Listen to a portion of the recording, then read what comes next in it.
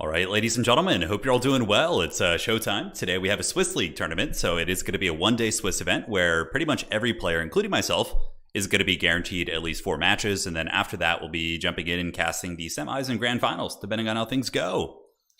Should be good. I'm hyped. First opponent, it's going to be Medley. Let's go ahead and get this preset all set up here for the picks and bans. It is best of 1 initially. And I'll show you guys the whole tail of the tape here in just a minute. So let me just get this set up, get the pick and ban going for my first match of the day, which should be great.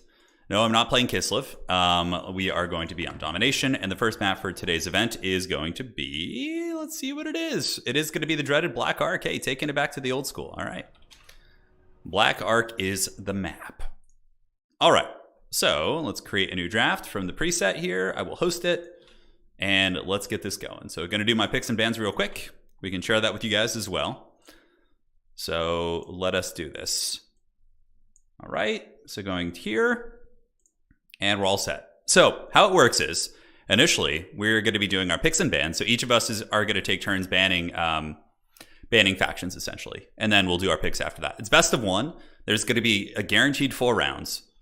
So I'm playing today as well. Yeah. So I don't know. We might meme a little bit. We might play our main. I don't know. We'll play it by ear. So against my opponent here, really strong Cathay player. Let's actually make smart decisions today. It's on Black Ark, and Cathay is very, very good here. So let's ban Cathay. And they can ban Empire. For me, it's going to be Cathay, probably Warriors and Slaanesh, I would wager, is going to be my game plan here. I might do a dwarf Slaanesh ban too. That could be kind of interesting. All right, so let's... Although dwarves... Okay, so Warriors of Chaos are taken care of. I actually kind of want to face Tomb Kings today. I want to see what they're about. Yeah, because, Tomb Kings got nerfed. Vampire counts got nerfed as well. So there's a lot of changes there. Let's actually throw a High Elf nerf out there. Or a High Elf ban. And it's a new day, man. Skaven still have the Broken Globadiers, but I think I can take Skaven with Empire, depending on the bans. So who else would we not want to face with the Sons of Sigmar? Yeah, you know what? Let's ban Dwarves. We're just going to ban all these missile type factions. Yeah. And an Empire ban would be really funny right now. Tomb Kings, I don't know. They just got nerfed. So I kind of want to see how they are. All right. So we're going to go for the Sons of Sigmar. What here is a problem for Empire? I can take all these. I think I'm okay with this. Dark Elves are a little bit scary. Bretonnia did get buffed, but I think I still have some good tools against them. Yeah, honestly, I feel like most of the hard matchups for the Empire are gone. So we're going to go for the Sons of Sigmar here. Pretty obvious. Yes, we get to try it. I wanted to try this. I want to see if I get wrecked. All right. Perfect. All right. I'm excited for this now. This is going to be great. So thank you guys for joining. So let me show you what the tournament looks like today. So how it goes in this format is... You have rounds. So this is the first round on the left-hand side. So if you guys want to follow along, you can go to totaltavern.com, which is our tournament website. And you can go to the tournament. You can see all these matches are going to happen. Players have 45 minutes to finish. And then we advance and just more rounds keep coming. And then after 4 rounds, the top 4 players here who have the most Swiss points, and we'll do tiebreakers as well if need be, will be basically advancing on, which is going to be great. Yeah, life's good, man. All right, so let me get my screen blocker up. And we will get this party started. Wookiee Claws here. The Herald of Sigmar. Oh, look at that. Greatswords only... Wait, Greatswords got reduced by 50 gold? Weren't they 900? Or were they 875? Maybe they were 875. I can't remember. That's kind of cool. All right. So let's do this. And I like that for sure. And then we probably want a couple of these. I think that's enough in that regard. So many cool magic choices. We'll see what we can do. We will see what we can do against these Tomb Kings. These Kings of the Tomb. Yeah, so they were obviously top tier powerhouse dark lords in the previous patch, right? So I'm really eager to see how this goes. I'm really, really eager. All right, so War Wagon's got a cost increase. State Troopers got a cost reduction, which is very, very nice, actually.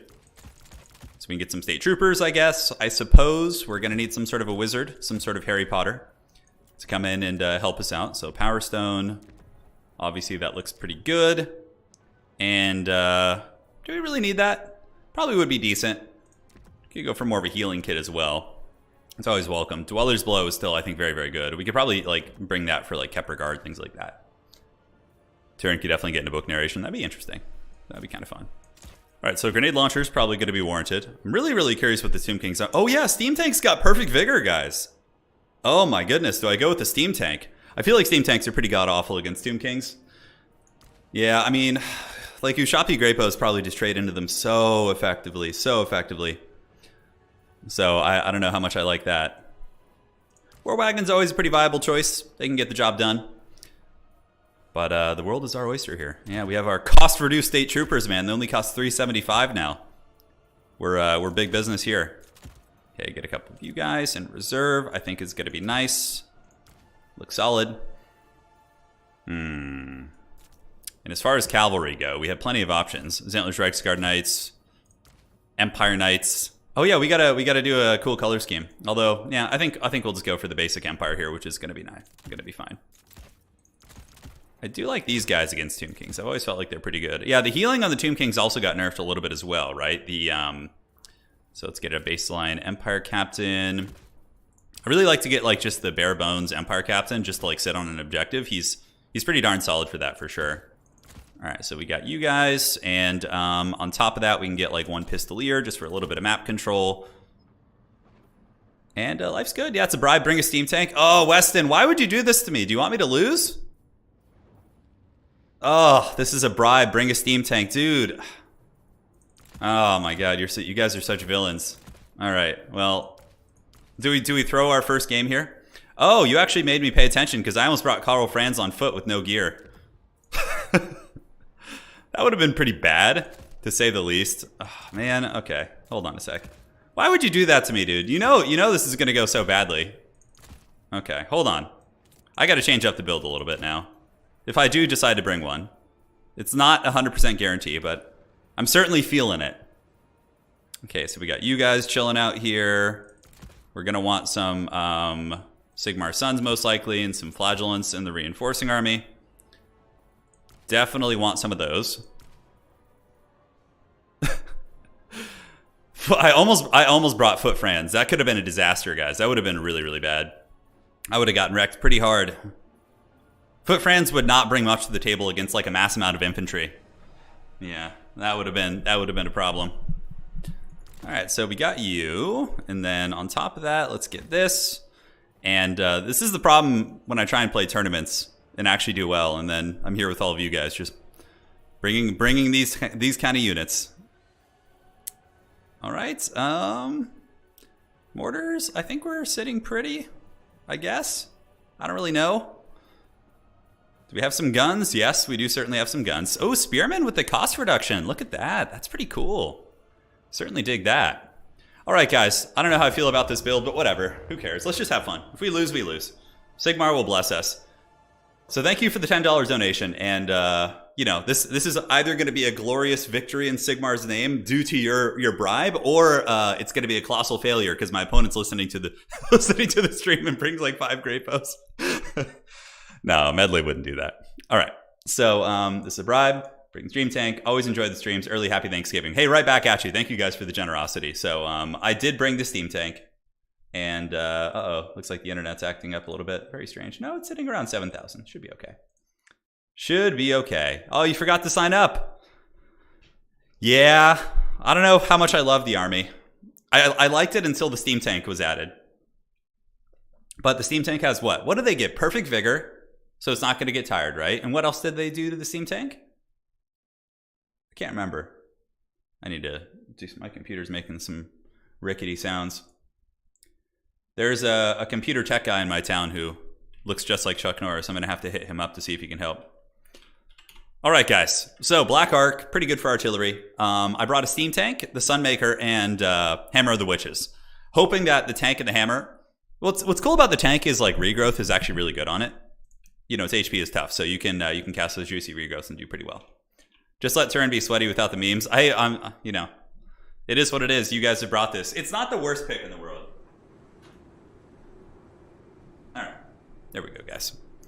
Looks like everything is good. Perfect vigor, so they can continue being useless at peak efficiency. That's what I thought. All right. So we have the Sunmaker because it would be foolish not to bring that, and we got the meme tank, Hammer of the Witches, and I just got to make sure because there's going to be carrion flying back here. So one of the biggest things is going to be protecting that, right? Oh, lovely. Another mistake. I just brought the Jade Wizard on foot. Okay, this is going to be awesome. You know, it's okay. There's worse mistakes. So how do we want to play this? Do we want to play the low ground with like an Empire Captain? Yeah, he can go down there and kind of chill out a little bit.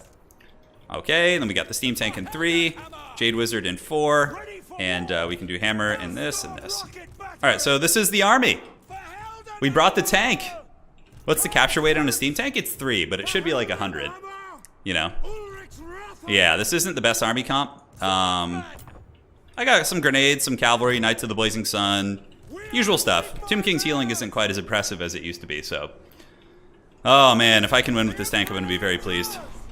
All right, let's do this, get the Sunmaker moving up. It looks like it's going to be Ushabti Grapos, but only a couple of them, so not the end of the world.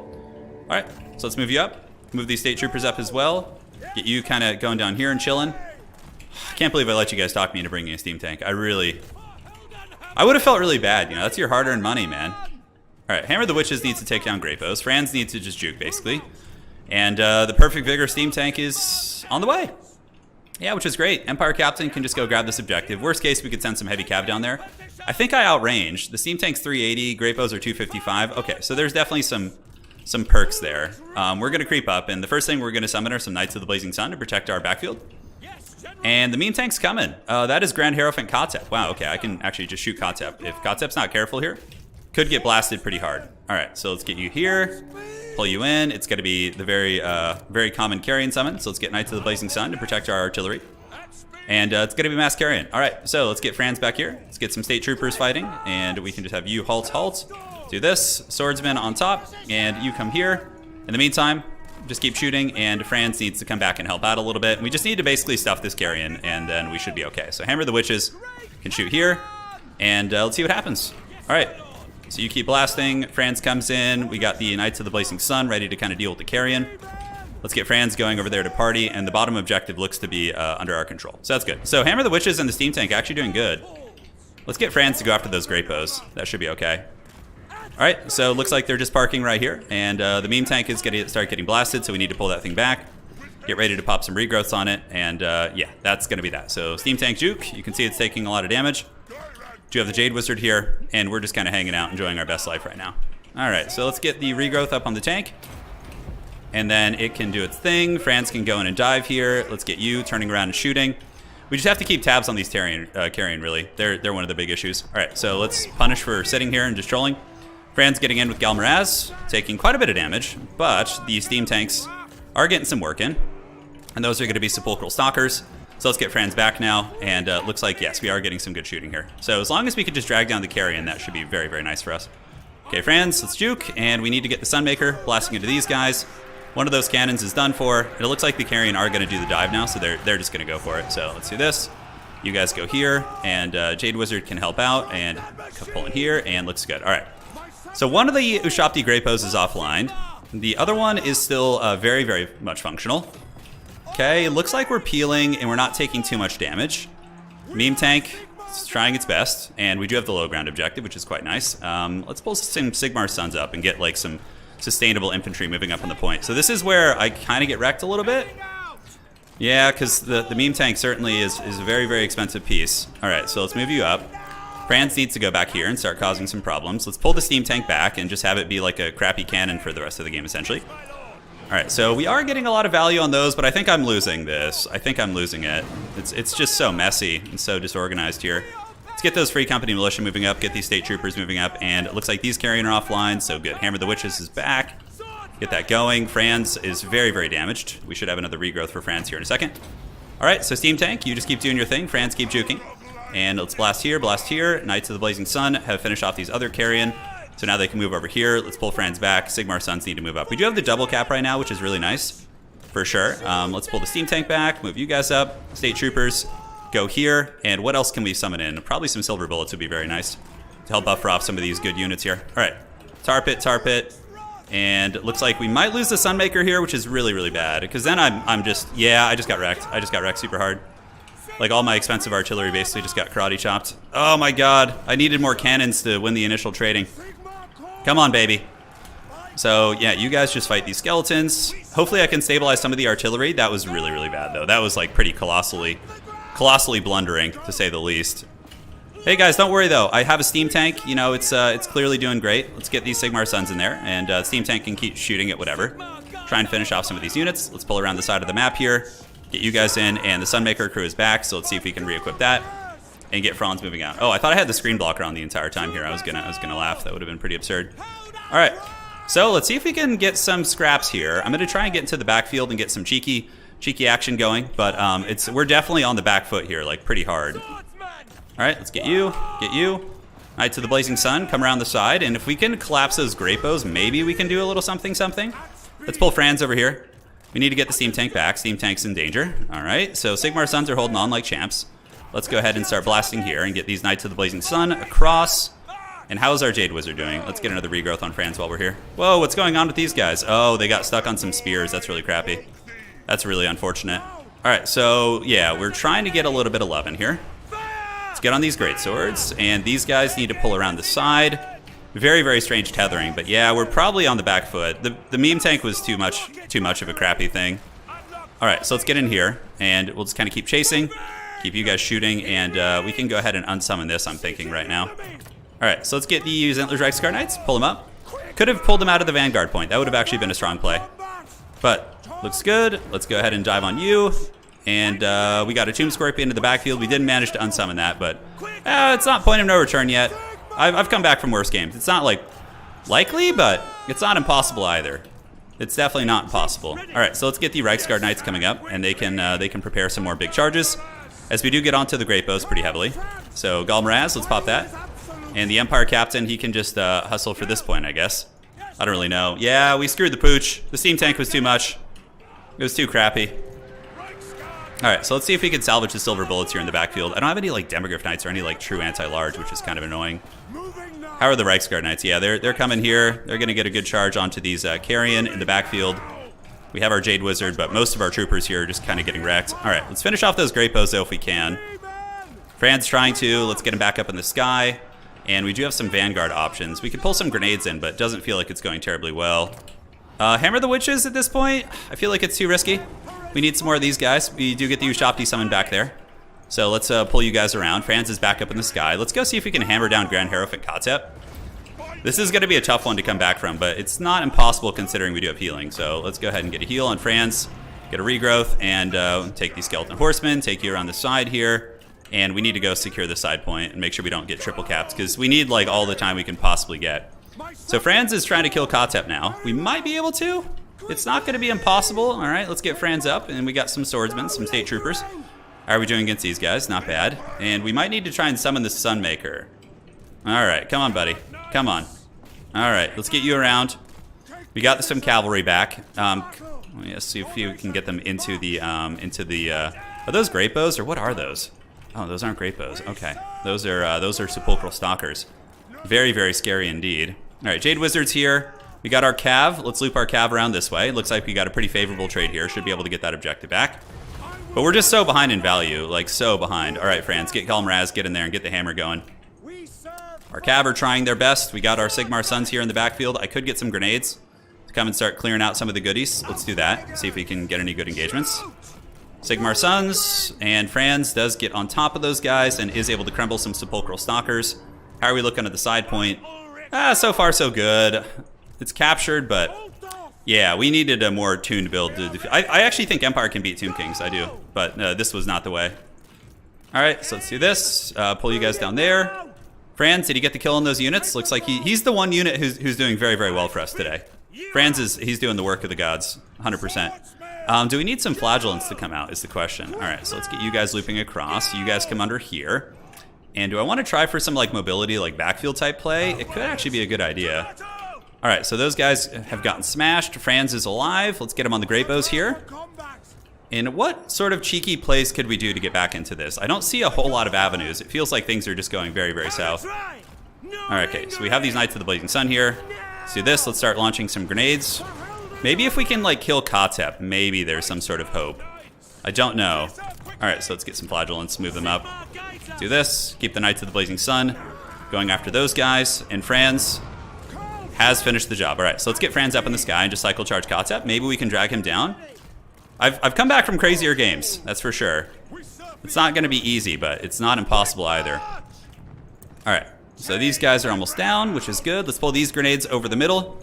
We got Galmaraz. I believe on his casket he is large, so that's something to consider. Let's go ahead and get these Knights of the Blazing Sun up here. Grenade launching and grenade launching. And this damn Tomb Scorpion, I really just actually don't have anything to kill that. That was a pretty Bronzodia play of ours. All right, so these are grenades. Let's get them in here. How's Franz doing? What kind of damage? We're seeing Katep almost dying, actually. So Katep is in some danger. We're starting to kind of pull back a little bit. We do need to get this objective back on the bottom, though. This is like really bad that we don't have this. It's very, very bronze. So let's start grenade launching some of these guys. And let's finish off Katep, run through some of these. And then we need to get some good sustainable infantry moving up to like start pressuring this objective too. All right, so we do have a Dwellers below. Let's kind of get ready to pop that. And Katep, we can just keep cycle charging him for now. We can charge into the back of these guys, and it looks like this objective should be under our control now with some flagellants moving up. All right, so grenades are clearing. Katep is on death's bed. Fran's doing his best. Okay, and there we go. Very good. Knights of the Blazing Sun on their way in. What happened to the steam tank? I guess it died like 10 years ago, huh? All right, so that looks good. We probably need to charge to keep you guys off the objective to try and maintain this one. And did Franz get the kill? Not yet. Katep. I guess they didn't nerf their leadership that much to the point where they'll just die. But when Katep goes down, the Tomb King's army should be substantially weaker. Yeah, we're running out of time, even though this is a pretty crazy attempt at a comeback, despite just 100% of meme build. All right, let's get Franz going here. The enemy lord has fallen. And what sort of plays do we have? Yeah, we need to just get this objective now, if we can. Fran's pulling back. Let's get these grenades here. We're going to get the bottom objective, which is good. Let's get you guys and you guys to do this. Pull these cavalry back.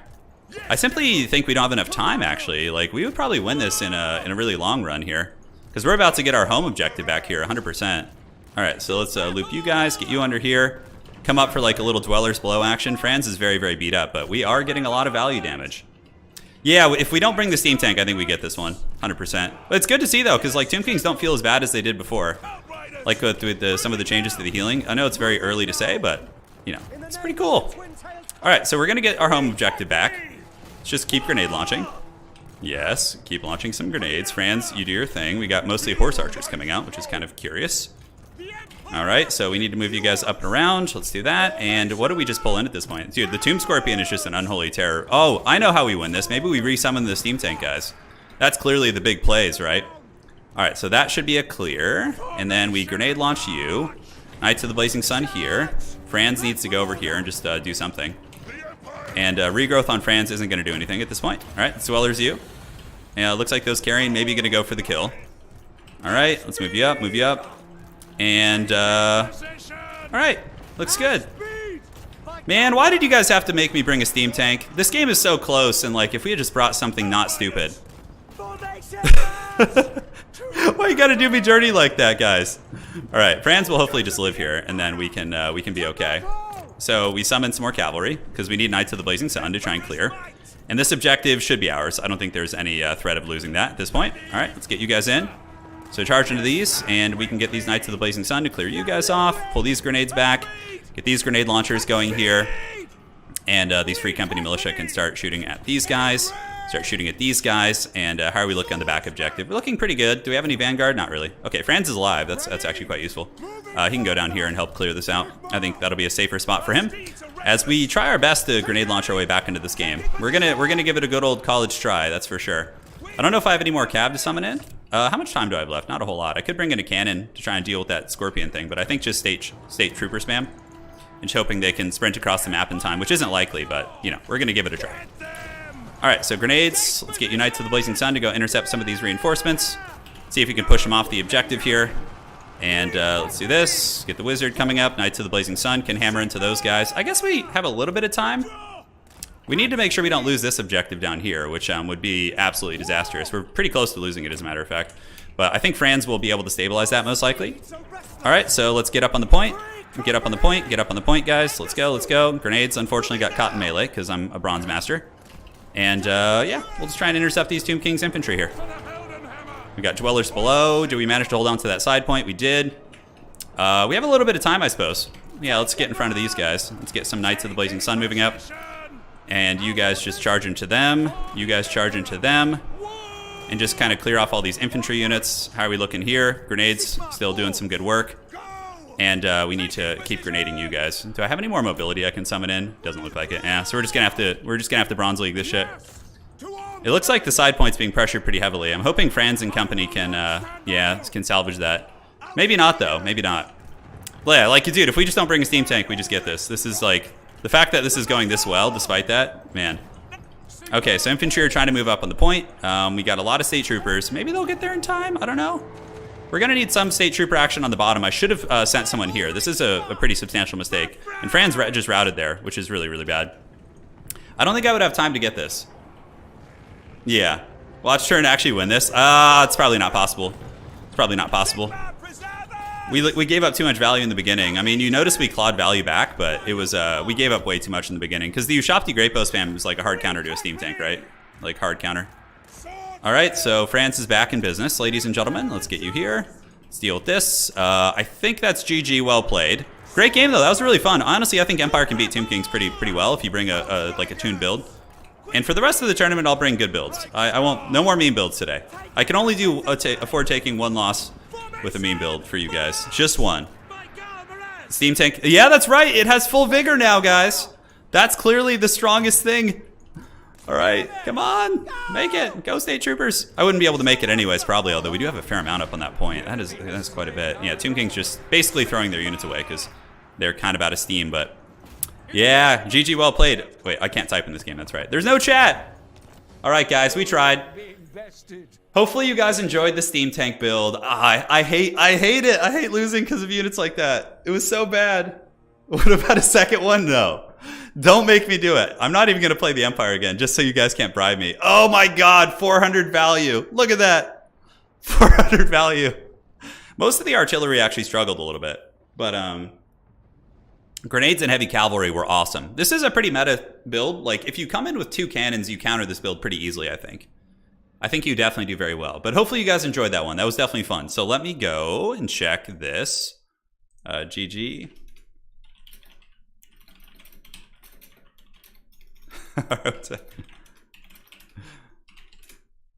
Report score, please. All right, there we go. Hey, whenever a tournament happens, ignore all meme builds to try and win with builds you want to play. Hey, man, I appreciate that. Thank you so much. That is a super generous donation. Yeah, but I like trying weird things too. It's fun. It's fun. But we still have 4 more rounds today, guys. There's still, our chances of winning the tournament aren't great. But we still can. If we win our next 3 rounds, we can still place in the tournament. Dude, Kyle, thank you so much, man. I really do appreciate that. I really do appreciate that. More steam tanks were needed. Yeah, if I had 2 of them, I think my opponent would have no chance. Yeah. All right, so let's get out of here. Let's see what this looks like. Okay. Let's refresh this. Are you claiming that the Empire's technology? The micro is a little bit off in some regards too, but we're making it through the rounds. Let me see how everybody's looking. So the players have 15 minutes to finish their round. If they do not report their games in the next 15 minutes, then they get an automatic loss and we advance to the next round. So let me show you guys what the brackets look like right now. So here we are, checking this. So these are all the games that have finished, and you can scroll down and see these folks have all gotten their first match done. And yeah, these individuals are still playing, but whoever of course doesn't finish in the next 15 minutes will be getting a loss, because that's how we keep the Swiss League moving. And what you do is you just click advance the league, and then it creates the next match, and you play somebody with like a similar record and all that sort of good stuff. Mortar wagon support. I can show you guys like an actual build against Tomb Kings. There's a couple ways of going about it. So you guys saw the Prince and Emperor is really good. Although honestly, if you want to be more like a little safer, let me show you guys like a proper build. Prince and Emperor is good, but Boris is also very nice because you don't have to heal him, right? So you just bring Boris. White Cloak and Midland Runefang is pretty good. And then you can go with the Bright Wizard. With the new Tomb King's leadership, the Burning Head can actually be very effective there. You could also go Fireball for Lord Sniping and put him up on a Pegasus. On top of that, you have this. Yeah, no, it's not single faction tournament. So I'm going to have another round in about 10 minutes. And we can play whoever we want. Yeah. So cannons and artillery in general are decent. You have to watch out for carrion spam because most people will just summon 4 carrion at once, like what you saw. So there's a school of thought of just not like doing like a slow Sigmarite advance now. The meta has certainly changed. Steam tanks are slightly more, you know, ironically, you could jokingly be like, oh, let's go with the double steam tank build. Although I think, oh, you're only allowed to bring 1. Yeah, so that wouldn't work out too well. But typically, you could do like some sort of a flagellant push. Flagellants trade pretty well into most of the Tomb King's infantry. You're always going to want 2 grenade launchers in reserve because they're just like hard counter most of the Tomb King's roster. You saw how good the Empire Heavy Cav were. You could probably afford to mix in some Empire Knights too. Like this would be a very, very nice build. And then, you know, in reserve, you're just going to want swordsmen to come and swamp objectives later on, right? So this is going to be like your reserve core. You do want some free company militia. Although, yeah, not quite enough to get in there with the cost reduction. Yeah, something like this feels really, really good. So now you need to deal with what? Casket of Souls. So you do need to bring some cannons. Typically what I would recommend if you're like really trying to win is go for a triple cannon, probably cut you, and then to buffer out carrion, you use pistoliers. This is like how I usually approach it, right? So if they come in with like carrion spam, you just have all your pistoliers in this to just shoot the carrion out of the sky, and then when they land, you have your Empire Heavy Cav to deal with them, and then the triple cannons counter the Ushaptis, your infantry trade evenly, grenade launchers counter their infantry, and that's how you win the game. You probably need a little bit more to deal with like big SEMs, but theoretically Boris can kill like a Tomb Scorpion or something like that. So Boris could kill the Scorpion, he could. Cannons can also shoot it, but I suppose if you want to really make sure, like the Empire doesn't really have too many good like anti-SEM tools outside of their lords. You could bring like a Demigryph Knight, like a single Demi in the back. So you could cut 2 of these and get like a Demi Halberd. And, you know, that wouldn't be the worst build in the world. And then can we get some spears? We could probably honestly just go State Trooper spear spam like this. That's 375 for 350 for a shielded variant. Okay, that's pretty cool. Yeah, something like this. This feels pretty good. You don't really need healing with this build. You have the triple cannon. You have the pistoliers for map control to keep the carrion spam at bay. And yeah, it works pretty good. It works pretty good for sure. It is a good one. All right, so let's go ahead and refresh this. Hey, I'm glad you guys got your steam tank today, though. You guys deserved it. I've been neglecting you guys for too long with fun units. All right, so a couple more games going. We should be ready in about 9 minutes, give or take. The last players will be going, so we'll do that. But I don't know who we play in the next match. The next map is Celestial Lake, which is a really, really fun map. It's very fun. Well, Great Swords against Tomb Kings are pretty terrible. Ushapti, Tomb Scorpions, there's too many things that trade well against them. Okay, so somebody in chat asking if Warrior Priests are ever viable. So here's how you can make Warrior Priests work. As a matter of fact, Warrior Priests would not be awful against Tomb Kings. Yeah, they would not be awful against Tomb Kings. So what you could do if you wanted to do a Warrior Priest, okay, is you go with Balthazar Gelt, because he's only caster option. Against Tomb Kings, what would you want to bring? Probably Searing Doom isn't bad, just to like bombard formations. Final Transmutation is decent. Plague of Rust is also a thing. You could do a Searing Doom Plague of Rust combo and put him on Quicksilver. And then to help clear out this, oh man, I should have actually tried this build. You guys got me on that Steam Tank tangent, so I was so excited there. But you would go Warrior Priest, double Soulfire. And that only costs 500, and that makes them pretty good at crowd clearing. So then they would be in the battle line. And you could even just get, like, if you want, the banner of Eternal Flame, which will make the Tomb Kings heal for a little bit less efficiency, and you can get the Grand Hammer of Sigmar. So now they're up to 700. But you then do a frontline battle line push like this, like a Flagellant kind of Sigmar Suns push, backed up by, you could do, yeah, Huntsman wouldn't be terrible, I guess, but basic crossbows might actually be pretty functional. Or even just archers. Like, archers shooting at Nehekar warriors could be pretty good, and if there's a big target, you can also Plague of Rust it. So honestly, guys, this would not be a bad opening with one Knight of the Blazing Sun. Like, I would use this against Tomb Kings and feel somewhat confident, but in reserve, you would need some, like, hard-hitting anti-armor. So, like, you know, Ushapti Great Bows, like, those type of units. Like, this would totally be fine against them. Because the Flagellants are going to be lawnmowers with Hammer of Sigmar, and then Soulfire doesn't do terrible damage. We can actually test that real quick while we wait. Let me make sure the next round is not starting yet. Let's refresh this. Happy 14 months of being a Steam Tank being terrible. Yeah, it'll never be good. We just have to accept it. There's some things in Total War Warhammer which are just straight up never going to be good. All right, so about to start the next match, and we can test that. I'm curious. Slanesh is still broken as hell, for sure.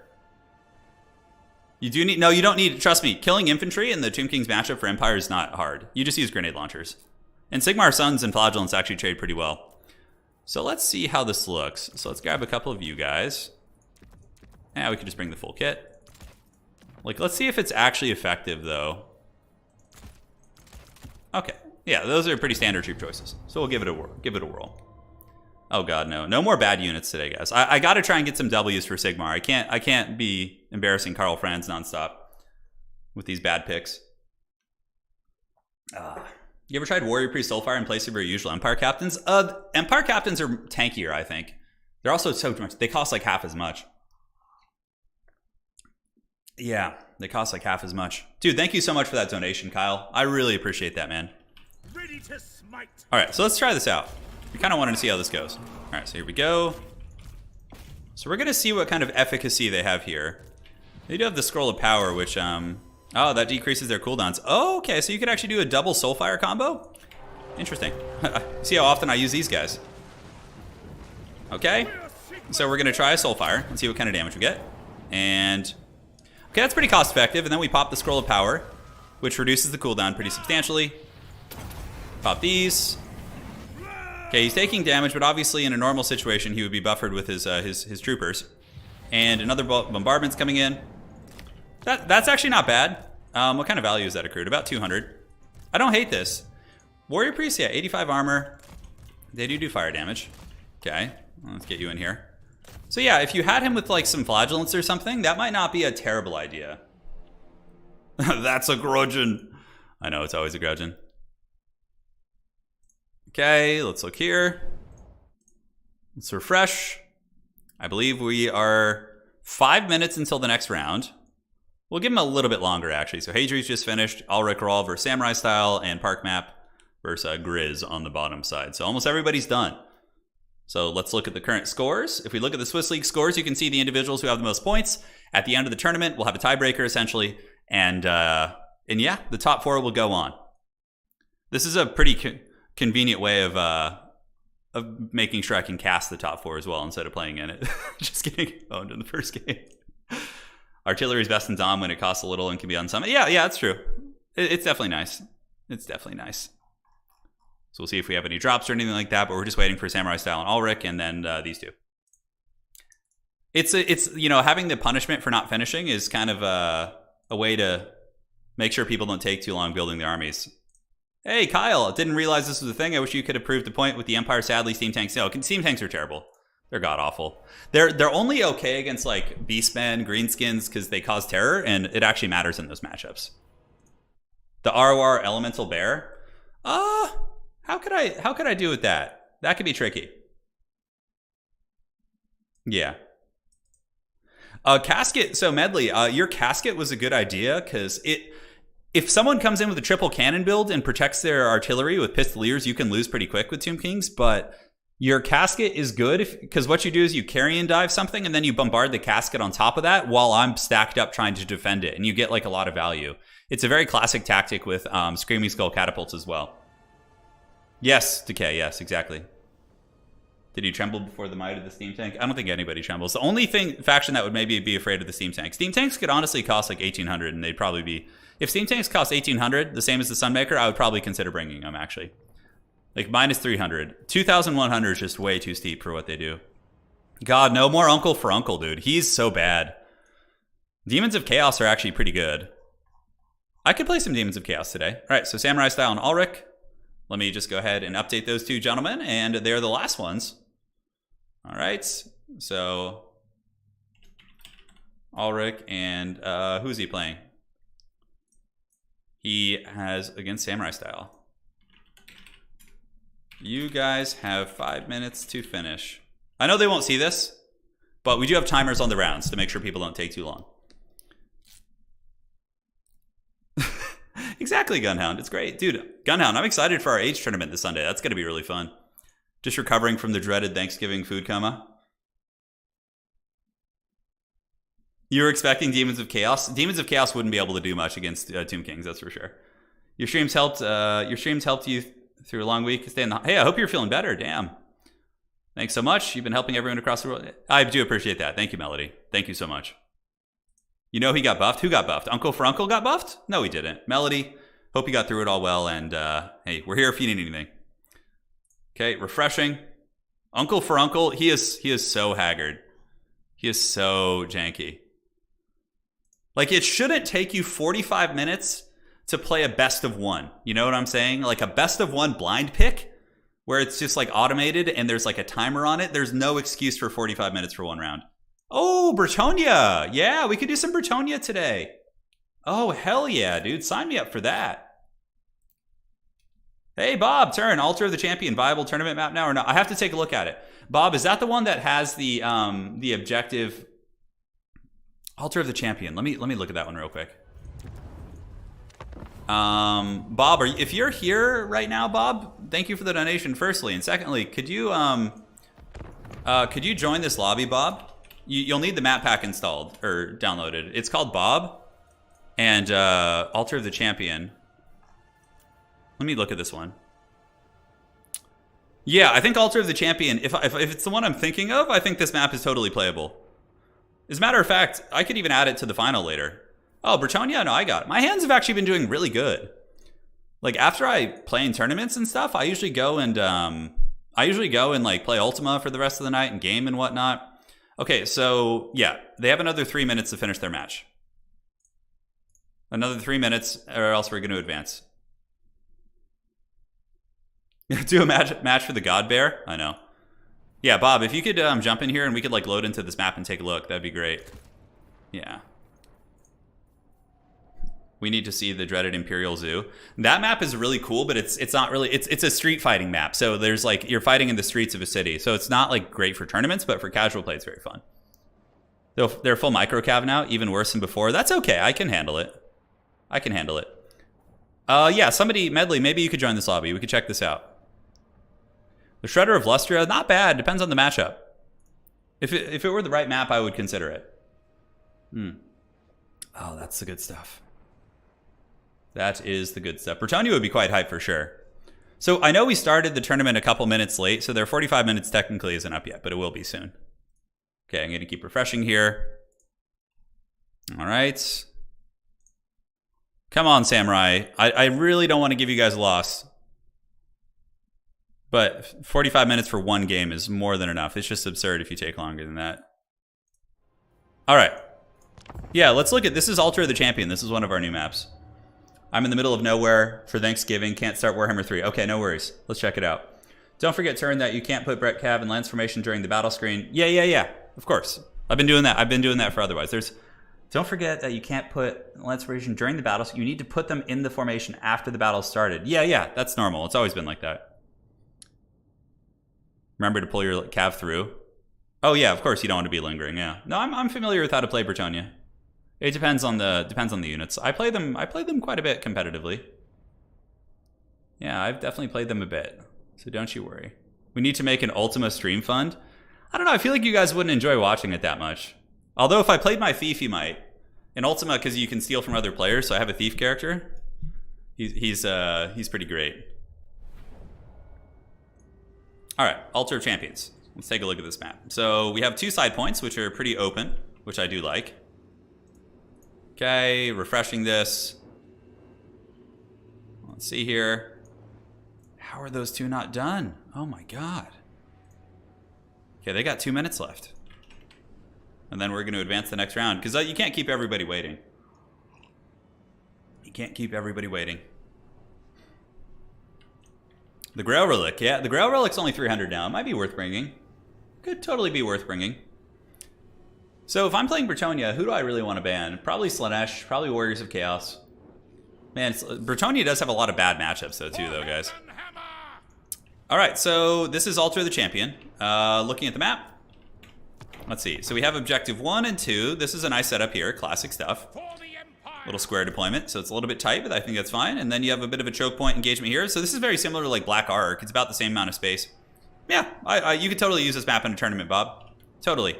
It's a beautiful looking map too. I really like the Tzeentch aesthetic. Yeah, look at that. You just like a giant floating skull. It's map's really cool. Totally, this map can be played in tournaments, yeah. I do like the little like terrain too, so each side can get like missiles and like rain some fire down on objective 3. I think that's really cool. Oh, there's like a vanguard point. Like I can see having some sort of a vanguard archer moving over there being like really, really good. Hey, thank you, Medley, for helping me test that one out. Greatly appreciate it. What else with War Dancers? There's so much stuff to try. There's so much stuff to try. All right. So refreshing here. And we're gonna have to probably advance it. So samurai style. I'm gonna shoot him a DM, make sure they're actually like playing and not just like AFK, samurai style.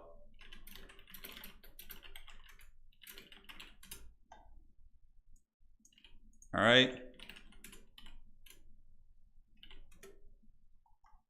I usually check with the players first before.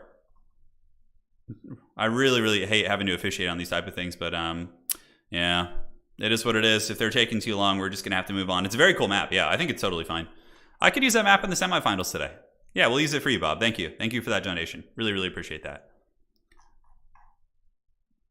Okay. So where are we at? I think a lot of us would be happy to watch and listen, play pretty much. Ultima is wild. It's very old school. Okay, they just barely finished the game. They just barely finished it. All right, guys, so let's go have some fun. Let's advance the brackets and get our next opponent. Yep, so every game is finished. So then what you do is you just click Advance the Swiss on our little tavern website here. Fancy technology. Shout out to our awesome dev. And we have our next round. So we're going to be playing Dom. We will be playing the dreaded Dom. All right, so let's get this going. And all right. All right, guys, we are up. So let's get a lobby all set up here. And everyone has their next opponents now. So turn game, T game. All right, so let me make an announcement. And we can get our opponent in here. And the next map is going to be the Celestial Lake. And let's see what is going on. Okay, next round has started. Great. So, pick and ban time. Who do we feel like playing today?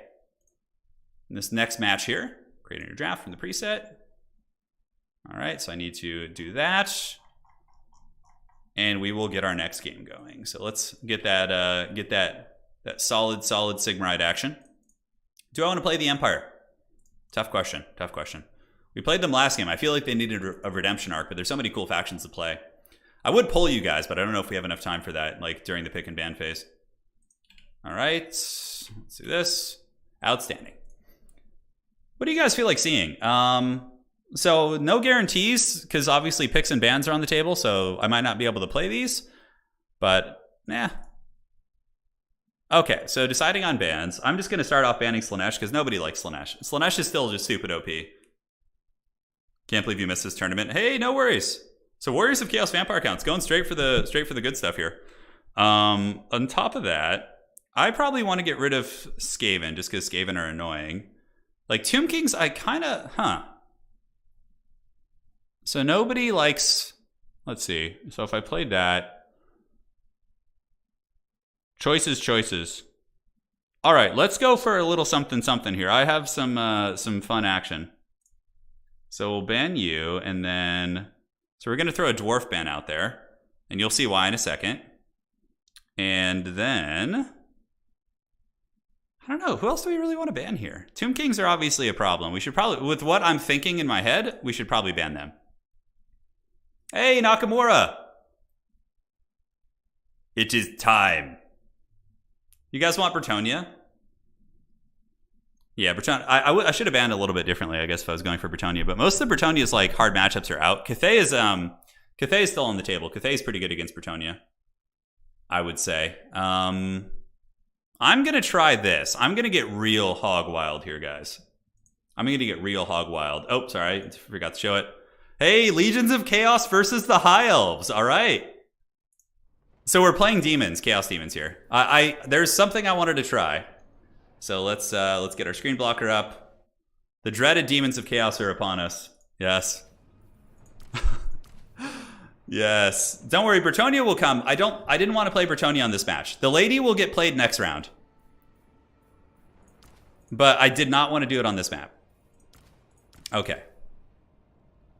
Warriors of Chaos seems about as OP as Slanesh. Says, hey, Drews, yeah, I would trust your opinion, brother. All right. Well, this should be interesting. Is there anything we want to bring here that's real wild? I think we're okay. Yeah, I like it. Uncle for Uncle will crush them? I don't think so. Uncle for Uncle will try his best, but he's not known for crushing anything, really, sadly. Yeah, good old Uncle for Uncle, man. He's a true team player. All right, I'm ready. My build was like already saved. Also, Turin, stop listening to chat. They're sabotaging the Nurglings. I know, the Nurglings are coming. There will be Nurglings in this build. The Olgors cometh? You think it's going to be one of the Olgor twins? There's options here. Which Olgor would I go with? Blue Olgor would probably be my preferential choice against the High Elves, I would say. Yeah, Demons of Chaos are fun. They're really fun. Oh my god, he's ready already. This man was like, I'm good to go. No mercy. My build was auto-saved from last time, because my last time I played this matchup was against High Elves. Yeah. Why are they Olgors? Because they're all the same name as the... It's going to be Imrik, though, for sure. Yeah, it's going to be Imrik. Imrik he just loves fighting Be'lakor. Oh, man. Oh, old man stretching sounds. Old arthritic joints. Oh, it's going to be fun. Green Olgor is okay. I'll do a stream sometime in the next few days, guys, where I just play casual ladder games, and that's where we'll experiment with more off-meta stuff. If I had won the first game today, I would have taken more liberties with experimenting here, but I know the screen blocker's up. I'll have it off in a second, don't worry. Green Olgor versus Rats? Yeah. Hey, Drews, how are Skaven feeling? Probably still really good, right? This is either a pre-made Terminator High Elf build or Bronzodia. We'll see. We'll see. Okay. Thank you, Wookie. Celestial Lake with a nice hue of fog over it. We have our Soul Grinders. We have our Demons. Life is good. Who's the worst Olgor? I don't know. Probably Green Olgor. Well, I don't know. Red Olgor is actually really haggard, because he makes you bring a caster. Red Olgor is the only one who's not a wizard, so it kind of like... Yeah, it's rough. No, so the thing is, so a lot of people in tournaments have builds saved. So like they'll have an entire library of saved builds for every single matchup. So it's not uncommon for people to ready up quickly if they have that. Like I used to have that in Warhammer 2. Dude, today's tournament's going smoothly. No admin stuff, just everybody's kind of moving along. So this is our dreaded SEM build. We basically use the 2 Blood Reapers on the side, and the Haggard Shrine is going to go through the trees. This is my favorite tactic. So you send the shrine up through the trees, right? So you got Big Boy, double Soul Grinder, the Blood Reapers, and we can actually keep the shrine over here. I think that's probably better. All right. My opponent's got 9 units. I'm hoping he hasn't watched my recent videos and knows what this build does. All right. This is my Demons of Chaos High Elf build. Because archers kill your whole roster, so it's kind of like, yeah. Oh, what the hell is that? Is that Tyrion? Oh my god, it's Prince Tyrion. I'm pretty sure he doesn't have a good time here versus Be'lakor. We'll have to see. So it's Tyrion, Bolt Throwers. We got some White Lines of Krace, 2 Bombard, and a Fat Star Dragon. Wow, that's actually quite a scary goon squad there. So let's get you guys moving up here into the trees. Keep the Soul Grinder going as well. Be'lakor should do pretty good. He's going to need some Screamer support, though. So we need to summon some of those in, like stat, because that gives us anti-large fighting power. All right, so let's go here. I wonder if he's going to come for the fight, like, right away. That'd be really interesting. All right, Blood Reapers, go to the side point. Be'lakor is about to get his homies going. And, yeah, are these Sisters of Avalorn? No, they're just basic archers. Okay. Be'lakor will definitely handle that Star Dragon. It's going to be a very one-sided battle, 100%. We need to get our second Screamer out. Do I not have a second one? Oh, shit, I only brought one. That's not good. All right, nice Mortar Fire. Let's take down some of these. Blood Reapers are coming, and we need to just get some Plague Bearers up on the point, so let's move them up to the point here. Nice Bombards. The tree line's kind of in the way a little bit. Yeah, okay, we got a little bit of razzle-dazzle there, so let's juke. Let's pull the Screamers and Be'lakor over here, and we're going to get ready to pop out on this objective in a moment. And as far as what we got back here, it looks like it's some Silvern Guard. Ooh, sneaky, sneaky. Sneaky, sneaky. All right, so maybe we just go sit on that objective. We move here. Looks like this is where the battle's going to be taking place for Middle-earth. Bolt throwers are in range here. He probably has a caster in reserve. People do that sometimes. It's not uncommon. All right, so do I want to send any Nurglings around the back or anything like that? I don't think so. I think we just keep bombarding here. Yeah, we're getting those archers down, which is good. And he's going to learn how good the Blood Reaper power combo is here. That is a very, very nasty business. We do have Seekers of Slaanesh. So let's go ahead and group these guys together. Nurgle Soul Grinders. Let's get them up on the point so they capture that. And now we need to go and just start grinding value here. All right, so yeah, our Blood Reaper Goon Squad is going to hopefully cause some problems. We could get some Seekers out. Seekers are quite good. More Plague Bearers wouldn't necessarily be a bad idea either. So let's summon some Plague Bearers to move to this objective. And now we have the Goon Squad coming in. So let's get you back. Let's get you guys going after the Star Dragon here. Looks like Be'lakor is going to get a breath attack, but he does mostly dodge it. And we need to get the Motorcycle of Khorne back. All right, so we're going to go after the Star Dragon here. Let the Blood Reapers fight. Let the boys watch. And we don't have any mass to really protect this. We might just lose the Blood Shrine right away, which would be really bad, actually. All right, Be'lakor is going to use the Shadow buff. Yeah, I kind of screwed the pooch on this. I shouldn't be letting this Blood Shrine take so much damage. All right, so Soul Grinders. Let's keep grinding souls. Be'lakor and company, definitely doing okay against the Star Dragon. Let's go ahead and get a Pit of Shades going here. And now we can go ahead and get some Flesh Hounds of Khorne out. So Flesh Hounds of Khorne, here they come. Blood Reapers are enduring reasonably well. So Pit of Shades should do pretty good. And the Star Dragon's definitely getting smashed a little bit. But so too are my Blood Reapers. They're actually having a bit of a bad time. All right, they're not too damaged. Let's just get them back here. That Pit of Shades was very, very good. And Star Dragon's getting damaged without any healing, so I do dig that quite a bit. So let's go ahead and get you guys bombarding into these. Be'lakor still battling well. I think Be'lakor needs to come help out with Prince Tyrion here. Tyrion's being a bit of a pain, isn't he? All right, so let's go here. Be'lakor is going to come across. We'll just leave the Haggard Screamers to battle the Star Dragon. We'll get the Motorcycle, and let's get the Plague Bearers moving up. And how are we looking on the Bombards there? Looking pretty good, actually. All right, Screamers, how you guys doing? Let's get back here. Be'lakor going after Tyrion. Yeah, we got Tyrion surrounded here. He's going to be in some danger, especially with this Blood Shrine coming in. Oh, Fecundity! Talk about just money. Oh, that's so nice. That's going to be healing up like all of these demons. Like Khornate demons getting slapped with Fecundity is just so cost effective, right? So let's get a little bit hog wild in the backfield. We'll try a little bit of that. And Be'lakor in the meantime can keep chasing down Tyrion, who's trapped at the moment. And we can get the Screamers going after the Star Dragon again. And how are the Blood Reaper characters doing? Yeah, Tyrion's karate chopped. All right, Tyrion's karate chopped. Now we just need to chase him off the battlefield. So let's get on the Star Dragon. Flesh Hounds can chase him, and the two Blood Reapers can move into this fight. Plague Bears are on their way over. And yeah, where do we want to go here? Seekers around the backfield, and we can get you guys to keep shooting here. How are we looking? Should be able to do this. Yeah, we're going to be really ahead in value. Now that Tyrion is routed off the field, you can see he's getting chased here. He's going to be in some danger. So what do we have? We have Silver Helms here. Okay, so Silver Helms, can we get some support? Yeah, this is gonna go for us here pretty quick. With the two Blood Reapers and the fighting power we have here, Star Dragon will not have a good time versus Be'lakor either. So let's get these Seekers of Slaanesh back this way. Nice Pit of Shades right there. Let's get you on top of this. And we do need to get some Flesh Hounds, although it was not the best point per se, but we need to get some ranged support here. Meanwhile, the two Soul Grinders are just kind of like generating value for us. You know, they're just kind of poking and being durable as they are Nurgle Soul Grinders. All right. Yeah, the blob looking pretty rough here. Let's use the buff, and we do have, ooh, we got the big army ability. Yeah, that's really nice. Seekers are just so fast, dude. It's crazy what you can do with them. They're just so effective. Come on, give me that Star Dragon. Let's go, baby. All right, Star Dragon's in trouble. And we can pull around the side. Soul Grinders can just keep shooting into the Silver Helms. And what we do next is we plan like a bit of a push here, right, into those forces. So let's get you guys and you guys teaming up. So I think we should be able to get this side point. We need to chase down the Star Dragon. And the Blood Reaper characters will eventually be able to get this objective. It's just going to take a minute, but we will get there. What is this? That's just one white line of Krace. Okay. So now we're going to push into the backfield. We can get our two Soul Grinders running over. And as long as the Flesh Hounds are leading the charge, that is ideal. So what we do is we let them eat the charge. And do we want to use this army ability anywhere?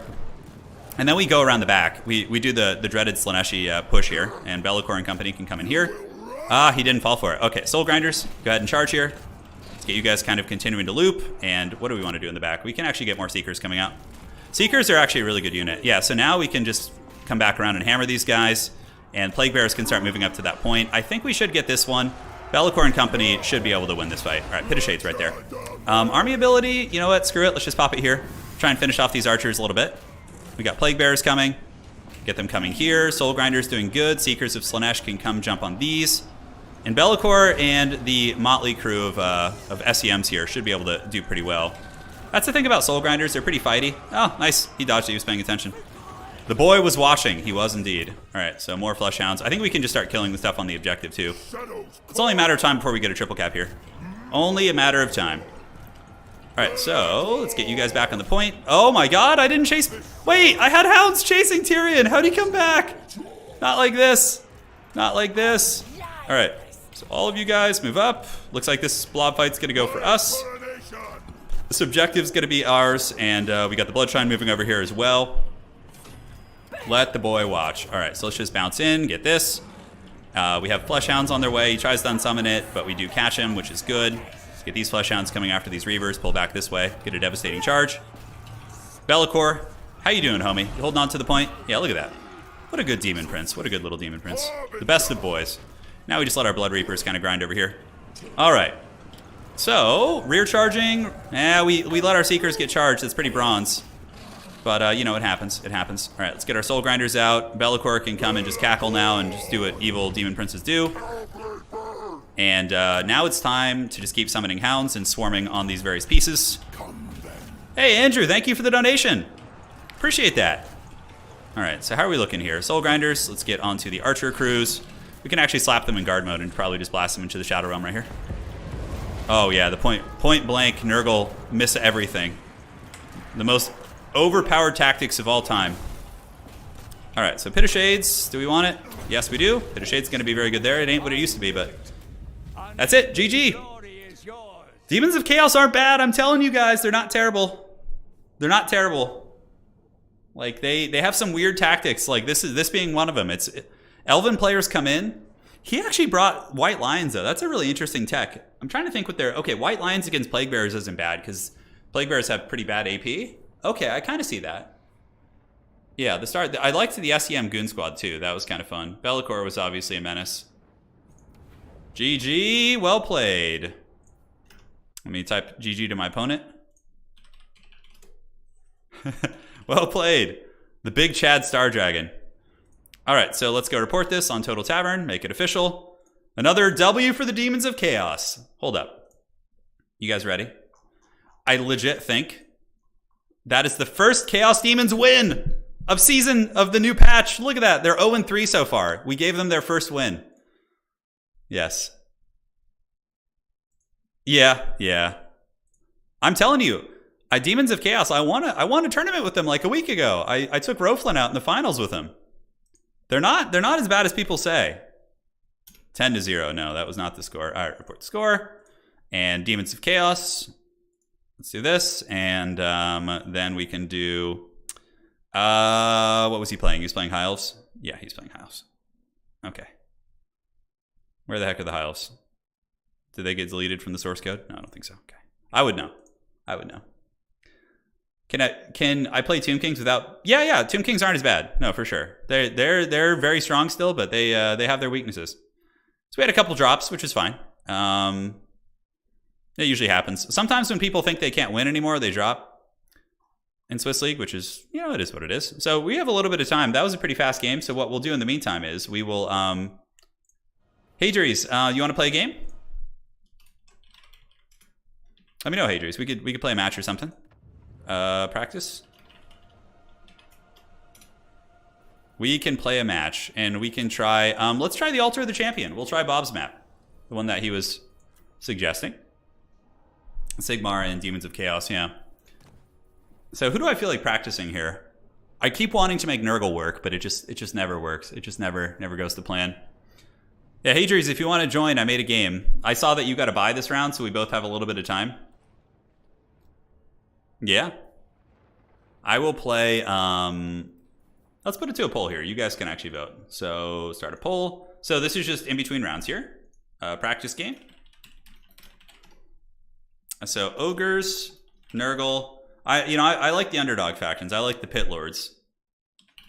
Lizards, and who else do we want to mess around with today? That could be fun. We're saving Bretonia for our tournament match. So you guys vote on who you want me to play this game. And let me know. Someone needed my help with the missing opponent. All right, let me check. My opponent didn't respond this time around.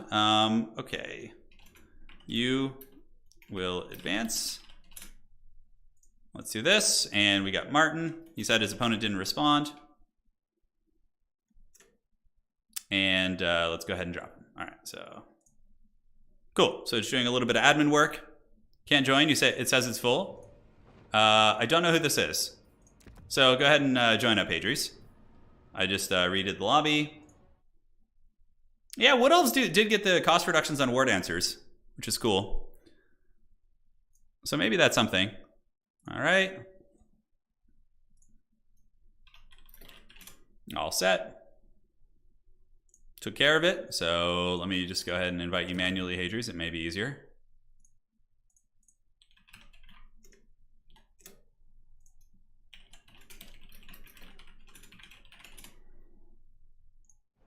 Okay, so you guys want to see Wood Elves. All right, Hadries, I'm going to play Wood Elves, so just don't hard counter.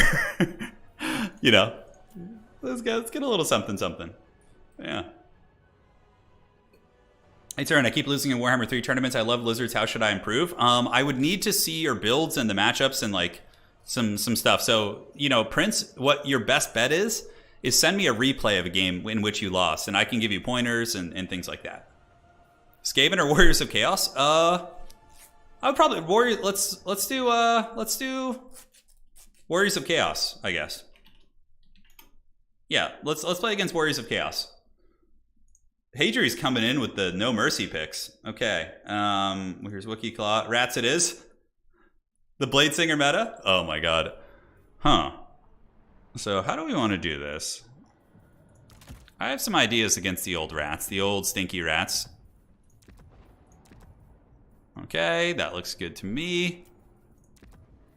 I think we still want that ability. I guess it's what, 1%? That's not terrible. That's not terrible.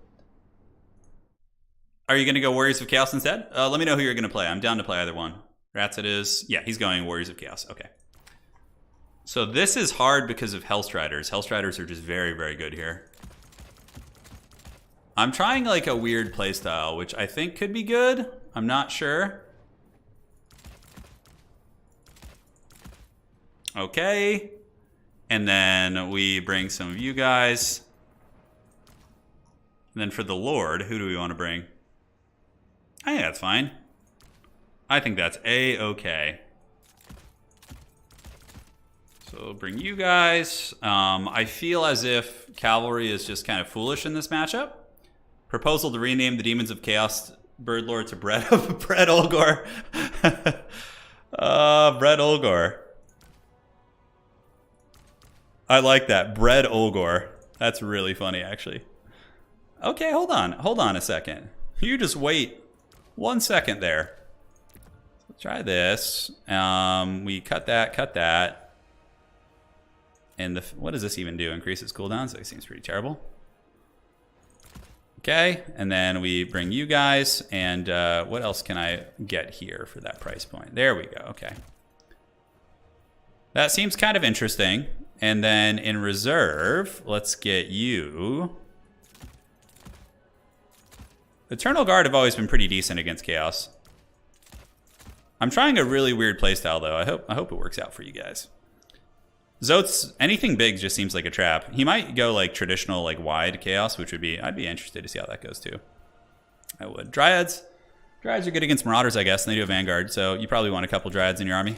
But yeah, War Dancers did get buffed and cost reduced, so maybe they're pretty decent now. We'll have to see. Yes, let's try you guys. Probably want some Azrai Spear action. I think that's not a bad idea to include a little bit of that in your army. 2 of those.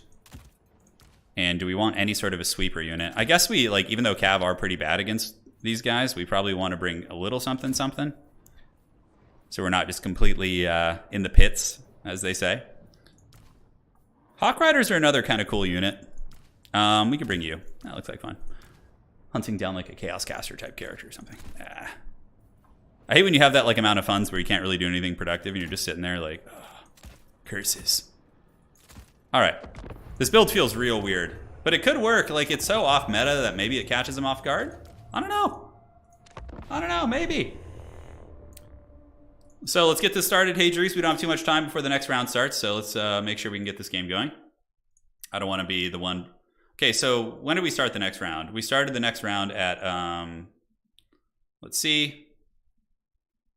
So I started the next round at basically noonish. Okay, so we have like enough time. It should be a fast game one way or the other. All right. Watch Hadri's just come in with a bunch of giants.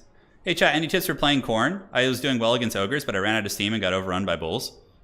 Against Khorne? Did you? Yeah. What did they bring? Lead belchers? Usually halberds, fleshhounds, like really good in that matchup. Valkyrie is also amazing.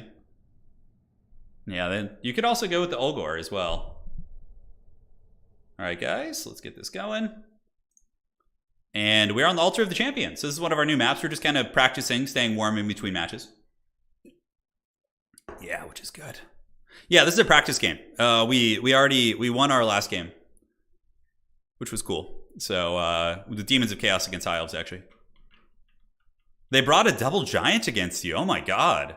Yeah, sometimes Khorne doesn't bring enough anti-large outside of the halberds. Yeah. Do you predict the dwarves getting any cavalry in the future? I don't think so. No. I think like Warhammer dwarves especially are like kind of against that. All right, so here's what we got. We have an Eternal Guard battle line. Right, Eternal Guard battle line just in the front, and then we got Treekin to like buffer that. Okay, hear me out. Hear me out. Dryka's gonna be hanging out, getting killed by Archaon probably. And oh shit, I didn't think like Archaon just running rampant through my battle lines. And then we got some War Dancers and Spears. So it's basically just like an open field. I don't know how it's gonna go. It depends if Hadri's brings yeah, I didn't think Dryka getting wrecked by Archaon is pretty bad. Had to leave for 20 minutes. How many victories? No wins with Furuncle. No wins with Furuncle. Use the karate chop attack. I will in the later stages of the tournament. Didn't War Dancers get buffed? They have like 12 melee bonus for infantry now, right? Yeah, and they're cheaper. Hadri's must be setting up quite a fancy army over there. Archaon is going to absolutely give the business to Dryka. Okay, thank the Dark Gods at Sigvald, so I can actually outmaneuver him. Because Dryka's faster than Sigvald. Okay, it's a Deathcaster, Chaos Warriors. Wow, kind of old school, yeah. Isn't that cool? Isn't that neat? All right, so we're going to move up and play these 2 points here. Dryka does have Pit of Shades and the Malevolent Dryad summon. This is my build on easy campaign. I love it. Oh my god, it's a lot of warriors. Yeah, warriors and a Deathcaster. It looks like it's going to be Buna. Thankfully, I don't have any good Buna targets. There's quite no targets to hit with the Buna. So I'm going to try and control these 2 points. Like so. Sigvald's going to be a pain. I don't know if I can really effectively deal with him. If I had like a dragon character, maybe I could. Like maybe. So we'll chill here. It looks like there's going to be warriors coming in. So yeah, it's just a very warrior-focused build in general. So what we want to do with Sigvald is attack him with the Firebark Elders and just tar pit him for like 10 years. That's exactly what we want to be doing. Now, on top of that, we got some more Starfire Shafts, so let's bring some more of those out. All right, and then we get the Firebark Elders to go battle Sigvald, which is going to be hilarious. And we want you guys to not shoot at Sigvald, preferably. All right, so yeah, Firebark Elders after Sigvald. That's basically what we do. And Dryka can go over here. Let's get some spears over there. Get these 2 missile pieces, shooting at these Chaos Warriors. Even though they are shielded, you got to do what you got to do. So those guys are going to get popped, and it looks like we do have some horsemen coming around the side. So these archers could be a little bit vulnerable, but at the end of the day, we should be okay. All right, so Sigvald, just keep going. And yeah, let's get you guys moving in. Treekin moving in as well. And Treekin can go after these guys too. All right, Sigvald, show them what you're made of, buddy. And how are we doing here? We got some spears. They can buffer out these horsemen. A lot of hounds coming around the back as well.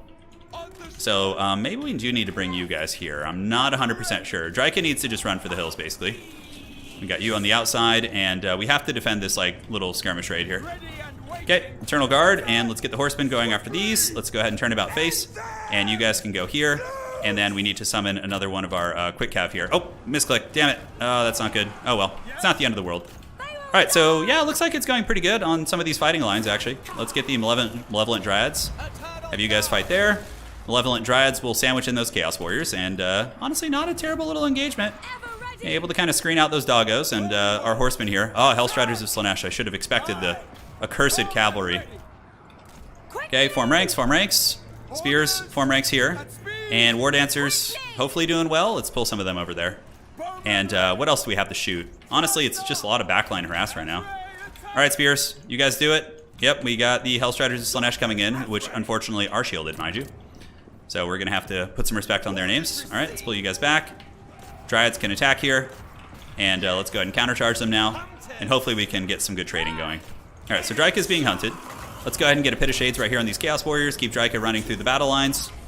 Seems like we're trading reasonably even in value, which is nice. The Hellstriders trying to get past my lines, so we need to make sure to head them off.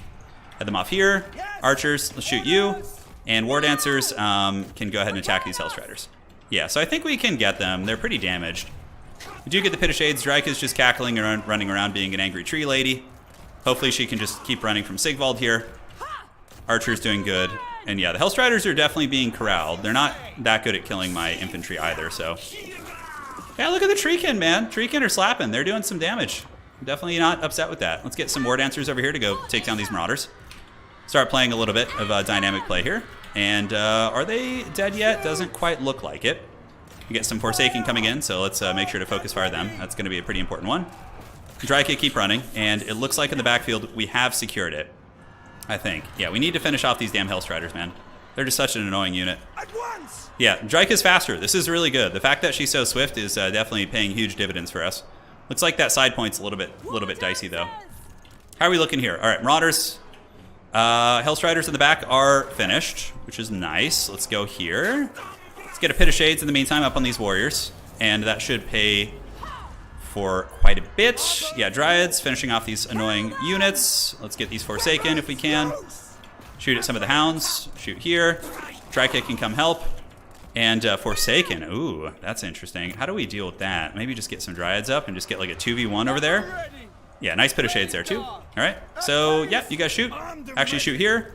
And what else can we hit? Can we hit you guys? We'll try our best. Sigvald is on top of some of the archers, but you know, what can you do? You can't have it all. I'm actually down to try this. Let's see how the War Dancers do against Forsaken. I feel like the Forsaken will win, but I don't know, maybe we'll be able to get some damage in there. Dude, the Firebark Elders are such a scourge. They're just doing so much work. Okay, so we need some infantry support in the middle. Value trading is actually pretty even here. And do we have any other Vanguard choices? We do, so let's bring you guys over, see if they can help out a little bit. And the Hellstriders have calmed down. They have left the field for now. Let's get here, pull you guys back, shoot, and shoot. And you guys can maybe go clear that objective off. We'll have to see how that all unfolds. Yeah, Wood Elves are a fun faction, man. I really like them. I mean, the fact that we're having an even game or close-ish game versus Warriors of Chaos is really nice. Yeah, so Dryka's trying to work on these Chaos Warriors, but we need to kind of get her away now. Looks like we get a favorable fight on the side. Dryka needs to flee the scene. We still have a lot of our archers online, which is good. These guys are shaken, but they're still going like champs. All right, so archers back. War Dancers fighting pretty hard. So let's get more of them. They seem to be a pretty good unit, the War Dancer. Yeah, so very decisive victory on this side. That was a good one. All right, so let's pull you guys in, get you over the top. Looks like we may lose the middle, but we're going to get the side objective. That is for sure. Let's shoot at these Marauder Horsemen here. And ooh, do we have anything to deal with these Hounds? That's a little bit of a scary one. Okay, Dryka, we need you to not die to Sigvald if that's possible. Pit of Shades on those Chaos Warriors and pull you around. If we have enough for any support cav, we will soon. So Dryads, and you guys just chill on this point. Get you on those Horsemen. Horsemen got karate chop there, which is nice. And unfortunately, there are going to be some Hounds rampaging in my backfield right now. Dryka just literally Benny Hilling with that. That's so funny, dude. Alright, so let's see if we can snipe his caster if he's not watching. Maybe we get it. I don't know. We'll see. Dryads, Treekin, you guys go park on that objective. Pull these cav back. And, oh, we almost got the caster down, actually. Almost. Dryka, come on. You got to get some wheels. I know Sigvald's quick. He's a fast man.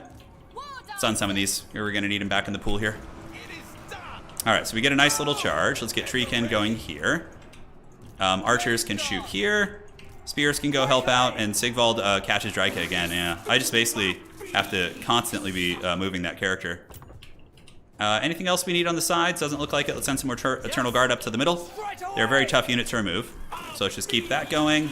Looks good. Archers shoot here. If we can get the caster down, that's going to be quite nice. All right, see if we can like peel Sigvald.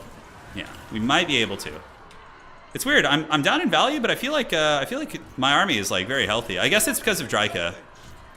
Yeah, it's Draika's thing. Oh my God, Sigvald just has so much mass. It's pretty wild, isn't it? He just goes all day. He's like the Energizer Bunny. I'm a little bit faster than him though, so that we do have that going for us, which is good. All right, Firebark Elders can go help control that point. Move you in, and we just keep running from your boy Sigvald. In the meantime, you guys, and how are we looking here? This point's a little bit dicey. Draika needs to run. I might need to just unsummon her at some point. She only costs like 1100 or something, so it wouldn't be that big of a deal to just unsummon Draika. All right, archers, yeah, please. We're not going to kill Sigvald, that's for sure. Let's pull back, and on the side point we have some Forsaken in there, but with Firebark Elders there, it shouldn't be too much of a problem. And now we can move in some Azrai Spears too, up to the middle. Yeah, just maintain a 2 cap here. All right, so we put the moves on Sigvald. Looks like he got juked a little bit. The caster's running for the hills. And let's just focus down these Hellstriders. Get you guys maneuvering over to that point. You guys can chill here. And what other reinforcements do we have? Yeah, we need to unsummon these spears. I need to do some housekeeping. Definitely need to do some housekeeping. Okay, Draika. Draika was able to put the slip on Sigvald. She did it. Okay, charge. Archers, let's get you shooting. Let's get you countercharging here. Draika up on the point. Azrai Spears chilling.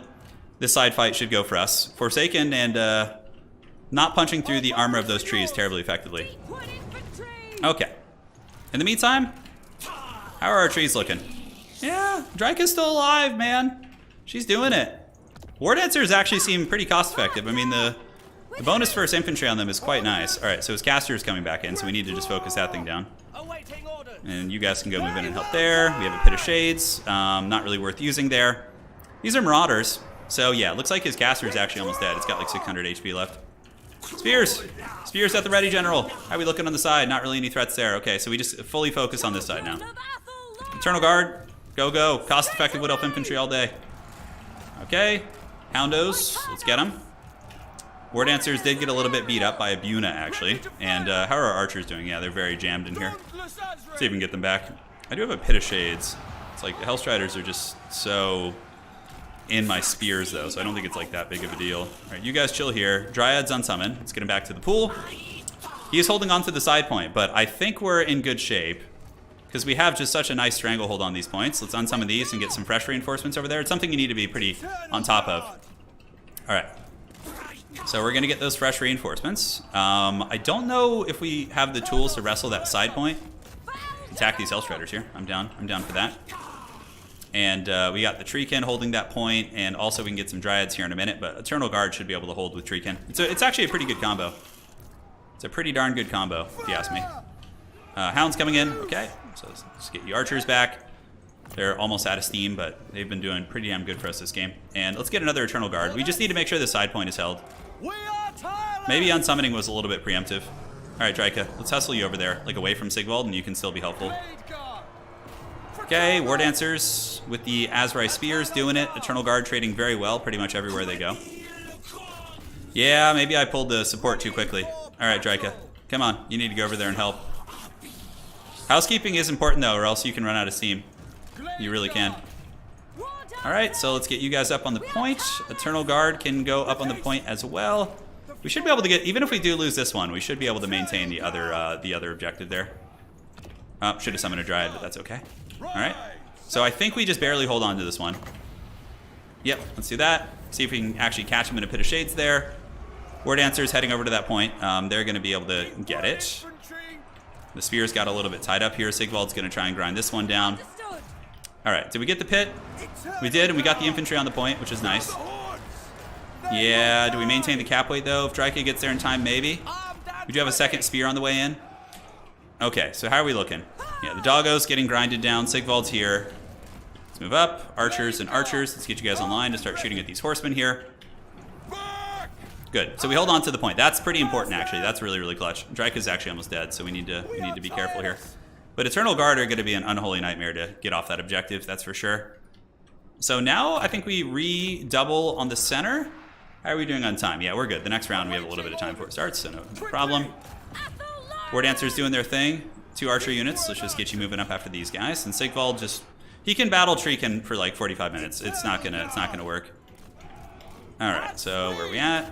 Pull back here. We got Hellstriders lurking around the back, just being overpowered and annoying as usual. More spears. Let's move them up. We can decide which way we want them to go. I'm threatening the triple cap to try and force some like effort, you know? Okay, let's charge here. And just keep shooting with the horsemen. Looks like we have good capture weight there now, which is good. Dryads, you just park here. Sigvald just battling Azrai spears for 45 minutes. Outstanding. Dryka just chilling. I have a Pit of Shades in the back pocket. I think we just hold on to that. See where we're gonna need it. Okay. I think he's kind of given up on this side. So let's move to the middle. If we just double down on the middle, I think we win. We might even be able to home cap him here. 100%. Okay, so what do we want to do here? Yep, more spears. Treekin. Yeah, I think we want to unsummon those Treekin. So we can get them back actually. Sigvald is not going to be able to kill all this stuff, and we're probably not going to get this point. Hellstriders are just being super nasty. But as long as he doesn't get the middle from us, I think we just win on 2. So we'll just keep sending good units to the middle, and that's that. Dryka's going to hold the side for like 100 years. I haven't played Vampire Counts in a long time. I wouldn't even know where to begin. Oh my god, how are these Hellstriders killing all these units? Yeah, I guess he's got them fully surrounded. That would explain a lot. Alright, Azrai Spears, let's park you up on the point. Now it's just Helm's Deep time, guys. It's just Helm's Deep on 2 objectives. Even though it says we're down in value, I feel like I'm ahead. I guess Sigvald's still there. So I'm going to save up some points and get like several archers at once, maybe? Although, no, he has too much mobility on the battlefield. That would be stupid. And we do get the Azrai Spears kind of chasing them off the points. Dryads, clear you guys off. So, yeah, we can summon War Dancers. I actually felt like War Dancers were good this game. I enjoyed them. Round is ready? All right, excellent. So we'll be done. That round actually finished very, very quickly, which is nice. Yeah, I don't think there's any way for my opponent to come back here. I'm pretty sure this game's just over. Like, yeah, he's going to swarm this middle objective, but it's not going to go super well. All right. So let's get some of you guys out. What I can do in the meantime is I can go ahead and do a little bit of MLG tournament hosting. So I'm minimizing right now, and I'm going to advance the next round. Okay. There we go, guys. Hey, Gunhound, can you announce that the next round has started, by the way? I just advanced it, so it should have updated. Oh, wow, he's actually getting the objective from me. Look at that. I didn't think that would be possible. Damn Slaneshi units being all overpowered and stuff. Okay, so we just need to get a couple more guys in there. We should be okay. Do we have any more speedy units? We do. Okay, so we got a pit. Maybe that'll chase some of them off. We'll have to see. I guess Sigvald's holding like a champ. We do have the Eternal Guard. Dryka's on her way up. And the next round has been advanced. He would have to triple cap me at this point, I think. We'll see. Yeah, once we get these guys on the point, I think it's just game blouses. Dryka is going to give a big melee attack buff too. Hellstriders into melee as well. I only brought Pit of Shades this game. Oh, Dryka. Honestly, though, Melkoth could have been very good also. Yeah, Melkoth could have been very strong. All right, so let's pull back. You guys doing this. Yep, you guys back on the point. Just trying a little cute split pushing here. Nothing that some dreaded Treekin couldn't handle. And let me go see who my next round opponent is. Hadri's obviously in the zone right now, so he's oh man, he's hunting Dryka. Okay, am I going to be able to save Dryka here? Do I have any sort of mobility? Not really. How about some more War Dancers? Who doesn't love that? Dryka, flee! Put the moves on Sigvald. Oh man, Dryka's getting slapped here. Yeah, it doesn't matter. We got the side point. It's going to take too long for him to get that. Especially if we just run units over there. Oh my god, Slanesh units, why? Why this? Okay, so my next round opponent is... Yeah, Sigvald might be able to kill my entire army, but it's not easy. Alright, next round has started. Alright, cool. So the next round is up. You got our spears on the side, and let me message Captain Melons, my opponent. So I'm sorry if it's like Captain... I'm trying to... Captain Melon, I think is that you? Are you Captain Melons?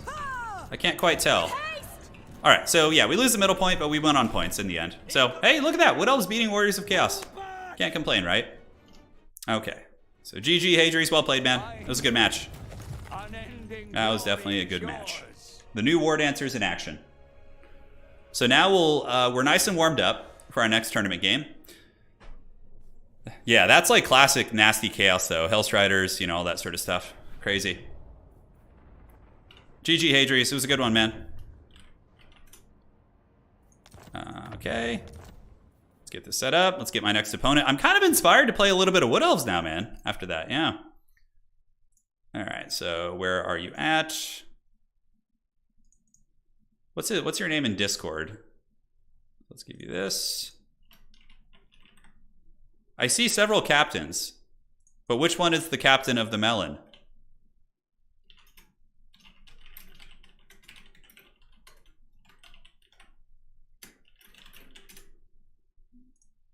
Okay.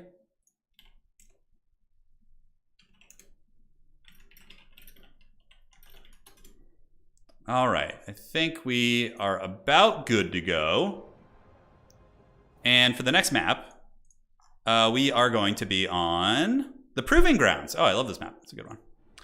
Proving Grounds, Proving Grounds. One of our new maps, because who wants to play boring old maps with terrible pathing? There we go. Okay, Proving Grounds. Outstanding. Bretonia, maybe? Yeah, maybe we'll Bretonia. Is Mel Gibson ever an optimal pick? Yeah. Yeah. He can be, for sure. Okay, where's the dreaded Captain Melons? What is his name in here? Ah. It's not him. Okay. Maybe my opponent has disappeared into the shadows. So let me see if I can get their name. It's always troll when people sign up with different names. Okay. Oh, there he is. Found him. We found the man. All right, so let's get the pick and ban all set up, and then we'll be in our next game very shortly. Yeah, honestly, Orion is decent in a couple of matchups, I think. I haven't had the time to really dive into Wood Elves and play them too much, but yeah, they got some teeth, man. All right, so here we go. Nope, wrong game there. I accidentally opened my Ultima Online client. You can hear the sound effects from it. All right, come on, man. So we'll give him like 5 or 10 minutes to join, and if he doesn't, then we'll have to just drop him, unfortunately. Come on, buddy. I know you're here. He's got this cat picture. It's like a cat with a melon as a hat. I see him as online. Oh man, I hope I don't get a bye this round. I really want to play a game. Yeah, that was fun. Yeah, map was pretty cool. I think the treekin are nice there, right, Hadries? Honest win from Wood Elves there. He says mostly because they did not take Wild Riders. Yeah, no, that's the whole point. Like my whole build philosophy was don't bring anything that Hellstriders can farm. And yeah, that was basically it. Okay. He had a pass on the last round. Maybe he disappeared. Let's see here. Oh, he's here. All right, outstanding. So we are going to get our game. Let's do our picks and bans here. So make sure to check that. Check your DMs. And here we go. All right, so what do we feel like playing this game? Bretonia on Proving Grounds, probably not terrible. Artillery isn't amazing here. We'll have to see what our opponent is going to be up to, though. What schemes they have for us. I'm playing Ultima on the second screen, yeah. Oh man, I'm so addicted to Ultima Online, man. It's like my childhood my childhood jam. Okay. Ooh, it looks like he had to play Hadrius earlier. That's a tough run of opponents. Okay. So he is here. I am ready. Let's show you guys the picks and bans. Okay, so who do I not want to play if I decide to play Bretonia? What countries do you want to visit? Oh man, all over the place. There's so many places I want to go. Yeah, someday. Life's expensive though, man. You know, life's expensive. Least favorite faction, domination to play? Oh man, I don't know. That I would need to think about that. Let me like get back to you after we finish this pick and ban phase here. So probably banning Grand Cathay. Well, firstly, let's get rid of the bullshit. Let's get rid of the overpowered stuff. I kind of want to go Wood Elves again. I kind of want to do some Wood Elves maybe. Let's leave Warriors of Chaos open and see if I can like maybe pull like some Wood Elf shenanigans. Dweller's got an unlisted nerf. Oh, did it? That's nice. You totally want to fight for Urson right now? Oh, he banned Warriors of Chaos. Okay. So let's see. Tomb Kings. Okay, so the classics. The classics. Decide on a ban. I mean, who do I even really care about? No, I mean, I actually wouldn't even mind playing vampire counts, but let's play Wood Elves. I think I have some really fun stuff here. So we're going to ban Dwarves, and we're going to ban Grand Cathay. And we're going to play Wood. I will play Bretonnia before the day is over, I promise. But on this map, I feel like Wood Elves will be really cool.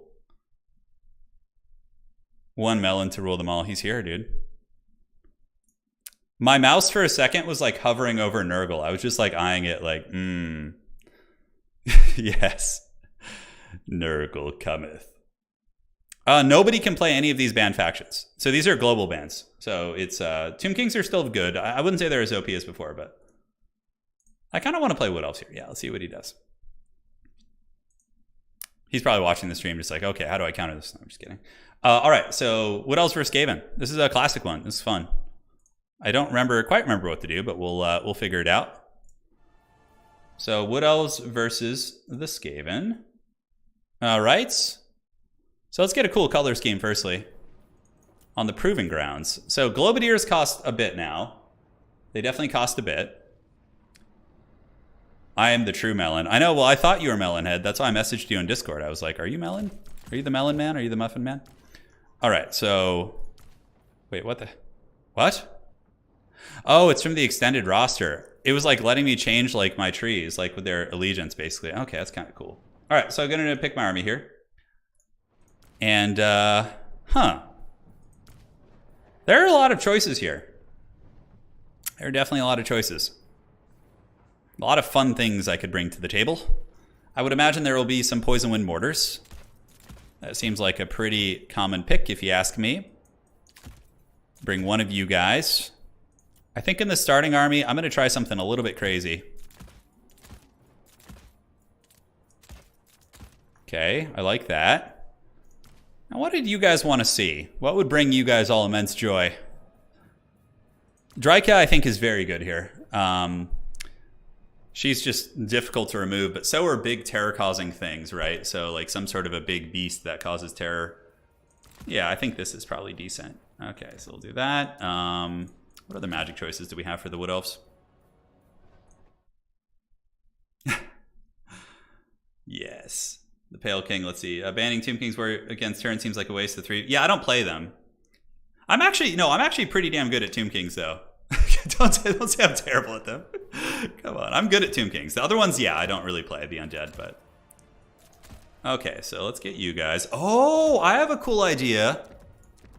Oh, is that still good, though? Okay, hold up. Hold up. This is going to be really fun. Okay, there's actually Forest here to work with, too. Oh, man, this is a hype build. This is a very hyped build. I like this already.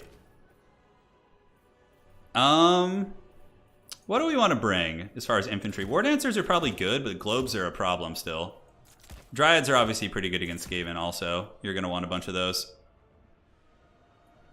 Tomb Kings are really easy to play. You just mass it good like infantry and just bring Grapos and some sort of artillery. Like, they're pretty mouth breathing. Okay, so this seems like fun. Oh man, do we do the husband and wife build? One of my all-time favorites. Orion isn't that good against Skaven though, in my experience. A Forest Dragon? Forest Dragon seems a little bit janky. Flensing Rune got nerfed, so we don't need to worry about that quite as much. These guys should be able to put some decent hurt on any number of other targets. We have our reinforcing units. Is this really the way to go? Does she actually... Yeah, okay. That seems fine. and see how we can make this guy cost effective. Yeah, even like the cheapest Wood Elf Lord is pretty expensive here. Sisters of Twilight against Skaven on the Dragon. Not a bad choice. Really not a bad choice at all. If we go for a Glady. Do we want to bring a Glady? We got to hurry up on this match though, because yeah, that seems all right. Whatever. Let's just bring it bare bones. We'll do it live, man. We'll do it live. And for the last unit here, what do we want to bring? Do you want to bring some like good sustainable holding piece? You got to watch out, man. The Skaven cackling is real. This build would definitely, Zyphos would be approved of this build 100%. You know what, screw it. Let's go for these guys. They're really cool. And then we can get one spear unit. Looks good to me. And as far as reinforcements go, 475. Whatever, man. It's fine. We got to get this game underway. We're trying a really off-meta build. This build is incredibly off-meta, but I think it could work. We'll have to see. We'll have to see what we can get done against Yield Skaven. All right, so we started the round. We have about 30, 40 minutes. Okay, so we're okay. So as long as my opponent readies up soon, we should be fine. You can hear Ikit cackling in the background, so can I. So can I. He's definitely cackling. You know what? I'm going to have some fun with this. I just decided to switch my build up and just make it really fun. So we're going from, like, I think somewhat competitive to a little bit wild, but we're going to try our best. Okay. And Spellsinger. For sure, we need one. And it can be on a Great Eagle. And it can have Lore of Life, probably. That looks fine to me. Power Stone, Blessing of the Ancients, not going to be pertinent here. And let's get one of you. All right. Treekin are cool. I think they're pretty tough for Skaven to deal with. We'll have to see. We'll have to see how it all plays out. Obviously, it's really important to get into the Skaven backfield and all that. Zote spam, you guys think it's max Zotes? That's quite a bold prediction.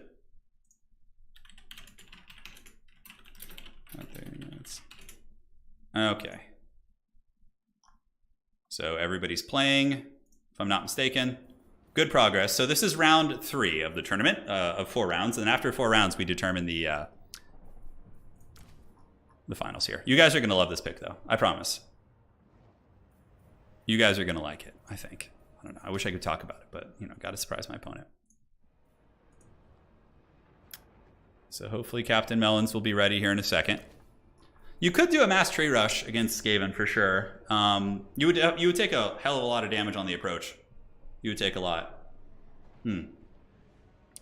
Zap cannons. This map does have a tree line though, which is good. So I can kind of use the trees to mitigate some of it, but overall, yeah, it's still a little bit scary. If they bring like a catapult, you know, there's ways of shutting it down. There's definitely ways. I'm happy to hear that Dwellers Below was nerfed. Okay. Let me see when I actually started this round. So let me see what Gunhound's tag was. Round is advanced, 12:32. So okay, so we have time. 15 minutes ago, so we have 30 minutes now. Which should be enough to finish one domination game, unless he's laggy. I feel like Shielded Eternal Guard are good. Yeah, the problem is all your infantry get annihilated by Globadiers. Even with the cost increase, globes will still destroy you in melee, like horribly. So you have to kill the globes before you can commit to fighting. Otherwise, bread is going to get buttered, and you know, yeah, it's not good. So I brought like a slight meme build for you guys, but it has some competitive teeth. It's not like the Steam Tank build from earlier. It's got Orion is the pick because he's the coolest character on the Wood Elf roster, and he does cause terror and also can kill Skaven characters like Ikit Claw and things like that. So he's not useless. Yeah, Flensing was nerfed. Globadier's also got a cost increase. So yeah, they're still really nasty though. Oh, Kyle, I got you, man. I got you. Appreciate you, brother. I did. This is my own volition. Nobody bribed me into playing Orion today. Yeah, Dwellers apparently got shadow nerfed, you guys are saying? We went with the Treekin Rush with some Deepwood Scouts as well as Orion. I think this map's pretty good for it. Mel Gibson didn't bring his horn because we don't have a lot of units that are going to charge. So he just has his 2 AoE abilities. Yeah. Orion is Mel Gibson, yeah. Because they look the exact same. Like, they literally look like twins. Do you fear a duck is watching me? I mean, we don't have too many ducks where I live. We do have like a lake nearby. Like a big lake, and I know there's some creatures of that nature there, like geese and ducks, and they're pretty ferocious. I don't know if Dwellers was nerfed. I don't know if it was. Somebody in chat said it was shadow nerfed. All right, so we have a caster, Cistern Reserve. Don't worry, we didn't go that deep into the Bronze Realm today. So what I'm thinking is we Vanguard a Dryad here. We have our Deepwood Scouts chilling here. Globadier's pushing through the tree line. Yeah, we probably want to just do this. So I do have the Vanguard deployment, which is pretty fun. Like, look, I can like Vanguard deploy like all these units, like all up along here, which is hilarious. Yeah. Oh, I love it. This is so fun. And then Deepwood Scouts will be here. Take them here to make sure to control my firepower. And Orion has Vanguard too, doesn't he? Oh, he does. Hell yeah. King of the Woods. All right. Let's get it, baby. Let's hustle. We got our Spell Weaver of Life to come out and heal him. Dude, tell me that doesn't look like Mel Gibson. Look at that. Tell me it doesn't look like him. It looks like him. Do you think you could beat a goose in one-on-one? Oh, for sure. Easy. I would absolutely destroy a goose. just to put the goose in a wing, a head and wing choke. Yeah, the head and arm choke. Oh my god. Okay, so we got you guys. These trees will go play this objective, and we'll see how this goes. Archers ready. Check it out, man. Archers are ready. Skaven setting up with the ultimate schemes. What do we summon in? Hawk Riders to go like dive artillery in the backfield, maybe? Yeah, this build's gonna be fun. You guys are gonna love it. Okay, so let's get you guys here. Hoeth would agree. Oh, he brought Plague Claw catapults. See, this is why you go Treekin, because Plague Claw catapults will literally do nothing against them, which is hilarious. Let's actually creep around, see if we can like sneak up on those. Oh my god, he brought Throth the Unclean. I'm so happy I brought Orion. Oh, I'm so happy I have Orion. Okay, so let's creep around here. Need to get some mobility coming out, so let's get you guys, a couple of them moving up. And Orion's getting bombarded. He went triple Plague Claw catapult, dude. Okay, so we need to creep up. What are these? These are going to be Clan Rats with shields, okay. So you guys hold here. You guys do this. And then a couple of you guys can come to the middle as well. And we just kind of chill out. What are these? Just basic Clan Rats? They do have shields. Okay. So it's going to be hard to get back there, 100%. Let's get some Treekin on this objective. And we should be able to hold this one. Yeah, the range on these guys is pretty short. But Orion is definitely a menace. He can get back there and cause a lot of havoc. Okay, so I don't see this going terribly well for the Clan Rats. Okay, so Orion could drop the Hounds of Gibson. And let's get up a little bit closer. Get the Treekin there. Pull you into the backfield here. And see what kind of havoc we can cause. And hey, look at that. Orion with a little bit of crowd clearing damage. We need to get a little bit closer. And let's get you guys diving into the artillery back there. See if he's paying attention. Orion's just going to chill. And now the Deepwood Scouts can finish off these Warplock Jezzails. Okay, looks like he tried to do something. Contaminated, all right. So how are we doing here? Are we actually gonna kill these Warplock Jezzails? Let's get the Treekin up on the sides. And it looks like there's a big Skaven position coming out now as well. So let's get some of you guys. And then we'll get our caster next is gonna be the plan. Oh, they got routed at like the last second. How unfortunate is that? That's very, very unfortunate. No Globadiers, thankfully though, so that's good. No globes coming our way. All right, so objective's gonna open up soon. Let's pull these guys back. And you guys get up on the side point here. We get these guys here as well. And we can get double view. We don't actually need our caster yet for healing, so let's just keep pushing into the backfield here. And the Treekin are, ooh, they're actually getting hammered. Skaven seem to have enough to cause some problems here. All right, so how are we looking here? Orion could dive into the backfield. It's a little bit dicey. Firebark Elders, let's go here. Let's get Orion coming in with the Hounds. He could drop the Hounds of Orion there. Are those Clan Rat Spears? What are those? Okay, we're definitely going to need some healing here in a minute. All right, let's move in. Get these guys kind of moving up the side, see if we can find a home for them. And now these missiles can just start methodically taking down these Clan Rats, I guess. Okay, we do have the objective, which is nice. And then it looks like these guys have gotten back. A little Warp Lightning action coming that way.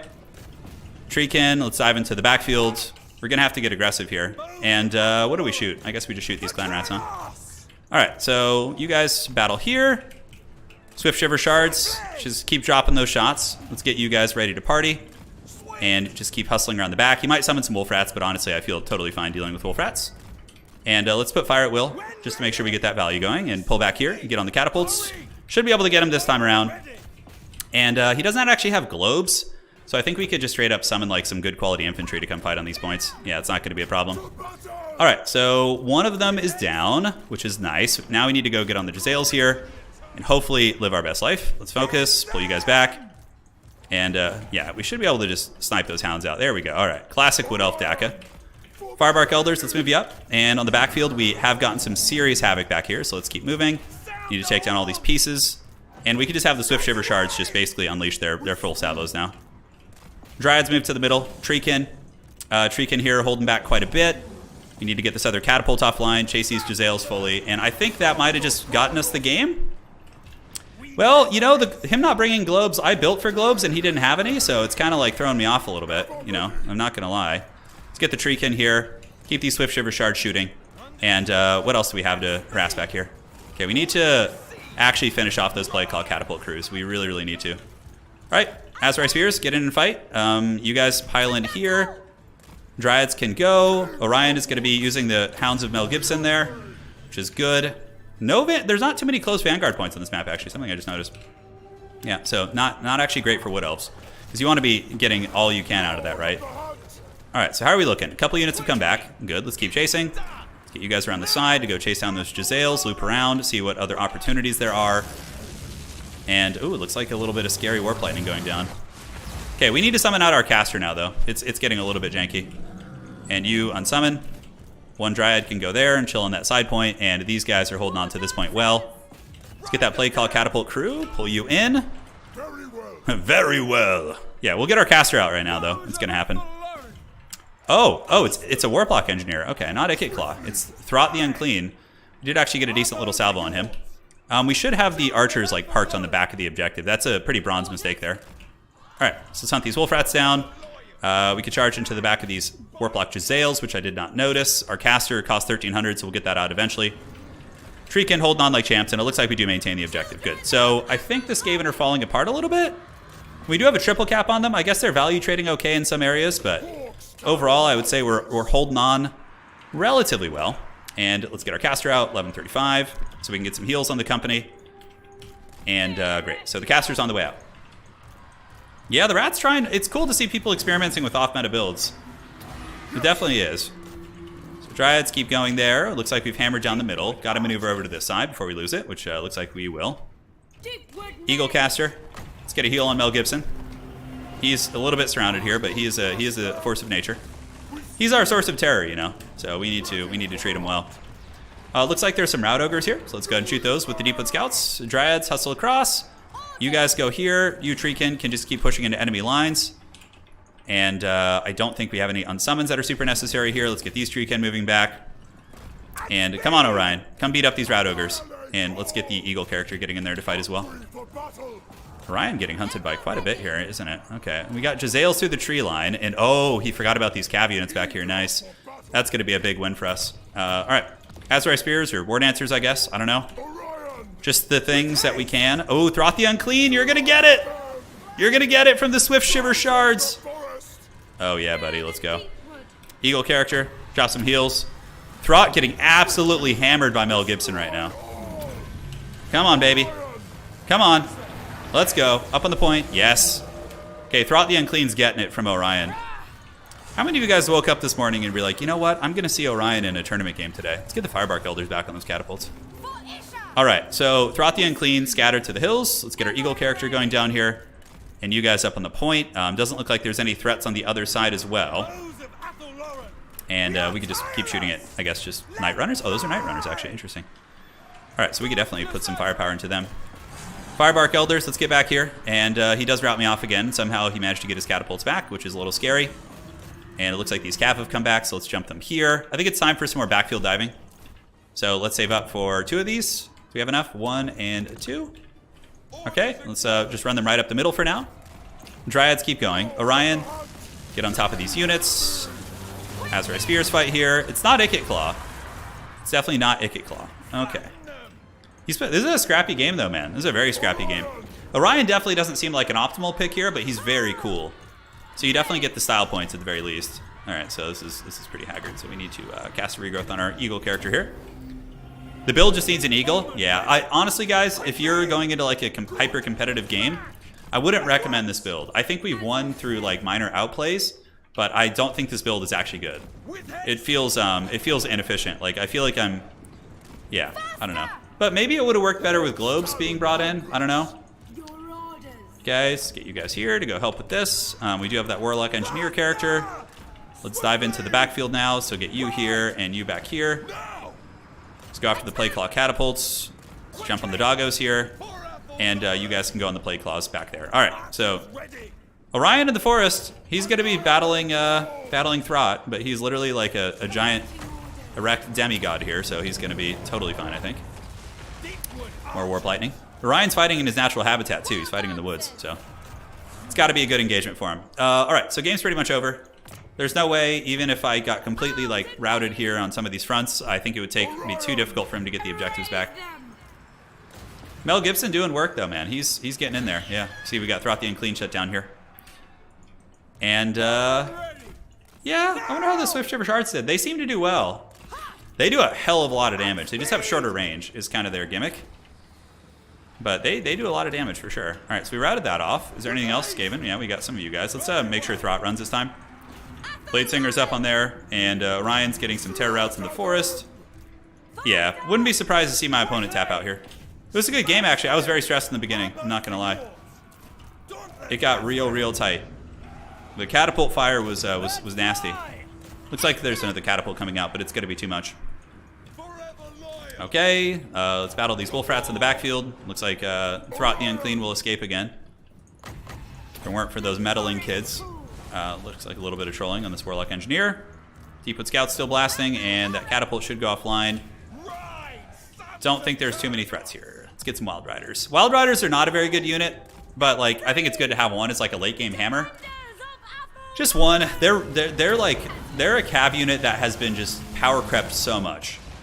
Yeah, Dryka is good against Skaven actually. Yeah, like Melkos, Pit of Shades, not bad I guess. But having I think Sisters of Twilight are honestly really good too. On their dragon, they're really hard to kill because of the Conjoined Destiny, and they also have what's it called? They also have what's it called? Damn, my brain is just not processing right now. They have Terror, so that's very effective against Skaven. All right, so we've done the forest proud today. Hopefully you guys enjoyed that little Wood Elf action. GG, well played. Yeah, I don't really know. Like, how would you? I feel like we had the tools to handle globes. Yeah, he had his caster in reserve. I actually don't hate this build. Yeah, like all these like little slingers and the catapults and Jezzails. It's like, if I come in with a mass shooting build, he wrecks me here, right? Like, 100%. And he has yeah, very Jezzail heavy build. A lot of shooting. What did well for us there? Mel Gibson got 1,600. Deepwood Scouts, each of them got like 1,500 value. They're pretty good.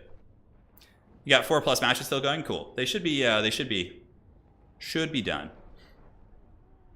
Okay, so let's jump over here. GG, well played to my opponent. Let's report that.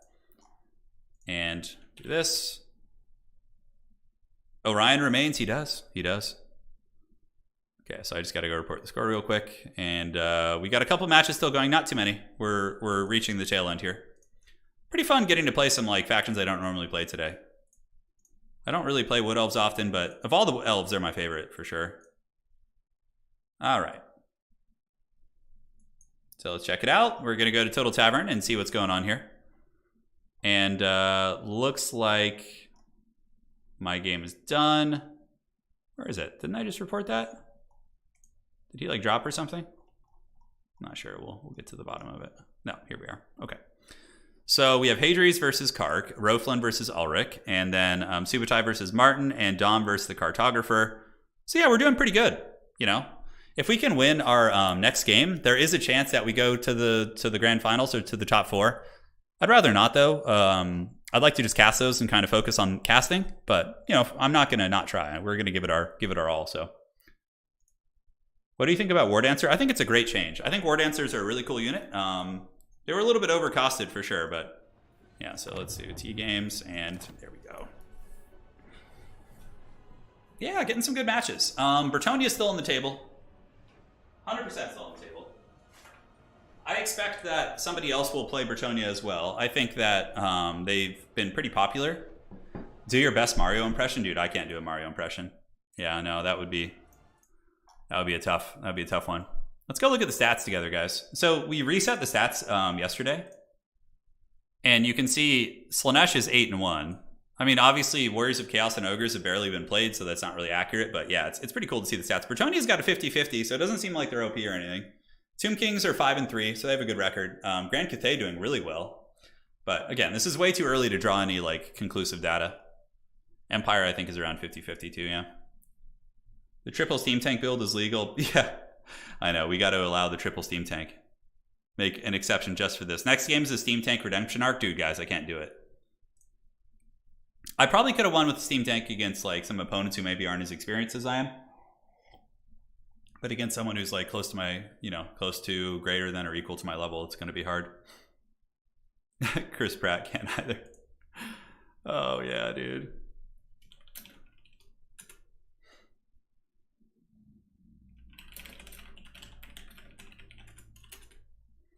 All right, there we go. Perfect. Checking the matches. Hopefully you guys are having some fun with this one. You guys are done. Nice, Hadries. How'd your game go? Hopefully it was good. What was the matchup, Hadries? The chat provides solutions to your problems. All right, there's only one match. Dude, I love how efficient this format is. It's so efficient. It's just fast. It's clean. The games go quick. So after this round, we'll have a couple undefeated players. Yeah, so far, as of the undefeated, we have Hadries, Carl Harmon, Ulrich, and Drakens. And yeah, so after that, there will be 2 undefeated players. And then we have essentially like a tiebreaker. Yeah. Should be good. Should be good indeed. Good times are rolling, man. Dark Elves versus Bretonnia. I took it with Meme Blade. Oh, you brought Malice Darkblade? Hadries, send me that replay, dude.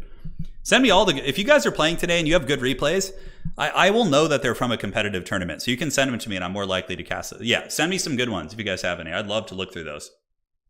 I'd love to. Will you fight for the lady or Urson yet? They call for you? Oh my god, please. It depends on who I play and what map we're on. Okay. So going back to kind of a classic map here. Itza. The battle for Itza is upon us, my lord. I do need my Empire avatars, though, guys. So we might have to hear the call of Sigmar. How many Gotrek and Felix books have you read? Let me look at the list. Gotrek and Felix books. Okay, so I'm pulling them up here. I've read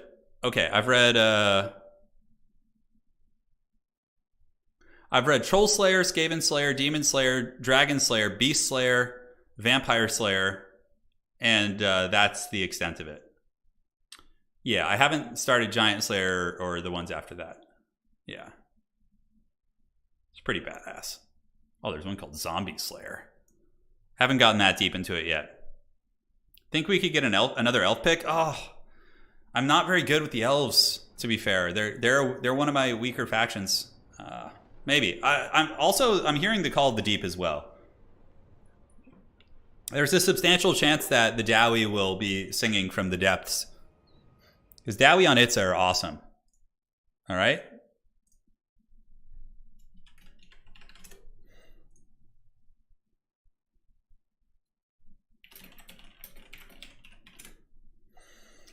Okay. 8 months of amazing videos. Keep them up, Turin. How is Kislev versus Bretonnia? That matchup is definitely Bretonnian favored, but you can win it as Kislev, actually, because you have some decent units. Like, Little Groms are so good against Bretonnia. They're so good. Satisfy the fudge. They have wronged us. Dude, I love it. The dwarves are just the coolest thing ever. I gotta make a dwarf tabletop army. It needs to happen. I really like that there's a dwarf faction that has like a yellow scheme that's really cool. Which dwarven faction is that? They have like a yellowish hue to them. They look so incredibly awesome, dude. Sigma, bless this broken body. Yeah, there's already been a fair amount of Bretonnian. I know I've been saying I want to play them all day. So we got Dom versus the Cartographer. So let's check in with those guys, see when the match started. So at 11:51, no, that was, okay, at 12:30. So 45 minutes. Okay, so technically they have another 7 minutes to finish their game. Okay, so we're fine. The Leagues of Votan. No, not Leagues of Votan. It's, let me see if I can find it. Hold on. Like, this is a scheme. I actually like painting yellow. I know a lot of people don't, but I don't mind painting it with it in tabletop. So there's a dwarf scheme that I really like. Is it the Ancestral Throng? It might be them. The dwarves have so many sub-factions. Or is it Greybeard's Prospectors? There's like 2 yellow schemes. Let's see. I'm definitely going to start a Dwarven army in tabletop. Hey, Turin, can you play Khorne? I'm actually pretty okay at Khorne. I could definitely play them. On Itza, I don't know. We'll see. I know you like space horror films. Have you seen the film Life with Jake Gyllenhaal? Pretty decent. Oh, yeah, I think I've seen it. They just reported? All right, cool. So we'll advance the round. Gunhound, I got to get you admin on the website too. So if there's anything, I can show you as well. Gunhound and I are going to absolutely dominate our Age of Empires tournament on Sunday. We're going to show all those Zoomers what's up. So this isn't the one. There's one where they have like a yellow, like a really heavy yellow color, and it looks really, yeah, it's the Ancestral Throng. Is that what it is? Okay. All right, so let's get our next round going. So let's head to the old tavern. And let's generate the next round. It looks like everybody's reported, so just need to refresh the window real quick. Yeah, maybe it's the Grombrindle one. I can't quite remember. All right, so checking here. And we'll go to the next round, so Advanced Swiss. This format's great, though, because everyone gets games. Like, even if you lose, you're still guaranteed to get matches against, like relatively equally skilled players, right? All right. So we got Griswold here. All right, so let's do this. Get this all set up. And let's get the lobby invite code. And host games. All right. So it means he basically has the same record as me. That's how the Swiss League works. And let's... Gotta find him in Discord. Tricksy hobbitses are hard to find sometimes. Round has started. Good luck, have fun. So this is the last normal round before we get into you know, the other stuff. Okay, I'm gonna see if I can find this gentleman here. Okay, where are you lurking, my friend? I know you're here somewhere. I will find you. I'm gonna Liam Neeson you. Okay. One of those people whose names doesn't match.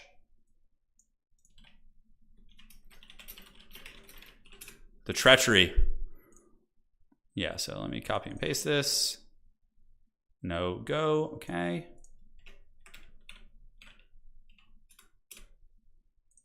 There we go, all right.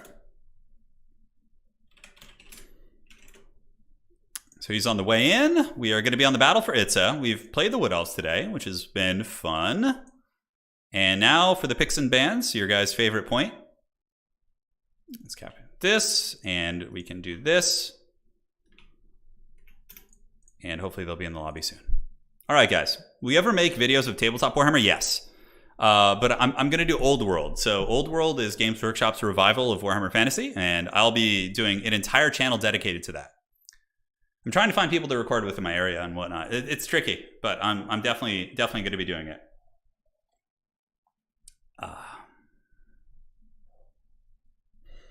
Okay, so where are we at? Has he found the lobby? Hopefully soon. All my opponents are taking their sweet time here today. Oh, there we go. Okay. He has made it. Look, he even has the thing all ready to go. This one. Okay, so he should join in a second. And when he's in here, we'll show you guys the picks and bans and all that sort of good stuff. Yeah, he's here. He's here. So we're good. We got our opponent. What about Warhammer's army project? I'm probably just gonna wait. I'm just gonna like paint and assemble armies until it's time. My Empire army is basically good to go. I just need to I need to figure out what I want to do next. Okay, so let's do this. What are the picks and bans gonna be? Waiting for guests to press ready. Maybe he hasn't. I missed it. Did I miss something? Oh, Master Splinter thumbnail. That's right. Yeah, I haven't done one of those in a while. Yeah, we got a nice Death Guard army for sure. So, no go. You got to click ready, and then it'll start us. He's already done this 3 times today. So, yeah, he's doing fine. Okay, so let's just get rid of the bullshit first. So we're gonna get rid of Slaanesh. Nobody wants to play against Slaanesh. Who enjoys that, honestly? Who enjoys beating people with Slaanesh? Okay, Tomb Kings. People still not wanting to play Tomb Kings, which is understandable. They're pretty mouth-breathy. Vampire counts. So yeah, people still, even after the changes, not wanting to face the undead. We'll ban Warriors of Chaos and ban Skaven. Yeah. And you'll see why. The Skaven ban is because of globes and mortars and all that stuff. There comes a time in every man's life when he must satisfy the grudge, and that could be today. Let's see what his last ban is. Or he could be listening to stream and just ban dwarves, which would be really funny. Honestly, we'd have... Oh, the dreaded Empire ban, eh? They've wronged us! Satisfy the grudge. So the only real counter to dwarves is the Skaven, I think. So whatever he plays, I'm good with it. As long as it's not like Skaven or like Warriors of Chaos or something, I think we're okay. Would you want a Sisters of Battle or Craft World army? Yeah, eventually, yes. So my plan is... Oh, the grudge match! The grudge match! Come on, guys, this is great. All right. So let's get the dwarves. Let's get the Ancestral Throng color scheme. And let's have some fun. All right, here we go. They have wronged us. For the last time, no more will we be wronged. Okay, let's get you, and then we don't need this, we don't need this, and we do not need that. Very thematic matchup. Very thematic, yes. I agree. Okay, so against the Wa, beware of the dreaded savage pigs. I know, dude, I know, they're coming for me. There's a lot of fun things we can do on this map, actually. I am going to bring something incredibly cool, because you guys deserve it. And it's actually not... It's not like a common pick, but it's also not terrible either. So I wonder if we're going to see like Black Orcs and things like that. Kind of an interesting one. So that guy is coming in there. Get a couple of you guys for a little bit of Overwatch support. I'm moving and I can't take them. Oh my god. Well, Melody, shoot me a message in Discord. We'll talk. I'll happily... we'll work something out. We'll work something out. We will indeed. Okay, do we want great weapons or shields? I mean, I guess they can bring Black Orcs, but Black Orcs kind of just get wrecked by blasting charges, so it's not too big of a deal. Oh man, guys. Yeah, the greenskins are pretty scary for sure. They have the what's it called? The squigs. The squig spam is frightening. Do I really want to bring that? The range is just so short on this thing, but it's so incredibly cool. Yeah, we'll try it. Screw it, man. Let's have some fun. The last game of the day. We're just messing around. We're going to try, though. We're going to give it a good old college try. Okay. I think we got you guys. Let's max out on these and reserves because it's stupid not to.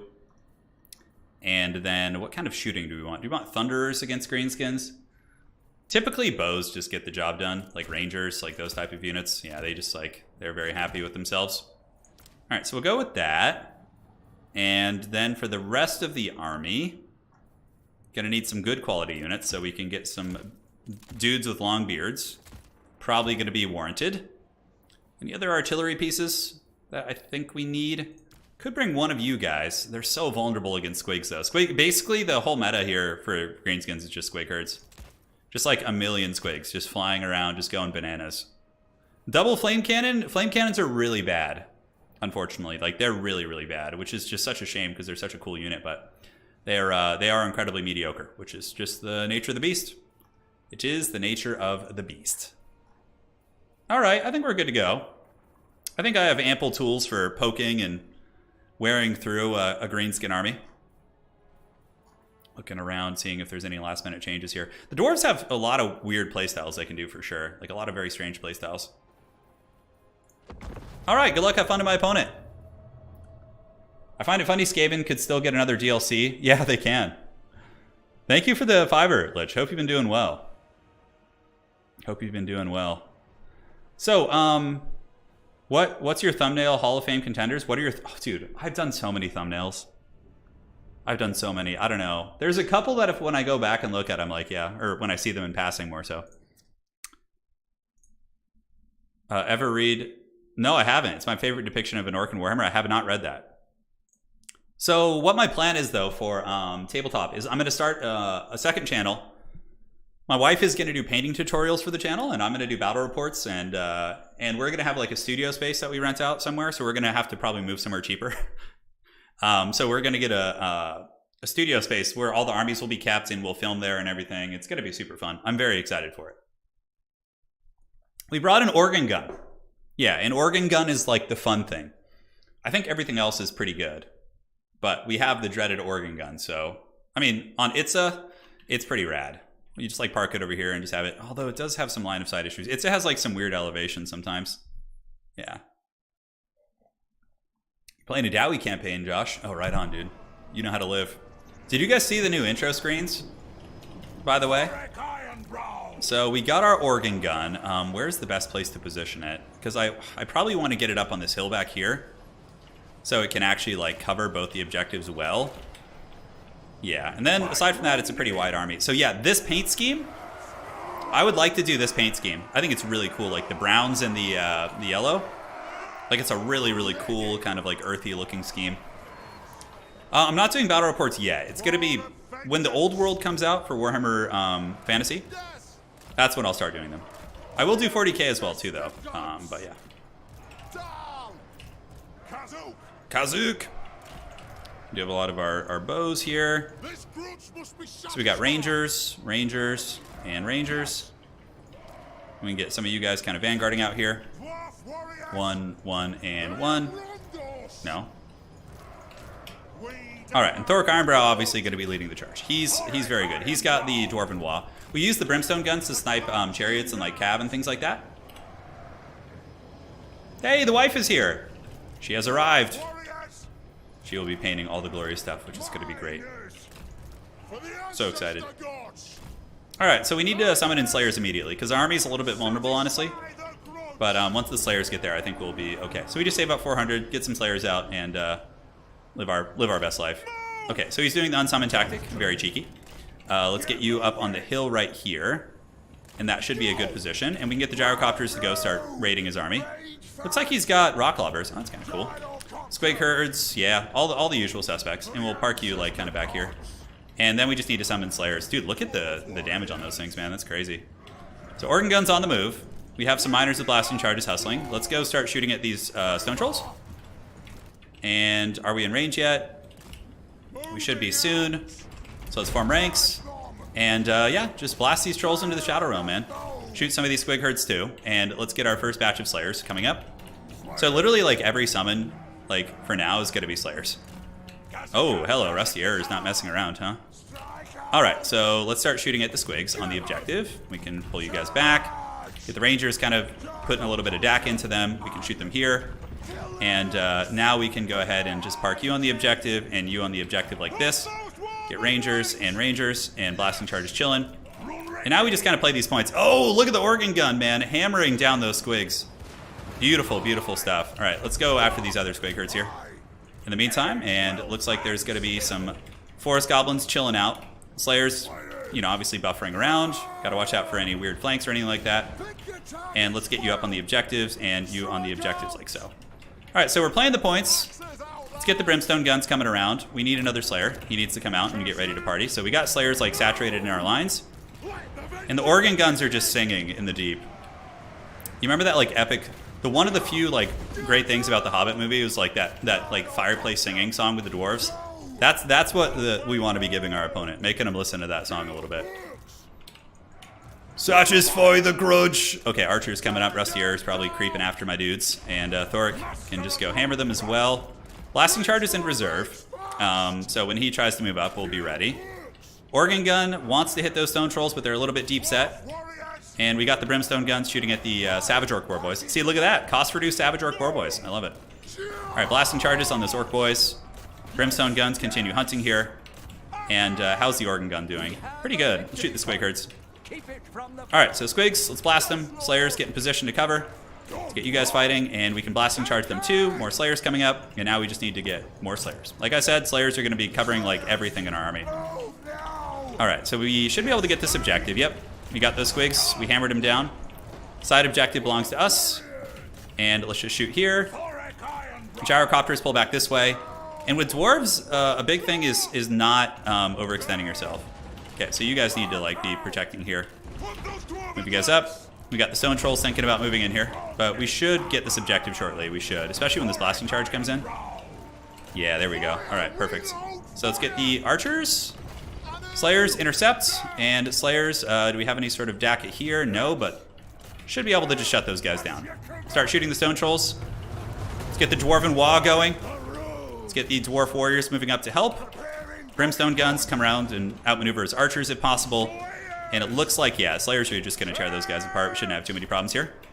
So next we save up for the Skyhammer, guys. That's the game plan. All right, more Squig Herds coming in, so we got to call the Dwarves to war. Thoric's getting a little bit beat up here, but let's pop a Rune of Slowness on these. All right, Dowie. Dowie, stand firm. Brimstone Guns, shoot at the pigs. Looks like a bit of a rush over here. So nice pressure from my opponent, coming in at all angles, but I think we are going to secure this.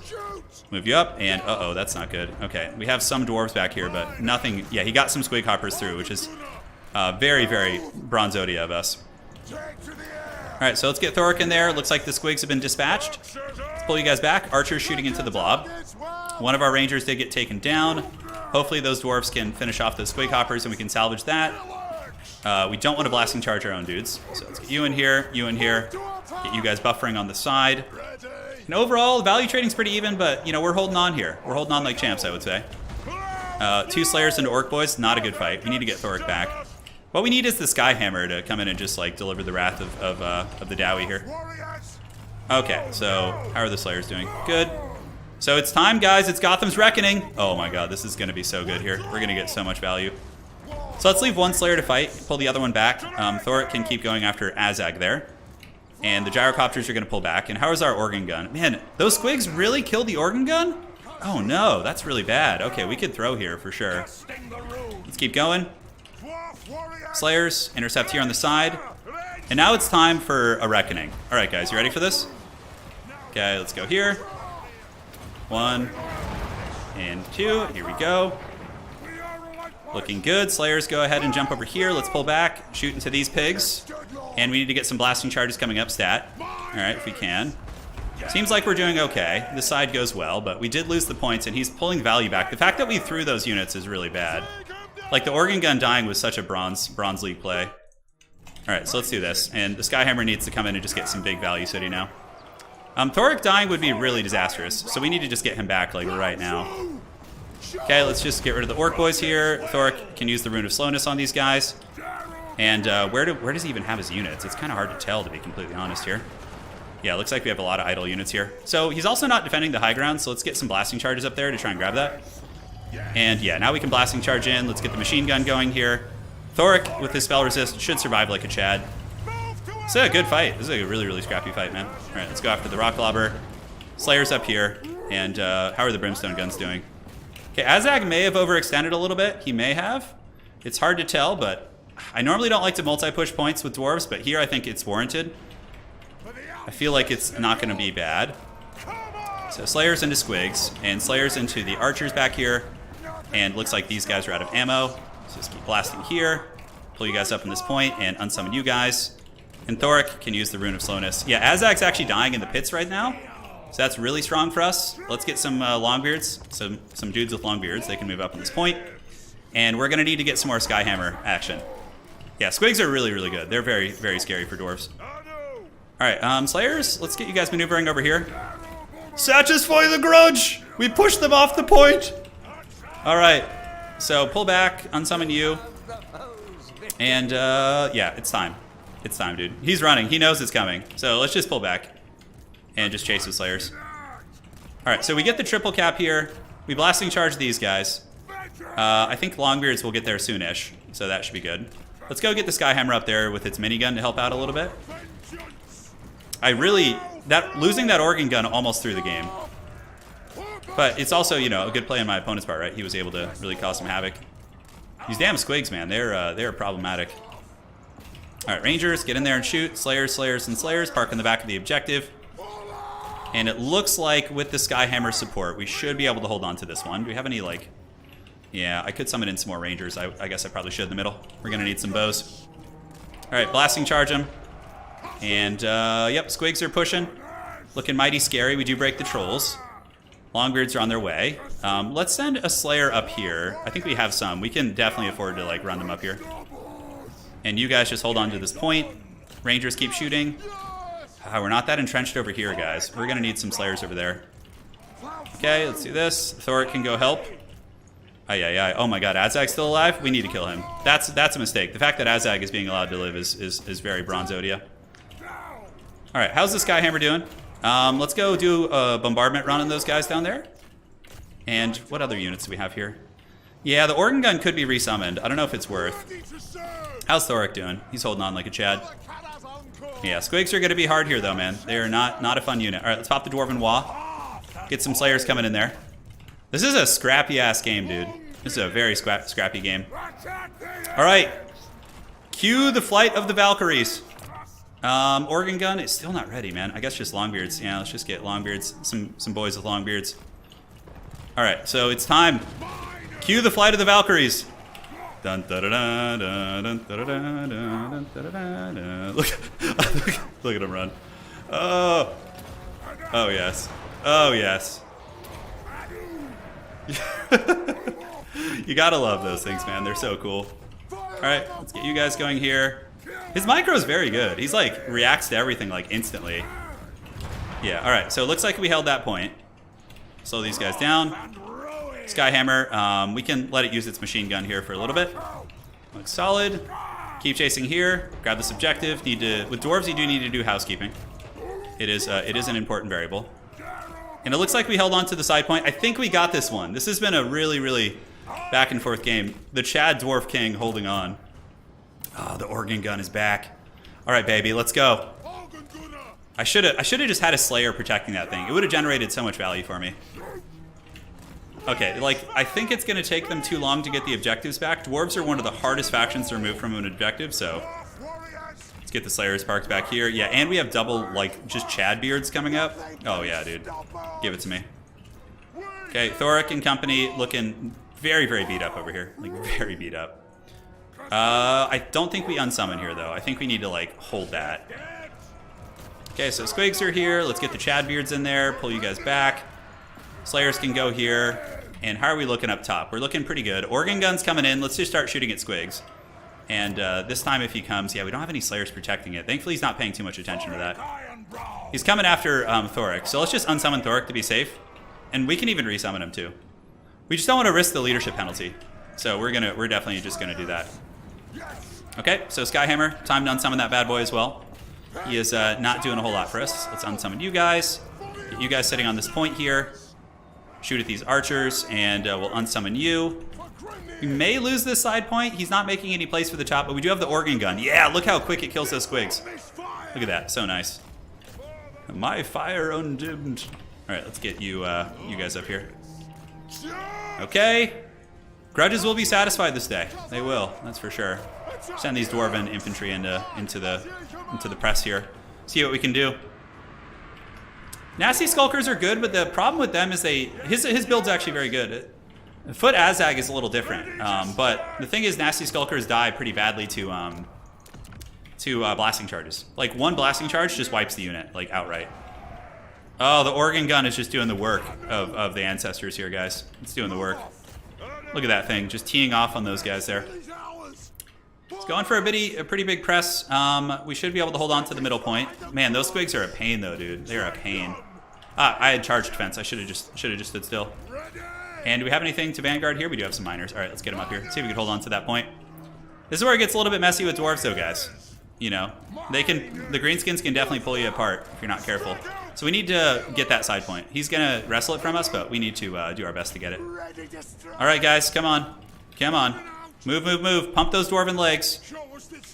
Let's get those guys off. Get the slayers up. Come on. Satisfy the grudge. Come on. And let's just get on the point. Yes. You guys ready for this? Oh yeah, dude. Let's go. Let's go. Oh yeah. Oh yeah, that's so good. I love it. All right, we holding on to this point? Probably not. He's gonna take that one. But we did hold on to that side one, which prevented him from getting back in the game, I think. Oh, that blasting charge was so good. Let's shoot the rest of the arrows here. Let's get the organ gun going after these guys. And now we just need to reinforce the middle, like, hard. So do we have any slayers in the pool at the moment? We don't. So Longbeards with great opens, that'll have to do. He didn't bring any black orcs. Black orcs are really out of meta right now. Like, people usually don't bring them, so. Oh, man, that was so good. All right, so the blasting charge is doing the work. Let's finish off those squigs. Organ guns doing their business. That was filthy, it was. This is the organ gun redemption arc. I love it. That's really funny, actually. That's really funny. Okay, so he's coming for the middle. Yeah, squigs are just so tough to deal with as the Dowie. They don't mess around. That's why I brought so many slayers. For the ancestor gods. Satisfy the grudge. All right, what do we got here? Slayers in the middle. Honestly, Longbeards are just have such good stats that they can weather a beating for a long time. Let's get the organ gun shooting in. Looks like that side flank. How is the organ gun doing now? Hey, look at that, 1,500 value. So it's having a good second life. Let's shoot this. The Savage Orc Warboy is getting a cost reduction. Pretty substantial. All right, Slayers stand on top of the organ gun back here. You two move up. Should be enough to hold the points. And I think we got this one on lock too. Let's unsummon these Slayers to get them back in the pool. Dude, greenskins can just snake points from you so quick if you're not paying attention, dude. It's really stressful. I think we get there in time, though. I think we do. All right, so what can we send up here? Sure, why not? Just got to be persistent. And squigs, yeah. Dude, this guy's micro is really good. Are we going to lose this middle point? I think we still win on one, though. I think we do. We're pretty ahead in value, so we have time to work with. For sure. Hopefully we can just... Hopefully we don't just get overwhelmed somehow. Okay, so we're snaking this top point, which is pretty hilarious. I have a lot of Longbeards fighting here. Granted, they're basically finding their counters. Like, squigs are their counters, right? We need to send the Slayers up there. They're like one of the few things we have that can actually do well here. So we definitely win on one point. So let's not be too silly. Let's just reinforce. And we got more blasting charges here. So let's blasting charge you guys into the Shadow Realm. Blasting charge you into the Shadow Realm. And yeah, we're going to probably steal that top point too. He's very committed here. He's very committed. But dude, just look at the Squig City. Just squigs. Yeah, probably Helm's Deep time. We're up in value, but it doesn't quite feel like it, strangely enough. Nice blasting charges. Not bad. And what do we have running over here? Yeah, organ gun still just generating big value. Slayers will start to cut through everything on this point. He realizes this, moves his army up there. Oh man, squigs are just so good against dwarves. They're so good. All right, you keep moving. How's the organ gun looking? Let's shoot at these Night Goblin Squig Hoppers. Get some Rangers moving up here. Yeah, it's always scary with dwarves. Like, you can't get to points super quick, so. All right, maybe we get that one. I think we actually end up winning this point too. Yeah. See, the persistence of the Dowie.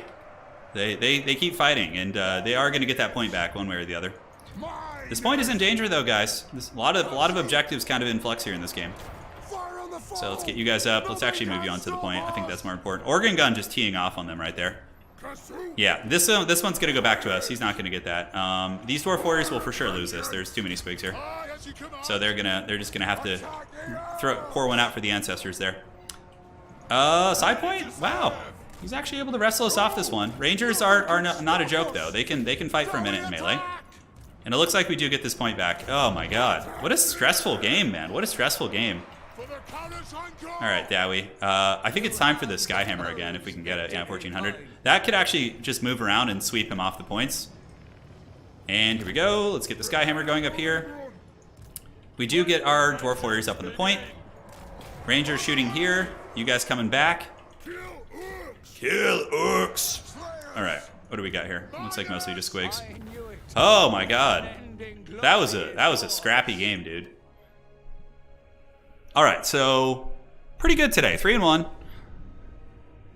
And yeah, the dwarf win was a nice one to close it out potentially. We'll see what the tiebreakers look like. There's a chance we make top 4, but either way, it's fine.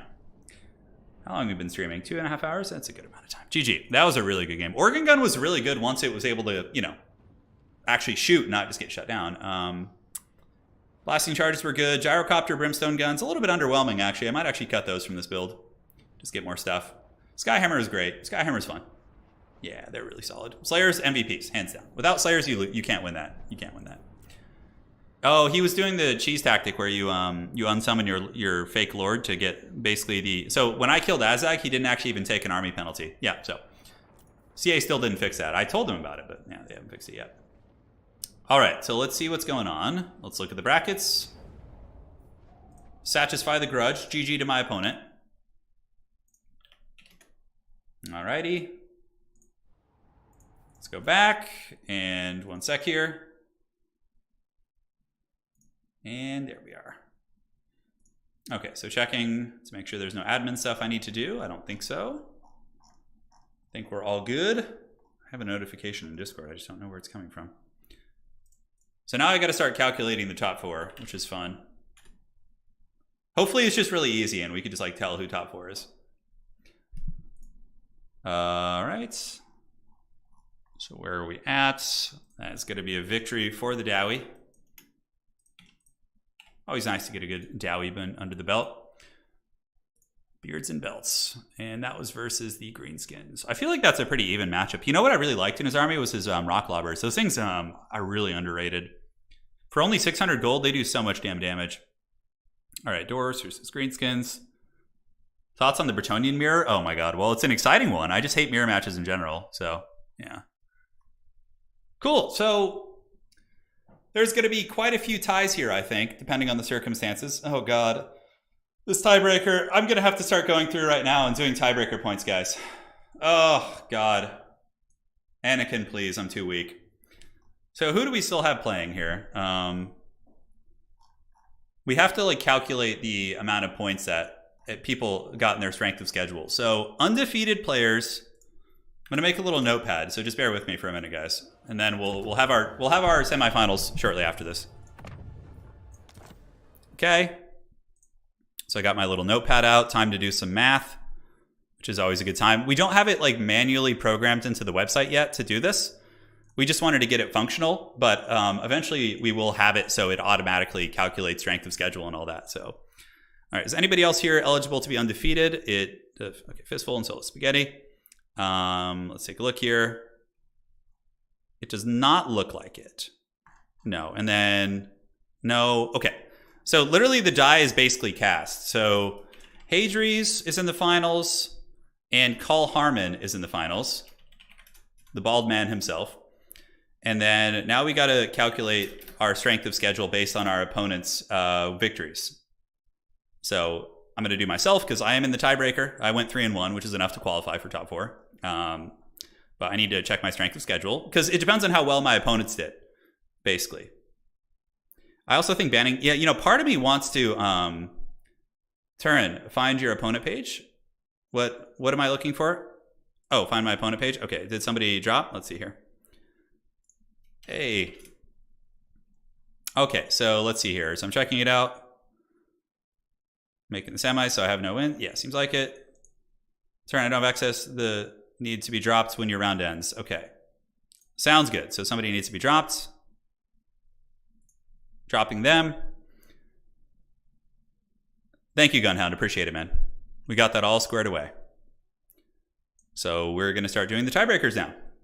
So let me just do some math, my worst subject ever. So I just have to calculate my opponent's combined wins, which I don't know how good they were. We'll find out. 2-1, and then my other opponent was, that I just played now, must have had 2. So my tiebreaker score is 5. And then for Kark, his tiebreaker score is... His should be pretty good, because I'm pretty sure he just lost to... who did he lose to? So Kark's strength of schedule, 3 wins. Let's find him here. Doing the big math. So Pink had... Let's see how many Pink had here. A lot of people signing up. It's not alphabetical either. All right, 2 plus. And then who else did Kark play? Thane instead of the gyro? Yeah, Thane could be okay. The problem is, I think just wider. Like more Slayers, like Dragonback Slayers in there could be really nice. And then, ooh, Hadri's is a strong tiebreaker. Losing to Hadri's is like, in today's tournament is like the best thing you could do if you want to beat a tiebreaker, because he's got a crazy strong strength of schedule. And then Kark's other win, or other opponent, was 2 plus. Oh, did I miss one for myself?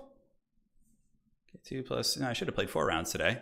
2 plus 1 plus 2, and then who else did I play? So medley. Hold on, I didn't even do mine right. It's okay. We have time before it starts anyway. So, you guys talking about minis? You like this format a lot? I think it's a really good format. I think it's a really, really good format. It like guarantees you get games. And what's cool is like you might run into like a Terminator in the first round, but after that, you know. Oh yeah, that's right. The Melon Master. Okay, how did Captain Melon do today? He had a win as well. Okay. All right, so my score is actually 6. Kark, who did he beat? So Hadri's, and then Pink, and then Medley was 2, plus Dom is 1. Okay, so Kark is 6, 8, and 9. All right, so the tiebreakers are coming out. Man, we had so many people with 3 today. We had so many people with 3. So Drakens. Who do Drakens play against? Drakens, he too lost to Hadri, so that's a big 4 points. And then let's see who else. And Pink was also 2. Okay, so. And then looking at Fistful.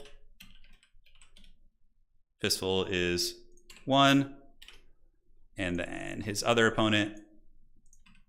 You guys are here for the big math. Barbaric. Let's see how Barbaric did. Okay, no points there. So 4 plus 6 is 7. Okay, so I get to cast now. Even though I tied, they have stronger tiebreakers by like 1 point. So far we have Kark and Drakens. Yeah, we definitely need to update it to do this manually, so I don't have to do it every single time. Because, dude, there's so many people with 3 wins here. It's just insane. Or did I say that after? Hold on, am I just being silly here? 1 sec here. Semi's on stream. Finals will be standard best of 3. Okay, 1 sec here. Every player's after the internet. Grab the top 4 players. Okay, yeah, so that's what I said today. All right, so next up, we did Drakens. Now we have to do Roflin.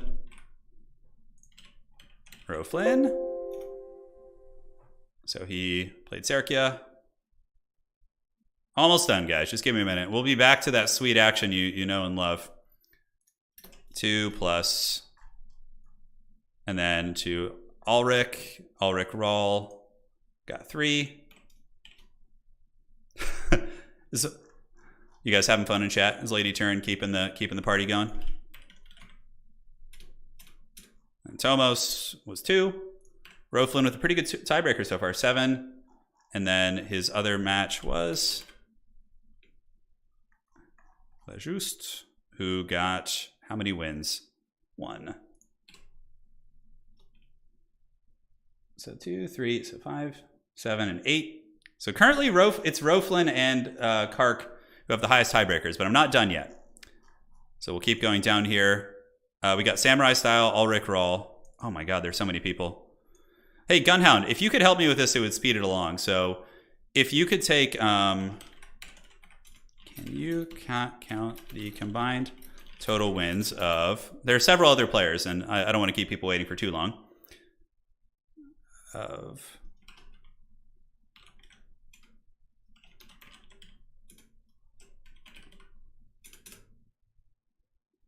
Can you count the combined total wins? So combined wins of all of their opponents. All right. If you're still here, that would be quite helpful. I'm going to do Samurai Style right now. So Samurai Style. This is an unusual amount of three-way ties here. Okay, Samurai Style. He played against Subutai. Subutai had how many wins today? Let's see where the dreaded Subutai is. I would imagine he's up here somewhere. So 2 plus Samurai Style. Le Juste, which was 1. Or was it 2? Yeah, it was 1. Almost ready. And 3. Ooh, that's a rough tiebreaker. Get beating someone who got no wins. Unless you go straight with 4. Yeah, so even if he gets 4 here, he's got no chance, I don't think. All right, so we'll move on to them. Pone, why would you say that, bro? Call Harmon? Yeah, I'm going to check the DMs. What do you got for me, brother? You say it's quite late for me. Could Hadrius and I play our games first? Yes. You two will go first. So right now it is top 4. You'll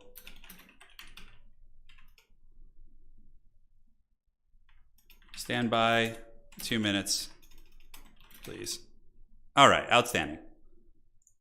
So let's see what the other scores look like. So Gunhound is doing the big math. So right now it looks like it's Kark and Roflin, I think, is who it's going to be. He's counting the other ones, which was a couple. So thank you for your help there. I'm going to get the lobby all set up. So let me set up the grand finals lobby. Turin finals, or semis, I should say. Host game is the spectator. So we'll do Call Harmon's game first, because he said he has to potentially has to have a short night. So, all right. In the meantime, we're going to find out his opponent in just a hot second. So let's get the scoreboards all set up. These are going to be the semifinals for today. Sorry, I didn't have my notifications up today. I need to get those all good to go. Those are the scores from the dreaded War of the Woods. How many of you guys watched that tournament? just crickets. All right. So update versus TBD. All right, so Gunhound is counting. So, Hadrius, you'll be playing next.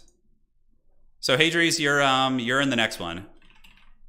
You're in the next lobby, since you two are top seeds. So his opponent will be determined in just a minute. All right, Gunhound's typing the results here. So currently I have Gunhound giving the combined wins of the opponents as the tiebreaker. Drum roll, please. I need to get like a drum roll. Yeah, Hadrius, you're in the next round. Yeah, you won't be playing Call Harmon right now. You won't be playing him. Okay, so looking at the tiebreakers here. Yeah, it was just these 3 that needed to be done. I can also jump on it too, Gunhound, if you need some help. Yeah, looks like we don't have it yet. Okay, I'll start doing it again as well. So Ulrich, where are his wins? So Ulrich played Call Harmon, which was 4. 4 plus, he had a pretty strong schedule, plus Roflin, which is 3. Ooh, that's, yeah, I think Ulrich for sure. And then Solo Spaghetti. Solo Spaghetti had what kind of a record? A 1. And Ulrich's last person he played was Samurai Style, which was another 3. Wow. Ulrich has, I think, one of the strongest tiebreakers today. He appears to have the strongest strength of schedule. 4, 3, so 8 plus 11. Okay, so wow, it looks like it's going to be Ulrich plus his Kark, I think. Unless Gunhound has some different results here. We'll have to see what he punches in. Okay. It's for sure, Ulrich is for sure going to be one of them. So let me just message Ulrich to get him in there, because he has an 11 tiebreaker. We're in. So let me send Ulrich the code, and he can play against Call Harmon first. Top 4. All right, so Ulrich Rahl is going to be on the way in. That's going to be the first opponent today, and the players can begin on their picks and bans. I believe the semis are best of 1 as well. So for the map, Call Harmon. We got to make the name fit properly, and Ulrich. All right, I believe these are best of 1. Just check here. It's so much more fun hosting tournaments when I get to play in them, I have to say. Like, it's so much more fun. We're going to do border low landing for this map. And let's see what results we got. All right.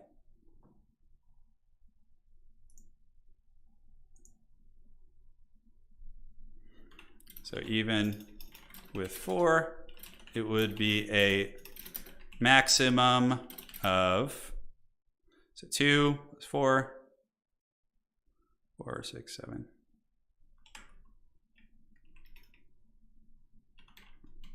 It'd be 9. All right, so I'll continue. Oh, he's working from his phone. Okay, so I should probably jump on this. Anyways, Ulrich is going to be jumping in here. Hopefully he got the DM. All right.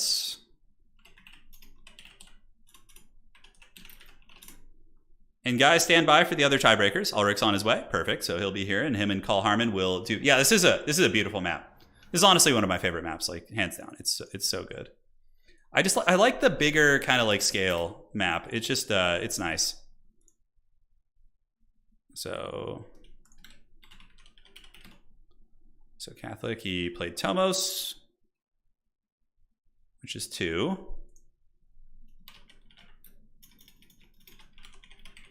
2 plus, and then Serkia had how many wins? 2.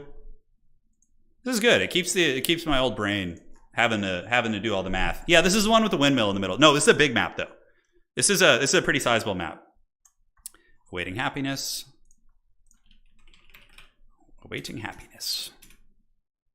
And that's going to be 1 there. And then the last person they played, Solo Spaghetti. Where is the spaghetti? Okay, 1. All right, so I don't think the other one is perhaps possible. So I believe the grand finals cannot join the game. Do you have the map pack? Try that one. We may have to rehost the lobby. We'll have to see.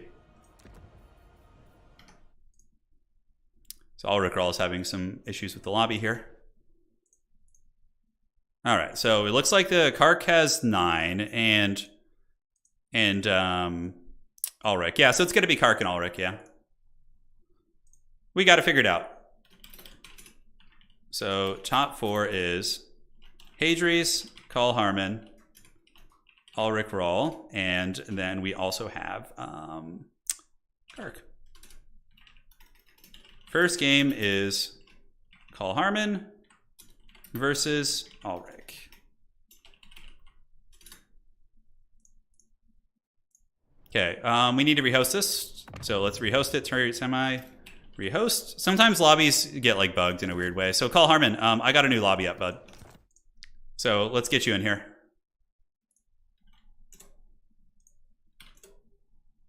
Okay, hopefully this one will work. And we'll do border low landing. Now we can chill out and talk. Yeah, Pone, looks like we got to get you in here, buddy. We got to get you subbing in. All right, so now I can answer some questions. Am I going to do painting videos?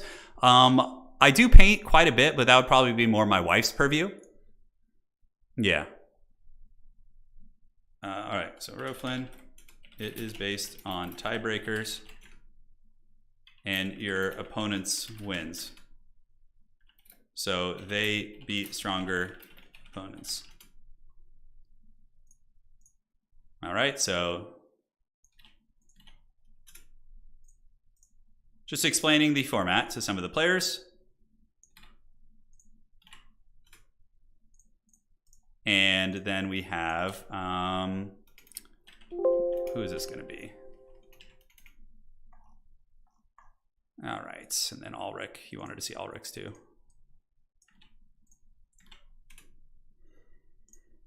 Outstanding.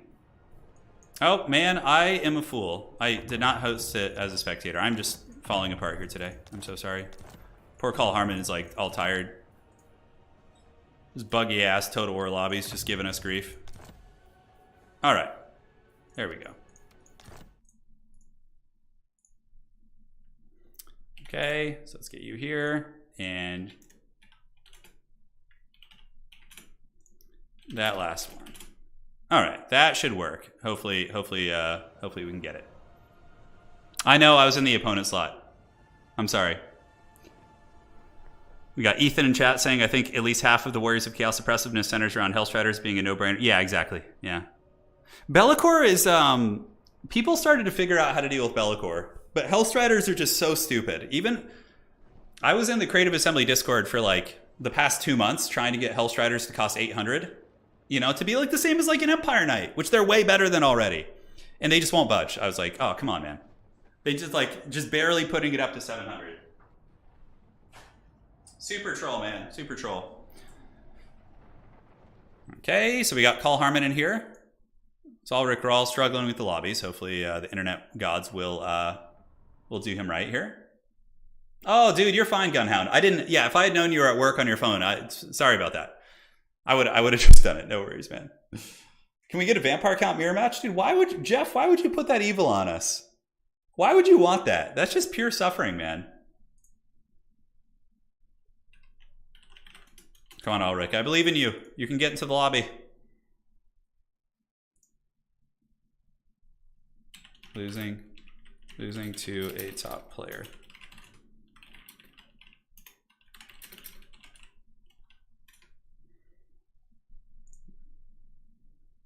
Alrighty. The tiebreakers worked out pretty well, actually. We didn't have to go into like a third tiebreaker. Yeah, the patches feel extremely. Hey, at least we're getting progress, though, guys. To be fair, there is no argument. It's just being conservative. Yeah, there's no argument. Like we'll give our feedback, and then there's just kind of like thanks for the feedback, and then it's crickets, and then the patch comes out. That's kind of like what happens. I mean, there's a little bit of discussion, but you know, ultimately, what's funny is like, you know, I feel like I'm pretty happy with most of the changes. Like I like all the undead stuff, and there's been some good stuff. 100%. Tried to restart the game. Okay, he said he's on his way. Ulrich's trying his best. Yeah, like I feel like I have my pulse on the multiplayer community pretty well, you know? Like I host tournaments, I cast them, I also play competitively in them. I've won tournaments, I've gotten crushed in tournaments, I've had every spectrum of experience, and you know, like I don't think any of the people doing the bounce actually play multiplayer. Like I don't think any of them actually do. Granted, the thing is there are a lot of opinions being thrown around. So that's like a tricky thing. When it comes to feedback, there's a lot of people giving opinions with varying levels of experience. So I don't know, maybe it gets a little bit convoluted in there. I don't know, man. But I mean, at least we're getting the changes. Because look, this is firstly a single player game, so I'm just grateful for what we're getting. Like I understand it's not a priority. All right, Ulrich and his potato are loading up here. Come on, you can do it. HH, I would say that's probably an overreaction to it. The undead leadership buff stuff really screws the Tomb Kings campaigns. I don't think so, dude. Like, I don't know. I'll go play one later on Legendary just on my own and check. But I really feel like it's not a big deal. Yeah. Like 5 leadership off some of your units, like whatever, dude. It's like in campaign, you can make so many things work. Like vampires are so OP in campaign too. Like your lords and heroes can literally solo entire armies. Like Vlad, like good luck killing that. Good luck with that. All right, so what we'll do maybe. So you have time. I could also switch Ulrich with Kark. Yeah, we could do that. If Ulrich's having connection issues, it'll give him like 15 minutes. All right.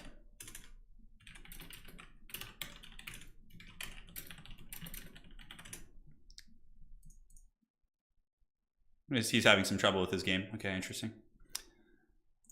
All right, so let me go ahead and get Kark here, see if I can track him down. Hopefully he's still awake. I know where he is. It's like 4 a.m. All right.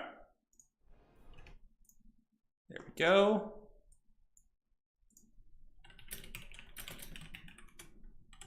Because Kark may have gone AFK, considering. We could also pull Hadries in here and have them play, but they're supposed to play on the other sides.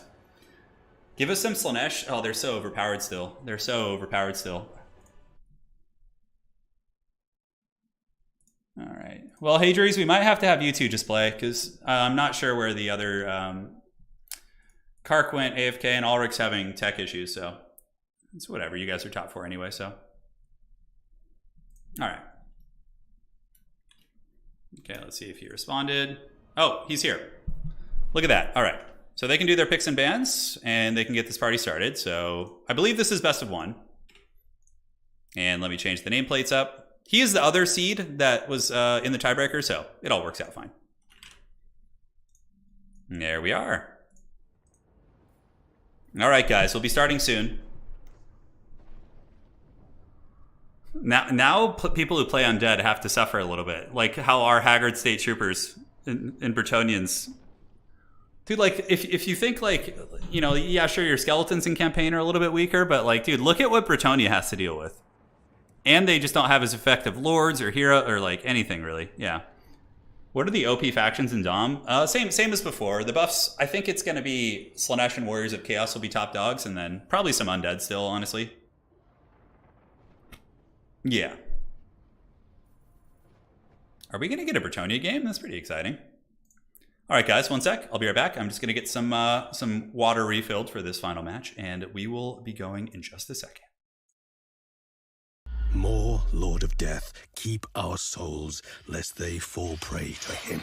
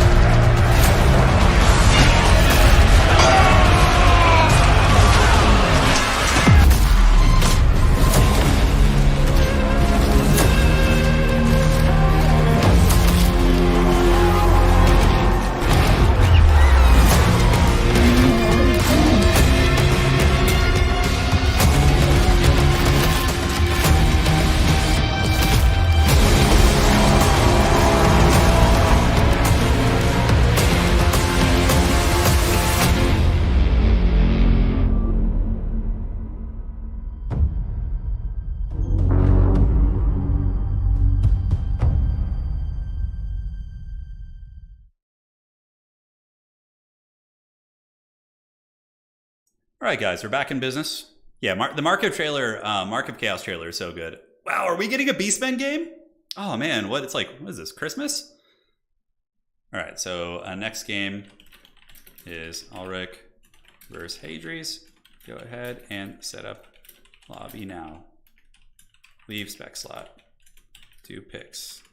All right, so the other 2 will get their lobby set up. It looks like we're going to get a Beastmen versus Bretonnia game. I wish the trailer was longer. Yeah, it's pretty good. We need Lady to do some painting videos. She will. That's the plan. When we start our tabletop channel, we'll do it. Yeah, she's going to be doing them every week. It'll be really fun. Guys, the Bray herd is here. Oh no, she says no, I won't. Oh no. The conspiracies. I'll be doing it myself. I can paint okay. Not as good as her, obviously. Well, you'd be surprised, Arrow, because the thing is there's 3 global bans in every series, okay? So theoretically, like Tomb Kings, all the overpowered shit, like we only saw Tomb Kings once today, and that was because I purposefully let them through. Like they've been playing some different stuff. Like with global bans, you get actually a pretty good range of factions being played. Yeah, you definitely do. Yes. So Beastmen versus Bretonnia, Centaurs with throwing axes against Bretonnian cavalry, Cygors most likely. Taurox, Gorbles, viable choices for sure. Lots of fun stuff that can be used. Bretonnia obviously got their new changes to the charge bonus, and Kark is from Korea, and the Korean players tend to have an affinity for Bretonnia. There's a handful of them that I think are very, very good at Bretonnia, and I would imagine he's one of them if he's going to be playing. So pretty excited to see how this goes.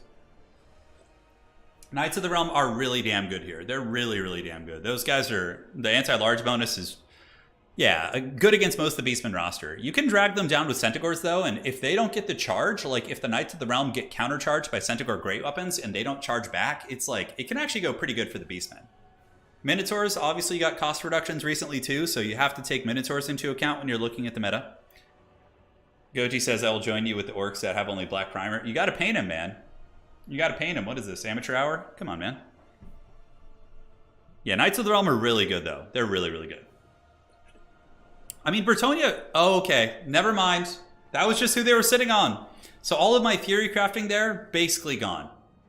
It is going to be Nurgle versus the Dwarves. Oh my god, look at this! It's the Korean StarCraft micro that draws them to the Bretonian cavalry. It's scary. It is. It is, dude. Yeah, whenever I'm playing like Age of Empires or, I see my opponent has a Korean name, I'm like, oh god, I better play England so I can just sit and defend myself.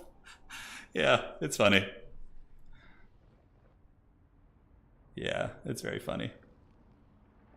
Oh man, it's on. It is on. So Nurgle versus the Dowie. This is actually a very lore match. Like, these two really, really don't like each other because Nurgle, the dwarves are like super resistant to Nurgle's plagues, and the dwarves obviously just don't like anything like Nurgle. So this is gonna be fun. The dwarves are gonna cannon Nurgle so hard, you have no idea. Yeah, it's time, man. Have them play a game at double speed. It'll look like normal armies. So, guys, I know we're all laughing at Nurgle here, but Nurgle has some tech here, okay? Nurgle Great Weapons are really good against dwarves, obviously, right? On top of that, you have the Exalted Heroes on the Chariots, which are really, really good against the Dowie also. With healing, you can bring a Rotfly character with Stream of Corruption for 100% armor piercing down dwarven infantry lines. Like, there's a lot of stuff. There's a lot of stuff that can go down here. Yeah, so beards and belts or, whatever Nurgle does, probably something disgusting. Does Total Tavern track global ban data? It doesn't at the moment, no. It's just win rates of matchups, yeah. It's just me and my one developer here. Bretonia, let's see how the stats are looking. So, yeah, Slaanesh 8-1. Slaanesh has literally only lost one game since the patch. And it was against the Slaanesh mirror, LOL. Oh my god, yeah, 50 more gold on Hellstriders is enough, for sure. It's not just that, it's also the Mark of Slaanesh, though. Mark of Slaanesh is very problematic. Yeah. Alright, guys. It begins. The Duel of Fates is upon us. I feel like Cole Harmon picked Nurgle, because he's getting tired, and he's just like, end me. Put me out of my misery. I kind of have a suspicion. Yeah, kind of have a little bit of suspicion. Yeah, Anna's going to be painting the Demi-Pug. I don't know if you guys saw that on the previous streams, but somebody... Huh? What was that? Why is that? Okay. She says she's excited to paint it, so... It's great. Chaos Sorcerer, Lord of Nurgle. He obviously probably going to have Stream of Corruption, Fleshy Abundance. Looks like it's going to be one Soul Grinder to give some bombardment. And on this map, you can kind of hide the Soul Grinder like behind different train pieces and get good angles where you can bombard, but I still feel like it's very risky against cannons. We got Plague Toads, and it is going to be Marauders as well. On top of that, we got Thoric Ironbrow. He is going to be given the Dwarven Wa, but not too many melee-based units for him to buff. Mass Quarrelers and Blasting Charges. Blasting Charges will hard counter all the different Nurgle infantry. And, of course, the bows are going to be able to put some sustained fire into those Nurgle armor pauldrons, yes. Should be good. Should be good indeed. Yeah, good builds on both sides.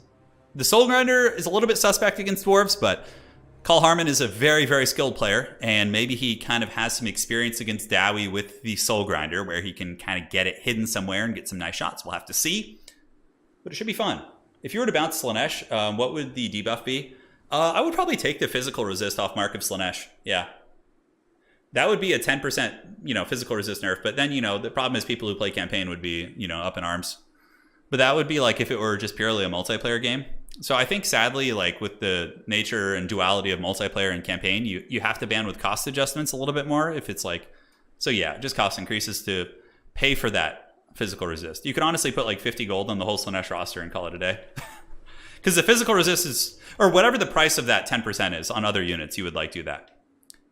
Yeah, Nurgle's mobility isn't bad. Like they do have horsemen with throwing axes, a couple other things like that. So it's not the end of the world. It's not the end of the world, that's for sure. Yeah. Alrighty. Players loading in. Hopefully nobody crashed. Obviously one player is connecting from Western Europe, one player is connecting from Korea, and myself from the States. It seems like it's loading lag, not internet lag here though. Both armies are very slow though. Yeah, that's for sure. Hopefully nobody crashed. This is just like the cursed semis today. We just like literally can't get a game started. It's like such a meme. The map is going to be... All right, outstanding. There we go. We've done it through the power of technology.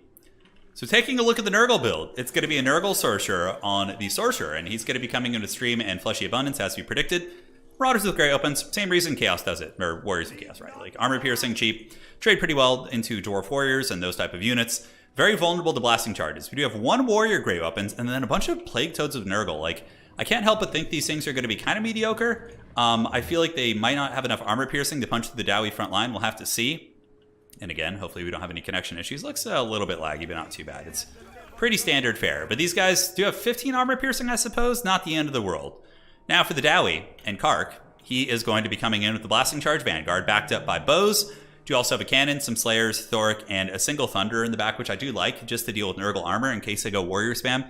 It's really going to feel quite good to have a single gun. So, because what I actually like to do against Nurgle, or as Nurgle against Dwarves, is go with mass shielded Warriors.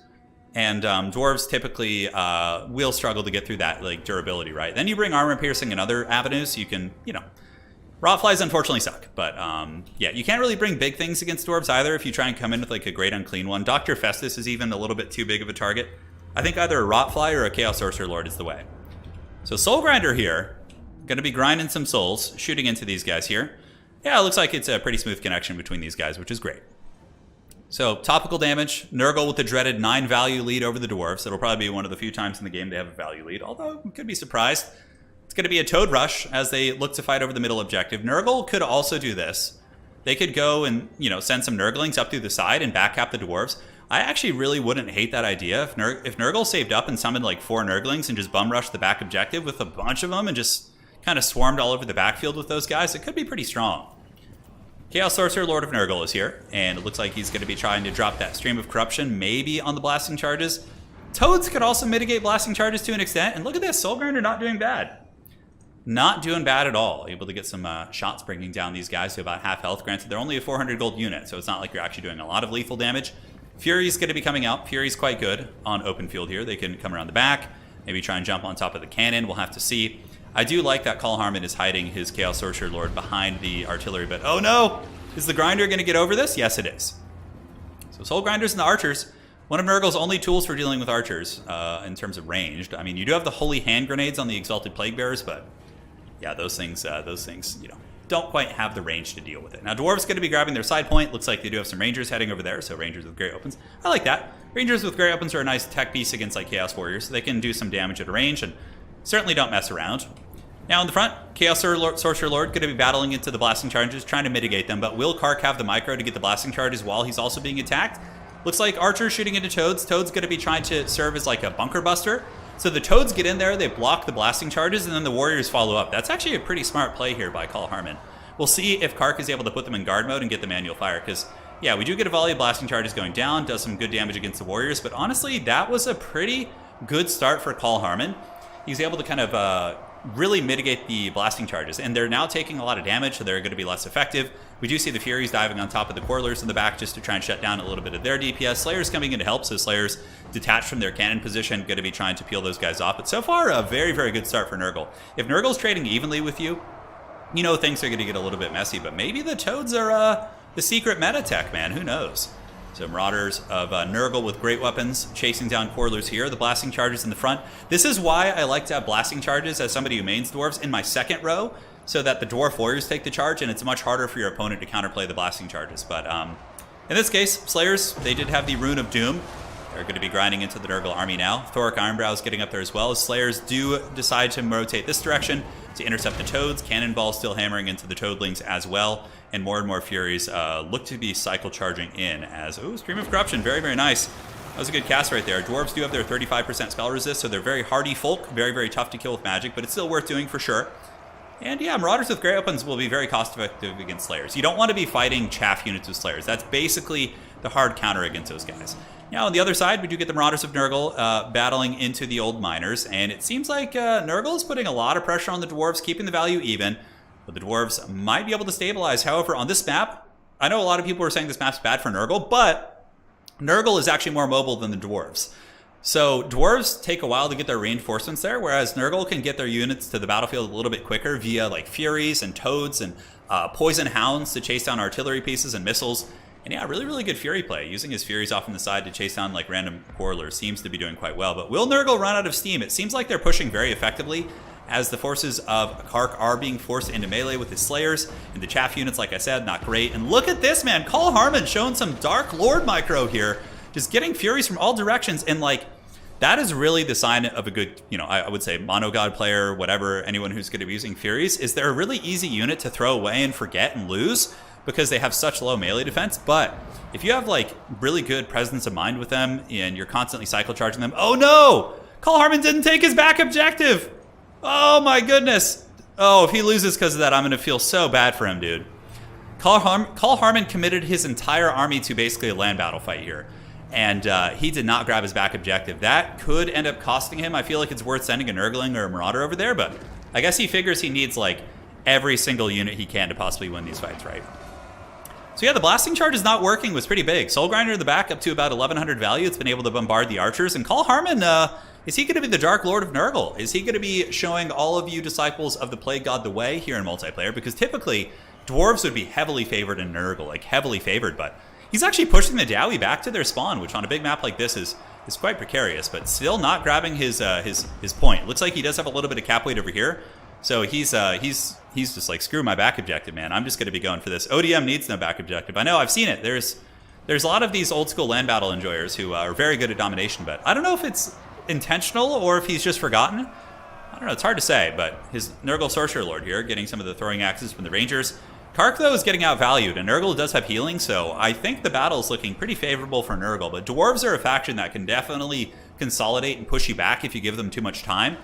Nurgle looks like they're going to be going for the back objective here, so they do have Nurglings battling against Rangers with great weapons and Marauders versus Rangers here, or Quarrelers. Very cost-effective, so it looks like Call Harmon is going to be taking this objective here. And on the backside, nobody has taken that one. I mean, please, for the love of the Dark Gods, just send a Nurgling over there or something. The Nurgle moving out. Marauders with great weapons, man. These guys have been just grinding all day. Only 200 value, but still sustained in this fight. Going to be getting into the Warriors with Dragonfire Pass, which will, of course, make very quick work of them. With the Rune of Doom, their melee attack is 53! These Dwarf Warriors with basically, like, Chosen level stats for a moment there, which was pretty cool.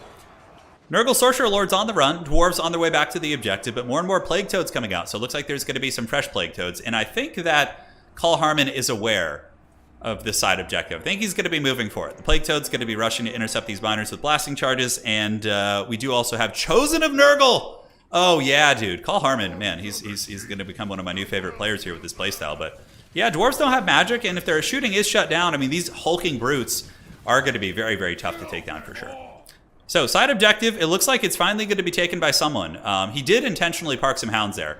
Now, is he going to go for the back objective, or is he going to pull the... Come on, please. Please. You just need to grab these, like this, and just move right up on that point.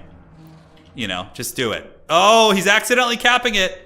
All right, guys, it's on.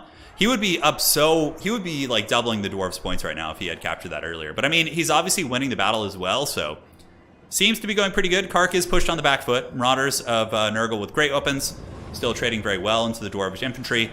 And the middle objective here is maybe going to go back to the dwarves, man. Yeah, we do have Thoric and some dwarf warriors here. I don't think it's going to go... If Nurgle gets their great weapons... Yeah, the Chosen are here now, so I think they got that objective. Now, on the back objective here, we do see it captured by the forces of Call Harmon, so he finally gets that double cap against the Dowie. Going to be sending the Chaos Warhounds to finish off those Rangers, should be able to do that. Nurgle now going to be consolidating with their elite units on the objective, which is super exciting. Who doesn't like to see Chosen just on this point, just like going fisticuffs? It's rare you get to see that. Back objective finally going to be taken by Call Harmon, so he probably realizes it. He's like, oh god, what have I done? But he's finally captured it. So now he has a triple cap on the dwarves. And Nurgle is tough to remove off objectives too, much like the dwarves. So both players going to be, kind of struggling to push one another off. These Chosen are not going to be a joke, especially if there's some fleshy abundance still in the pool. I feel like the Chosen are going to be able to get healed through most of the DPS that the dwarves can present here. Looks like they're going to move after Thoric. And who would have thought the Plague Toad rush, right? The Plague Toads perform very, very well this game. I mean, Kark is a top 16 player in the world right now. Call Harmon looking to get a W as well. I don't know if he's won a tournament yet in this season, but yeah, certainly posturing to do so today. But he'll have to face the winner of the great Hadries and Ulrich Rahl on the bottom side, should he win this game. So the dwarves are resurgent. They're only down by about 700 or 800 value. They're now pushing out, and this is where we could see Nurgle really, really wishing that they brought the that they brought the cap weight on that back objective. Because like they could be at like 800 points right now. And they could be to a position where they could Helm's Deep, but they're still in a very dicey place where they need to really, really get those, heavy caps. Furies, very good assignment, jumping onto these different Rangers, but heavy Daka coming in from the Dwarves in the back as the Thunders and Quarlers do unleash some salvos, but Nurgle basically just trying to keep the Dwarves from advancing up to the point. As the Chosen of Nurgle, I'm curious how they'll do against Thoric, actually. Thoric could potentially die to Chosen. I mean, they have really high melee attack and poison as well. So Nurgle might be able to drag down old Thoric here. We'll see how that turns out. But the Furies are being shut down effectively. Cart getting some good shooting. Slayers being pulled in. They're obviously going to be moving up and going after the Plague Toads here. On the other side of the battlefield, the Dwarves have re-secured their back objective, guys. So will Nurgle not capturing their back point for 45 minutes bite them? It certainly could. It certainly could for sure. Because the Dwarves seem to be a little bit resurgent. We'll see how well the Chosen do. Are they going to be able to carry? Looks like there's going to be some Witchcraft going down here. So Nurgle does have a Fleshy Abundance, which... Is that what was casted there? No, it looks like it was a Master Rune of Speed, which does give the Dwarves melee attack. It's not bad. It's obviously much needed speed. And on the backside, unsummoning of Marauders with Nurgle. We do see some more Marauders coming out. And basically just going to be Marauders and Toads, probably into the sunset to try and hold these objectives. But the Dwarves are not that far behind. Like, the fact that you didn't get your back objective really, I think, is going to be coming into play here. The Nurgle Lord, I think he might have been unsummoned. No, he's still here in the bushes. The Nurgle Lord's a good fighter. He's got almost 50 on combat stats. Does not have good armor piercing. I feel like they should give more Nurgle units like armor sundering, like corrosive, like some sort of a corrosive ability. Maybe like give that to Rotflies to make them decent. So Nurgle is going to be going for a flank push here. Warriors of Dragonfire Pass, not going to have a good time with Toads and Marauders. And the Dwarves are not really quick to get reinforcements here. They do have a Vanguard point. They could Vanguard some Dwarven Miners, but it seems like they're so pitched fighting here in the middle that they can't really focus assets on the side of the map. But these Chosen, man, these Chosen are really, really just giving the Dwarves a lot of problems. The Thunders are out of range, and so are the Rangers with Great Weapons. So without shooting, you're not going to be able to trade into Chosen. I mean, these guys are just basically going to just destroy any of these Dwarven infantry. I mean, a Dwarven Hammerer could put a good hurt on them, but aside from that, this little pocket of elite Nurgle units, including the Soul Grinder, is going to be very problematic for the Dowies. We do get more Plague Toads diving on top of the guns to really shut them down. And the Nurgle Lord in a little bit of danger. Being attacked by Slayers here. Going to be popping a Fleshy Abundance, so that will save him and heal him up pretty substantially. Fleshy Abundance is an insanely good heal. If Nurgle does have anything going for it, it's certainly some of its healing. Now, on the backside, we see Plague Toads looking to be a good counter against some Dwarven infantry. I guess they have better armor-piercing values than we gave them credit for, as the Plague Toads continue to just buzzsaw through these units. Look at that, 4,800 HP. When the Marauders get there, should be able to trade pretty well. What you would want to do here if you're Call Harmon is take these Toads and move over and shut down these blasting charges and let the Marauders finish these guys off. That would basically be the micro play over there on the side of the battlefield. So, Chosen, still giving problems. Look like there's going to be a Rune of Wrath and Rune there. Does a little bit of damage, but it looks like it was mostly dodged there by Call Harmon, as he does get his Chaos Sorcerer Lord. Thoric Ironbrow is on the run from the Soul Grinder. So Soul Grinder proven to be pretty good, man. 1,600 value. It's almost paid for itself today. Almost. Jonathan, thank you for being you. Thank you for the donation, man. I really do appreciate that. And hey, ain't nothing changing here. We're here to party. So, Chosen and Nurgle up to a 700 value. You can absolutely massacre Slayers. Slayers have very poor armor-piercing values. Chosen with 120 armor and 52 melee defense. Going to be pretty nasty. And the Soul Grinder on top of that is going after the old Thoric. So Thoric's going to be forced to run. Soul Grinders are very good fighters. And on top of that, he did do exactly what we talked about. He used the Plague Toads to intercept the blasting charges, letting the Marauders saturate into the Warriors of Dragonfire Pass. But Warriors of Dragonfire Pass with Rune of Doom might actually be able to beat these Marauders. It's going to be a little bit of a dicey one. The Nurgle is getting pretty far ahead in points. It's almost to the point where they could Helm's Deep an objective. Oh no! Look at this! Kark with the very cheeky plays. He's got some Rangers back here stealing the objective, but Call Harmon does notice it. So some Nurgling's going to come in. They should be able to push him off. That was a very, very sneaky play, though. And yeah, Chosen of Nurgle getting Fleshy Abundance is so cool. I love seeing Nurgle do well, man. They're so aesthetically cool looking. And I also play them in tabletop in 40k, so I love to see some Nurgle action. More Marauders, more Toads. Reinforcements of Nurgle getting up there pretty quickly. Can you imagine waking up today and thinking we'd see Chosen of Nurgle? Probably not. But Call Harmon has always been an amazing player to watch. He's like, was the Dark Lord of Lizardmen in Warhammer 2. He would always play Lizardmen in like faction wars and was really, really strong. And here he is picking up the glorious underdogs of Nurgle against the Dwarves. And this was a blind pick too. He had no idea what his opponent was going to be. So Nurgle actually does okay against other melee-centric factions. They just typically struggle against range, but the Plague Toad Rush seemed to work out pretty well. A lot of that was Kark not efficiently using his blasting charges, like having them in the front line and not like getting them off. That was a big part of that. Dude, and look at these middle linebackers. 179 kills, 1,300 value. They've almost paid for themselves. And they're just going to be sitting on this objective all day. Like, all day, every day. So what do we have in reinforcements? We got Marauders and more Plague Toads. Seems to be the army composition here. Side objective, with the help of the Soul Grinder, is going to be secured by Nurgle. So it looks like this is going to be a victory for Call Harmon. A very, very impressive one, mind you, because Dwarves are very favored against Nurgle in my experience. I wouldn't say very, maybe like 60-40. 65-35, somewhere in that territory. Like, Nurgle can for sure win it. It depends on the map, too. Like, certain maps, Nurgle really is favored against Dwarves, actually. But on this one, I would say with the artillery, like, yeah, they could have been really, really punishing with that for sure. So, over here, looks like the Dwarves do have a couple missile pieces. The back objective secured by the Nurglings. The middle objective just being held by the middle linebackers of Nurgle, the Chosen. And the side objective going to be snaked by Nurglings and Toads. It looks like the cannon is shooting, but I think the cannon must have gotten shut down earlier. Let's see. Yeah, Thoric is also on the run. Looks like he's moving back up to the middle objective to meet the Chosen in battle. But I think that Call Harmon should be able to get this. He does have the Soul Grinder, which has 3 capture weight. These guys probably have about 2 left, considering their HP. Toads probably have about 2 or 3 as well. The Ribbit Grudge. I know. The Toads, man. Who would have thought? I love Toads. I'm just like a big fan of like ugly animals in general. That's why I like pugs and, you know, like those kind of dogs. But yeah, Toads are great. They're such neat little creatures. More Poison Warhounds. Diving in, we didn't see any Marauder Horsemen or Throwing Axes, so clearly they weren't on the menu today. ODM bringing out the big tricks here, as Call Harmon does carry the torch for domination. I don't know how many of the ODM guys play. I know Zyphos plays Dom, and he's won 2 tournaments already this season. Call Harmon's playing. I think Anticity is taking a bit of a break, if I'm not mistaken, from multiplayer. I'm sure he'll be back at some point, but yeah. So that is GG. 0 chance the Dwarfs can win. The game is over. He's going to be green Olgor, yes. If Call Harmon wins a game in the grand finals with Nurgle, we can give him the green Olgor avatar. We'll give him a special one. So, Call Harmon, if you're listening, it has to be on stream, though. It has to be on stream. We can give you the green Olgor if you manage to win a game in the grand finals with Nurgle. Soul Grinder there, getting pops. We do have Quarrelers continuing to shoot into these bad boys. And it looks like that is it. GG well played. GG well played. The changing meta in Warhammer, how is that reflected in tabletop? Are the rules and mechanics changing often? Yeah, somewhat often.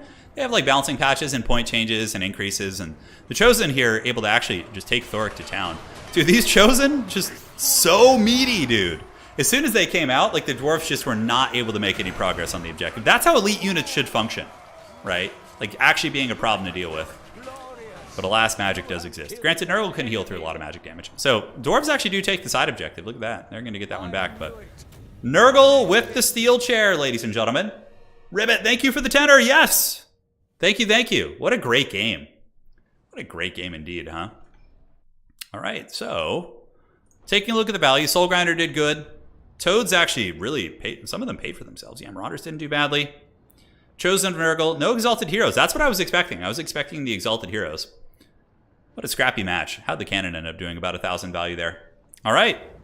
So, let's go ahead and get into the next lobby here and see if it is up. And check. Let's see what's going on. Okay. Checking with Ulrich. I think Ulrich may have some tech issues, which have taken him offline. Let's see. So Hadrius, did Ulrich come back yet? If he didn't, we'll probably just have you, like, he's been unresponsive for what, 20 minutes? 30 minutes? We'll just have you play, we'll have you play Call Harmon in the grand finals. Because Call Harmon needs to go to bed anyways, so it'll be nice for him to do that. All right, taking a look here. Let's see here. What do we got? All right, so Turin finals. Yeah, if he hasn't responded to you, Hadrius, in like 20 or 30 minutes, then it's time to move on here. So, host a spectator. It's a shame, but it is what it is. Okay, so and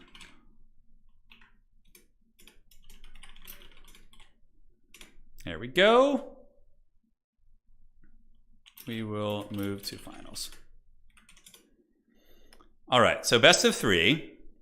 So the maps are going to be, let me go ahead and get the code for these fine gentlemen. And maps are Black Ark, and then we'll do Black Ark for the first one, take it back to the old school a little bit. Gates of Ekrend. And, oh, I keep forgetting to put the bounty on Total Tavern. Yeah, I need to put the bounties up, where if somebody wins a game in a tournament stream with like something really haggard, they get like a special avatar in Total Tavern. We need to do that. Yeah, Gates of Ekrend, and we'll do the Lost Temple of Sotek. I love that map. It's really fun. Or actually, we could, yeah, we already played Bob's map earlier. Well, we could do Bob's map too. So let's do Lost Temple of Sotek. And then the last one, we'll do the Altar of the Champion. Yeah. That was the one Hadri's and I played. All right, great. So Hadri's is in here. Let's get you Call Harmon. And let's find the man.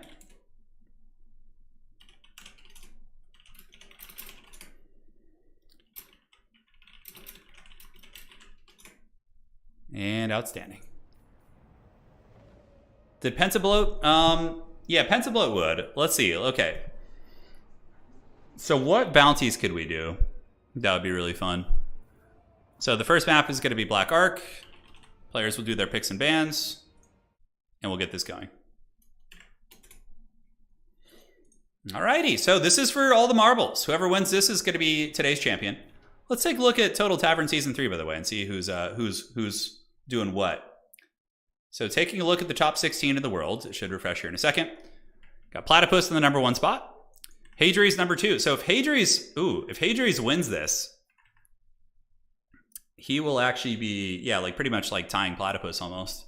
Voidlaw's the number 3, Subutai number 4, Xiphos, Moffat, Samurai Style, Ulrich, the True Bretonian, Medley, Newbot, myself, Tim the Wilder, Voin, House Cat of War, and Sandwich. Yeah, fun stuff, man. Fun stuff. The old business moves on. So Hadri's, yeah, you can see he's definitely got an, what, like an 80% win rate or something like that. Pretty crazy. Yeah, you can see down here. Pretty wild. Pretty wild.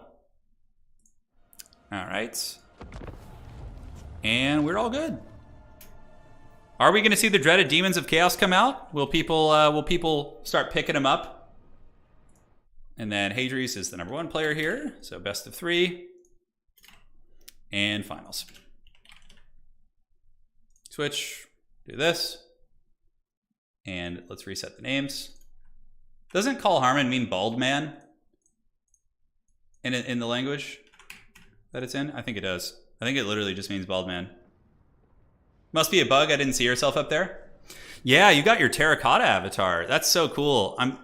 Yeah, I need to get my Empire avatar. I need to stop playing with Steam Tanks. I actually think Empire can beat Tomb Kings. I do.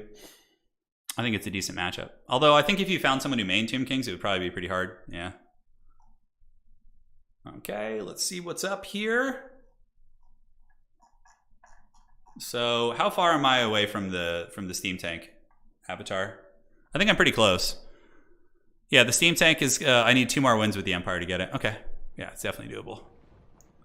Bald hair man in Dutch? Yeah, that's what I thought. I think you made a mistake. I didn't see Pone on the list. Yeah, I know, it's true. I don't know what was going on with that. The website must have a coding error if Professor Pone isn't in the top 16. Pone, do you want us to go look up and see where you are on the leaderboard right now? Yeah? Bounties. So, bounties. Let's come up with some bounties together, okay? So, bounties. So, what are some bounties we could do? Okay, so I need your help, chat. You guys need to help me out here. So, this will be my bounties. So, win a game with Nurgle in grand finals of a tournament. It's 1 bounty. Okay. I like that one.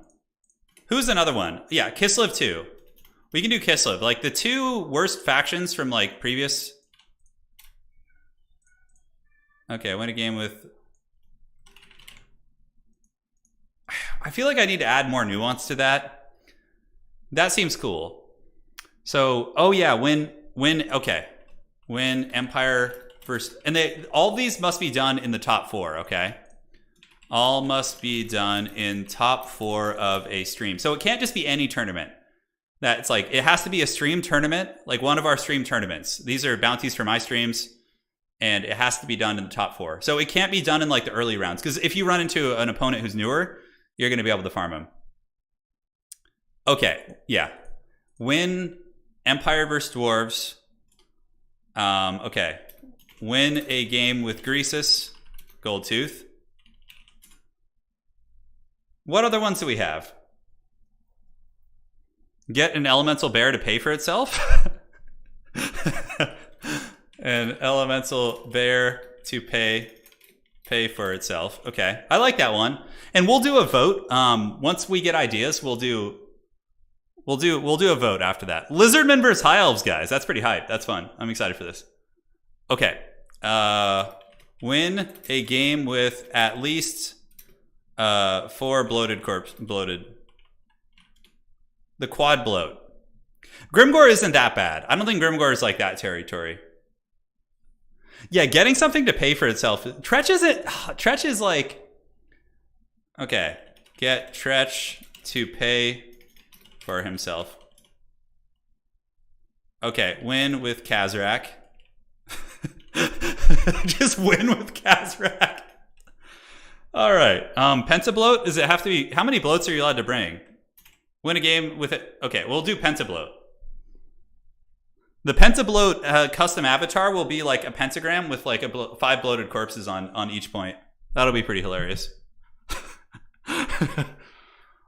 Uncle for Uncle. No, that's actually doable.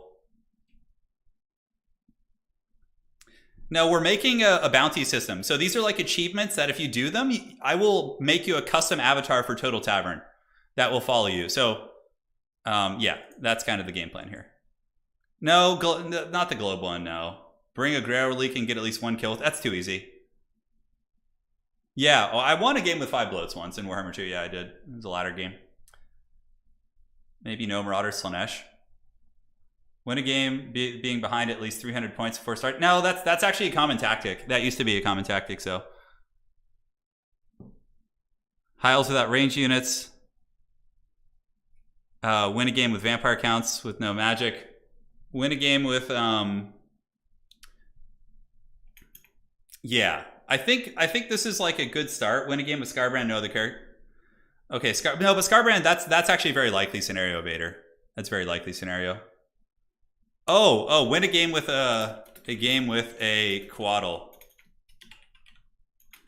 Must be summoned. How's that? Win a game with the Steam Tank? No, that's not as hard as you'd think. Like if you, oh, but it is in the top 4. Okay, win a Steam Tank. Game with a Steam Tank. All right. Win a game with Wood Elves with only archers. That's actually possible though. That's very doable. Oh, win with a pure goblin/troll army. That's a good one. A goblin troll army one. By the way, if you guys are watching this VOD afterwards, go ahead and leave your suggestions in the comments as well. I'll read through them all. This actually feels pretty good so far. We have a lot of good suggestions. Yeah. Okay. For now, double giant. We can win a free Steam Tank. A pure goblin troll army. I think that'd be good. All right, so we're loading in right now. Win a game with Hellebron. Hellebron, is that hard though? I feel like it's not that hard. Like, because Dark Elves are very strong already, so you could just throw Hellebron in there and I think you'd be okay. Oh yeah, the Rogue Idol. No, Rogue Idols have been used though. They're not that, they could be decent for sure. I think it's hard to get the Steam Tank to pay for, yeah. The Steam Tank is definitely hard. The Steam Tank is way worse than the Rogue Idol. Yeah, 100%. A Flame Cannon. We could do a bounty. So win a game. Okay, let's see here.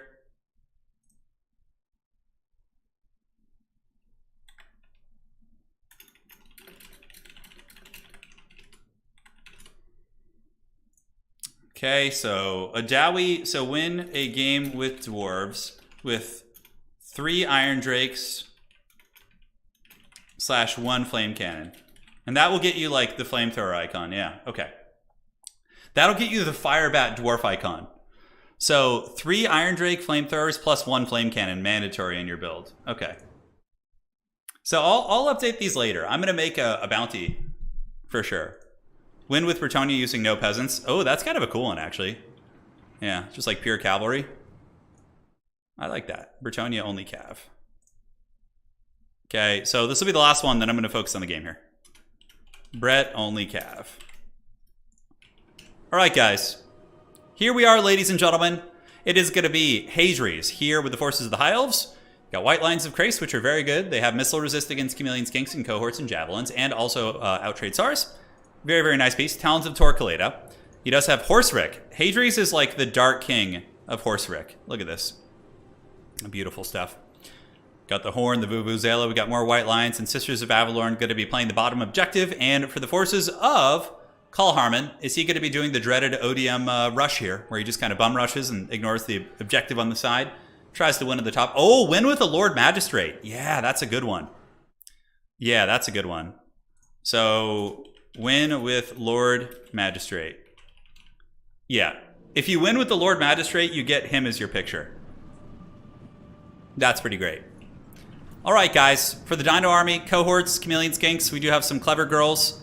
It's going to be a Banana Salon of Life looking to cast... Dwellers only. I don't know if he knows Dwellers got nerfed. It's still good, but obviously not quite as strong as it once was. Ripperdactyls as well. Pretty good anti-infantry piece. I really like the Ripperdactyls tech against the White Lions. They will tear them to pieces. Like, these Ripperdactyls could potentially just fly in and just massacre these Talons of Torquelada. And, like, if the Elves don't have any, like, Reavers or anything nearby to kind of intercept them, they could be very, very strong. They could be very strong indeed. So the battle is on. It looks like Hadries is going to be sending a single White Line to capture the side objective, and the forces of the High Elves going to be consolidating all their forces up to the middle here to go and intercept the advancing Lizardman army. And for the Lizards, another Ripperdactyls coming out. Ripperdactyls have actually been making a very, very big splash in the meta. They've been getting used quite a bit. A lot of tournament games I've been watching have been doing very, very well with them. So we got the standoff. We do have the Chameleon Skinks going to be poking in at your boy Emmerich. Rangers being summoned to the back. Ranger is a decent infantry tool. They trade okay into Saurus and obviously will defeat Cohorts and just give you a little bit of buffering. All that good stuff. Bottom objective going to be taken by Hadries, no problem. Lizardman not trying to contest it, although Hadries is sending a second Ranger down there, maybe just to make it extra safe. I feel like the Ranger might want to come up here because we saw Call Harmon's playstyle in the last game. He really likes to just get you in a straight-on fight and just commit everything to that fight. Instead of like playing, the side objectives and kiting, and he's just kind of likes to go fisticuffs, it would seem. That would be the case. Dwellers is basically unnerfed versus infantry, only deals less SEMs. Yeah, makes sense. That was kind of the intent that I had heard about it. So Talons of Torquelada going to be shooting into the spears. They are shielded, so they won't take too much damage, but the fire weakness imbued is not insignificant. The Mage of Life going to be running up. We do have a Dwellers caster with Earthblood as well, looking to intercept these Saurus Warriors.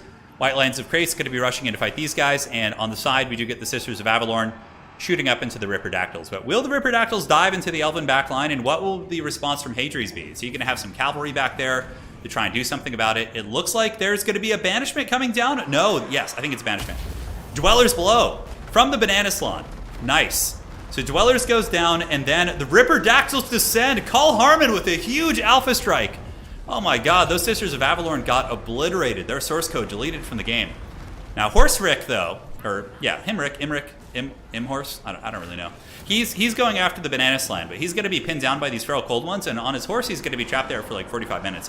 We did see a Dweller's Blow going down in the Lizard Army as well, but that buckle on the Sisters of Avalorn was quite good.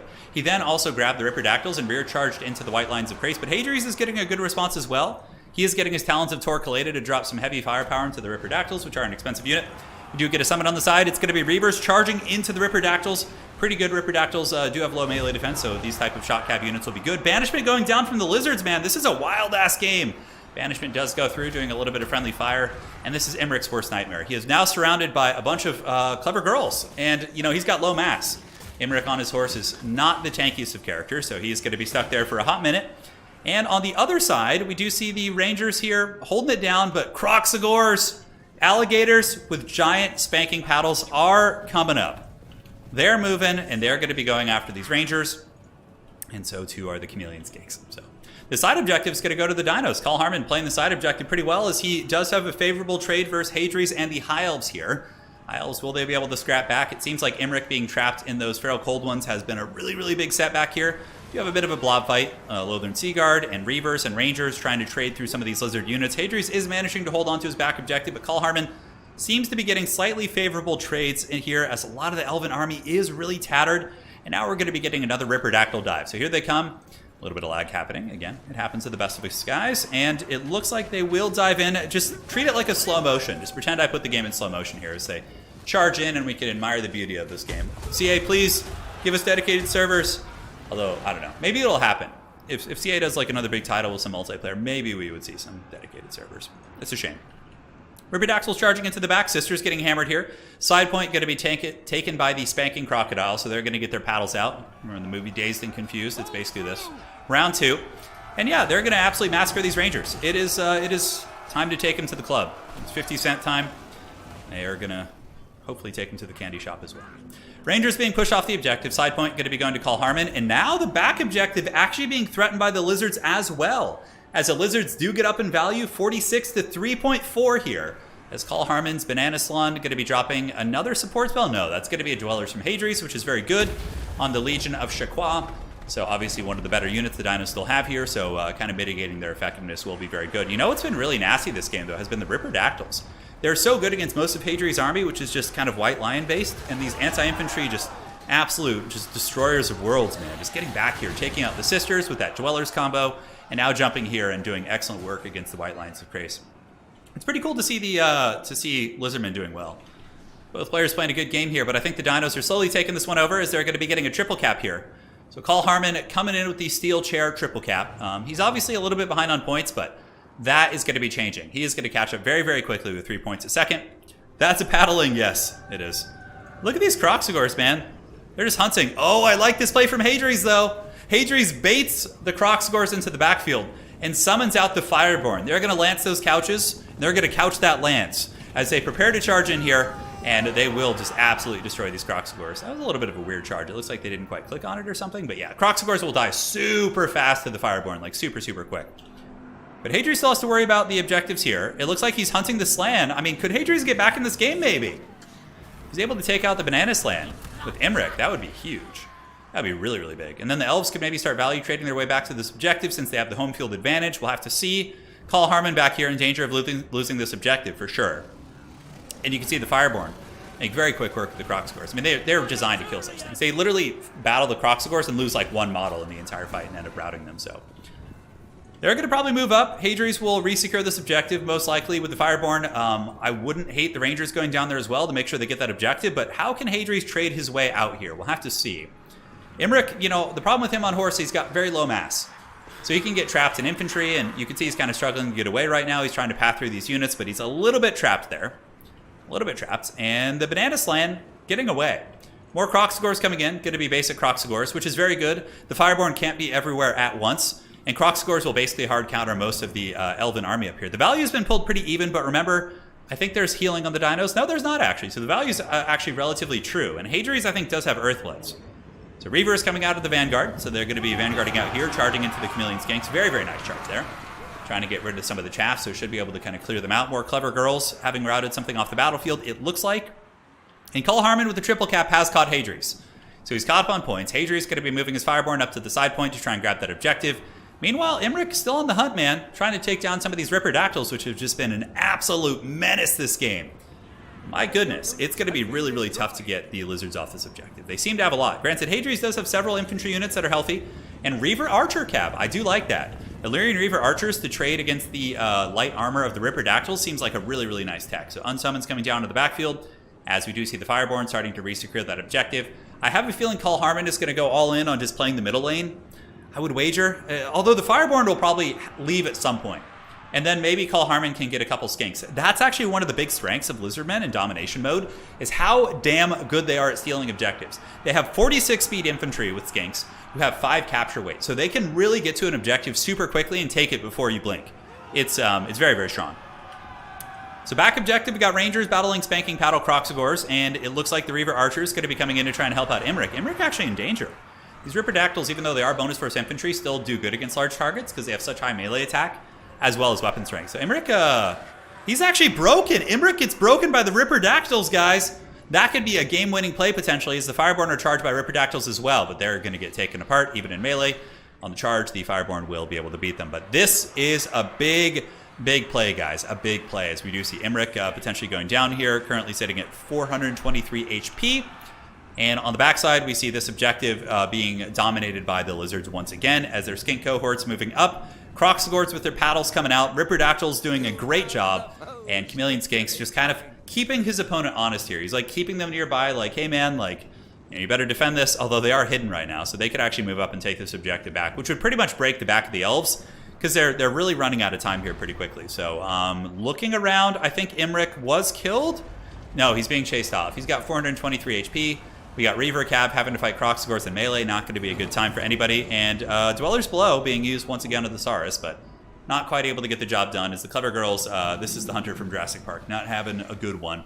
Book of Hoth and Starwood Staff are active, but probably going to be GG. I think we're going to be seeing a Lizard victory here today, guys. Yeah, High Elves got a ton of buffs in patch 2.2. They're a very competitive faction now, so High Elf players can't say they're bad anymore. They literally were really strong the last patch. They had a solid 50% win rate, and were trading in well into a lot of matchups. So. Heralds of the Wind are here. They are fast. That's what they're good at. They have 105 speed, but I don't see Hadries being able to get these points back. And look at this. Yeah, see exactly what I was talking about. Lizards are just so good at stealing objectives. Call Harmon coming in with the Troll Squad. Oh, I love it. He's going to be getting the skink cohorts, grabbing those objectives very quickly. Hadries on the back foot, playing like a champion as always, but this is only game one, though. The grand finals are best of 3, so they will do their picks and bans the next match, depending on how this one goes, but I just don't see the Elves getting this one back. I mean, there's a Slan here. He's still doing a lot. You know, he's rolling around. He's making toad sounds, which is what Slan do. You know, contributing to the battle, whereas Imric is kind of just gone. I think he was unsummoned. It looks like another Dweller's going down. Oh, Dwellers and Blood Statuette of Spike combo on the Fireborn here. Brutal magic, which is going to be giving Call Harmon a massive lead. Would not be surprised to see Hadries tap out here, as the Lizards do swarm onto the back objective. And now the Lizard Tide is upon us. Oh my god, it's a million Skinks and Saurus just rushing out onto the field through the call of the Slan. And maybe the Elves have a chance of getting this objective back, but even still, they're double capped. He just doesn't have enough resources, and he's behind so hard in value. Seeing the Fireborn get karate chopped was pretty much the straw that maybe breaks their back, and that is a hell of a lot of Lizard capture weight, which is going to be very, very tough to deal with without like a fully formationed army. And yeah, Ripperdactyls, man. Ripperdactyls are really good. For any of you guys who want to play Lizardmen, I highly recommend them. Lizardmen are a pretty high skill cap faction, though. They're tough to play. Ripperdactyls are very squishy. You know, very micro-intensive. Yeah, there's a lot of units you got to control with dinos. Granted, you can play mouth-breathing dinosaurs as well, and it works fine. Like, Dreadsaurian Double Rev Crystal is pretty good in domination. Like, it works in a lot of matchups. You can totally get away with it. Like, against Hadries' build, it might have actually worked, too. Because he didn't have a ton of anti-large. He had, like, one Sister and one Talon of Torquelada. Looks like another Dweller going to be going down here. Nice one on the Heralds as well as the Reavers. And there is going to be an unholy swarm of Lizards coming across as Hadries scraps to the bitter end. And it looks like he just barely does not get that objective back. That will probably be the nail in the coffin. Croxagores paddling down these units, and I wonder what kind of value we saw from the Croxagores. 146 kills, not bad. GG, well played, guys. Some great games. Great games. Had some good matches today. Some good matches. All right, so that was game 1 in the grand finals. So let's update the scorecard. The Bald Man taking game 1, but you can never count out Hadries. He's always a dangerous opponent, I can tell you from experience. And looking here, see what else is going on. Pretty standard stuff. There was a Dreadsaurian in reserve. There was a Dreadsaurian in reserve in his army, but yeah, Ripperdactyls were 2,200 value. Yeah, 1,200 of that one. Pretty sweet. All right, so the next map is going to be, let's see what it is. Taking a look here. It is going to be the Lost Temple of Sotek. So we're on a Lizardman map. Hadries knows this map. We played it on a practice game a couple days ago, so he's certainly going to be very privy to the map. Thank you. Hadries telling me the global bans. Apparently the global bans for that series were Vampire Counts, Tomb Kings, Cathay, Coast, Slanesh, and Warriors of Chaos. Yeah, so all the nonsense. All right, very cool.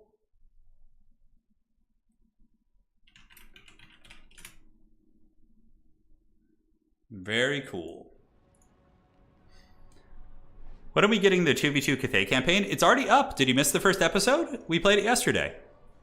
Are you talking about the next part of it? I'm not sure. Maybe early next week? You know, everyone's going to be kind of busy for Thanksgiving. You know, at least Pone is and Subutai, and we're going to be busy for the next few days. So probably be early next week. Lost Temple of Sotek, man. The Tactical Dread Saurian in reserve, yeah. All right, so let's see what their picks and bans are going to be here. Call Harmon, let's take a look at him on the leaderboards. Is he on the page yet? We'll take a look. So I don't, man, he's coming in like a wrecking ball today. Hadri's is clearly very, if you're looking to qualify for the season 3 grand finals, the Dark Lord Hadri's has already done it. He is 3 tournament wins with an 80% win rate, which is so good. He's already qualified, but Call Harmon, all you need to do is you need to get top 16 to qualify when the season ends. This season will probably end, I don't know, like maybe January, something like that. I haven't really like planned it out yet, but that's going to be the plan. Okay, let's take a look here. And yeah, we're going to go to the leaderboard. I don't know, Call Harmon played a couple last season, I think. Yeah, wow, that's a pretty solid run so far. He is currently 7-1 this season. Yeah, you can see his record. So hold on, let me go back to that. So you can look up any player you're interested in. Yeah, he's 7 wins and 1 loss this season. Yeah, so he just kind of started getting into it. I might play Darktide. I'm not sure. Yeah, I'm not sure. Always been a bit of a weird matchup. Yeah, I agree. And you know, Arrow, that's kind of what one of the interesting things is, Ethan, is that like a lot of domination matchups now that with like it's kind of solidified, it's not that different from land battle, really. I mean, it obviously is because of reinforcements and capture points, but many of the principles you learn in land battles are the same here. Yeah. Plague of Rust, regular archer route for more volume of fire. Yeah, Tyrion is pretty good, Arrow. He's good, yeah. But you know what's actually, Imric on a dragon is an absolute beast. He's an absolute beast as well. And you just go Lifecaster with Dwellers and healing for him, and it's a pretty good combo. Oh my god, Call Harmon's doing the Empire! It looks like the Sons of Sigmar are here on the Lost Temple of Sotek. I don't know if he knows what this map is like, though. This map has a fair amount of terrain. So shooting might be tough. Do you want names for Imric on a horse? Imeric? Oh, that's so good. 1 Imric pony? That's really good, Optimus. Nice ones, dude. Looking forward to Endless Turkey. Yeah, Thanksgiving's one of my favorite holidays. It's great. Khorne versus Empire. This is a pretty good matchup. War Wagons are amazing here. Really good. Like you always go for War Wagons. 100%. Yeah, 100%. Yeah, I'm looking forward to it though. Looking forward to it. It's going to be a lot of fun. I do miss the intro from land battles when you would pan down the lines and introduce the troops. Oh yeah, I do that sometimes. Yeah, I do it sometimes. Because the ogres is coming to get ya. Empire vs. Khorne, dude, sign me up. Empire's not a bad faction. They're not like top tier, but they definitely have some tricks. They definitely do. I love Khorne though too. These are 2 of my favorite factions. Hadri's is actually a very skilled Khorne player. He's very good at them. I have felt the wrath of his Khorne many times. He's going to bring the tank if... Okay, hold on a sec. I'm going to take a peek because, you know, it's happening. Cool armies on both sides. No spoilers. They're still building. They have a little bit of time. The winner of this match, of course, will be going on to win today's tournament. This map is bad for cannons, but fine for handguns and archers. Yeah, I agree, Bob. If it goes to game 3, Bob, we're playing your map. I put Altar of the Champion in this in today's finals for you, so it'll be the next one if it goes to it. Hopefully, but we played it, Bob. Were you there on stream earlier when Hadri's and I played a showcase on your map? It was a great map, man. I actually really enjoyed it. I thought it was really cool. I really like that like side point. Have you had those like little hills you can kind of play and put something up there? It's pretty fun. Play a game with ogres or Vampire Coast singing sea shanties the whole battle. Yeah, but they would have to record it. They would have to record it. If somebody actually recorded that and sent it to me, I would probably give them a special avatar. Just do not let your inner ogre loose for Thanksgiving. We still need you. Don't worry, I'll be good, man. I'll be good. Oh, Bob, this is your map too? Oh, you're getting spoiled today, man. You're getting the 2-for-1. Yeah, look at that. We had Celestial Lake earlier as well. It was I love Celestial Lake. Medley's map is awesome. I love that one. Like there's so many great maps here. There's so many good ones. Like, look at this. I'm trying to work with CA to get them to add them. I'm still working on it. We're in discussions about it. It's like a high stakes negotiation. I'm having to like have counterpoints and evidence and yeah. How can anyone beat a steam tank? I know. Well, go watch earlier. That's how that went down. You say God who shopped you great boat into the Shadow Realm. Yeah, it did.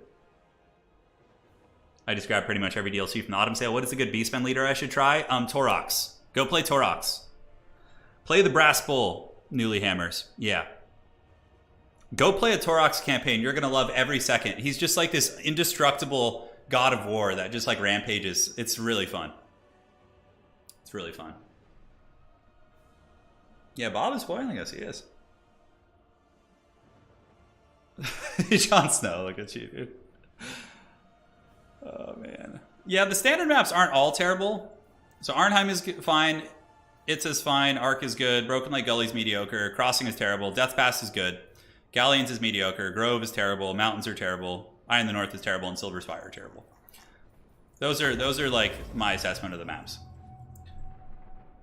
A lot of the maps were designed, it seems that they were designed for smaller armies, and they were also designed not taking like choke points into account in multiplayer and how haggard pathing can be. Like Mountains of Morn, I hate that map so much. God, it's such trash. I hope anyone who's hosting these World Championship qualifiers is using the good maps and not like those potato ones. Khorne is the god of war. Yeah, Torox basically worships Khorne, right? Like, he just doesn't know it, but he basically does. Silver Spire is a god-awful map. Oh my god, it's bad. Yeah. It's really, really bad. It was one of the first ones that we got to try as well. All right, check it out. Yeah, it was good. People got some matches today. It's a chance to get some reps in. I think the Swiss format is probably my new preferred format. Especially if I'm streaming, because like, if I'm playing in a tournament, it's cool to be able to stream all the games. Even if you lose one, you still get a chance to like, you know, almost get to the grand finals again, right? Which is neat. So yeah, quite a bit of fun. Quite a bit of fun. The qualifiers have been vanilla maps. I've lost so many games on Mountains of Morn, that sucks, yeah. My qualifiers weren't. It's up to the host. Turin, why must what faction is that? ST mains? What am I? You have to let me know what faction that is, Seth, and I'll answer your question. Are you talking about Slanesh? Yeah, well, it's the maps for the World Championship are up to the individual hosts, but the problem is none of the hosts, I don't think they know that they can use other maps. Yeah, like I don't think that was told to them because it was set up for them, the qualifiers, so they didn't set up their own qualifiers. I think that's what it has to do. All right, guys. So let's get this party started. We are here in Game 2 of the Grand Finals. It's going to be the Sons of Sigmar versus Khorne. Very good stuff.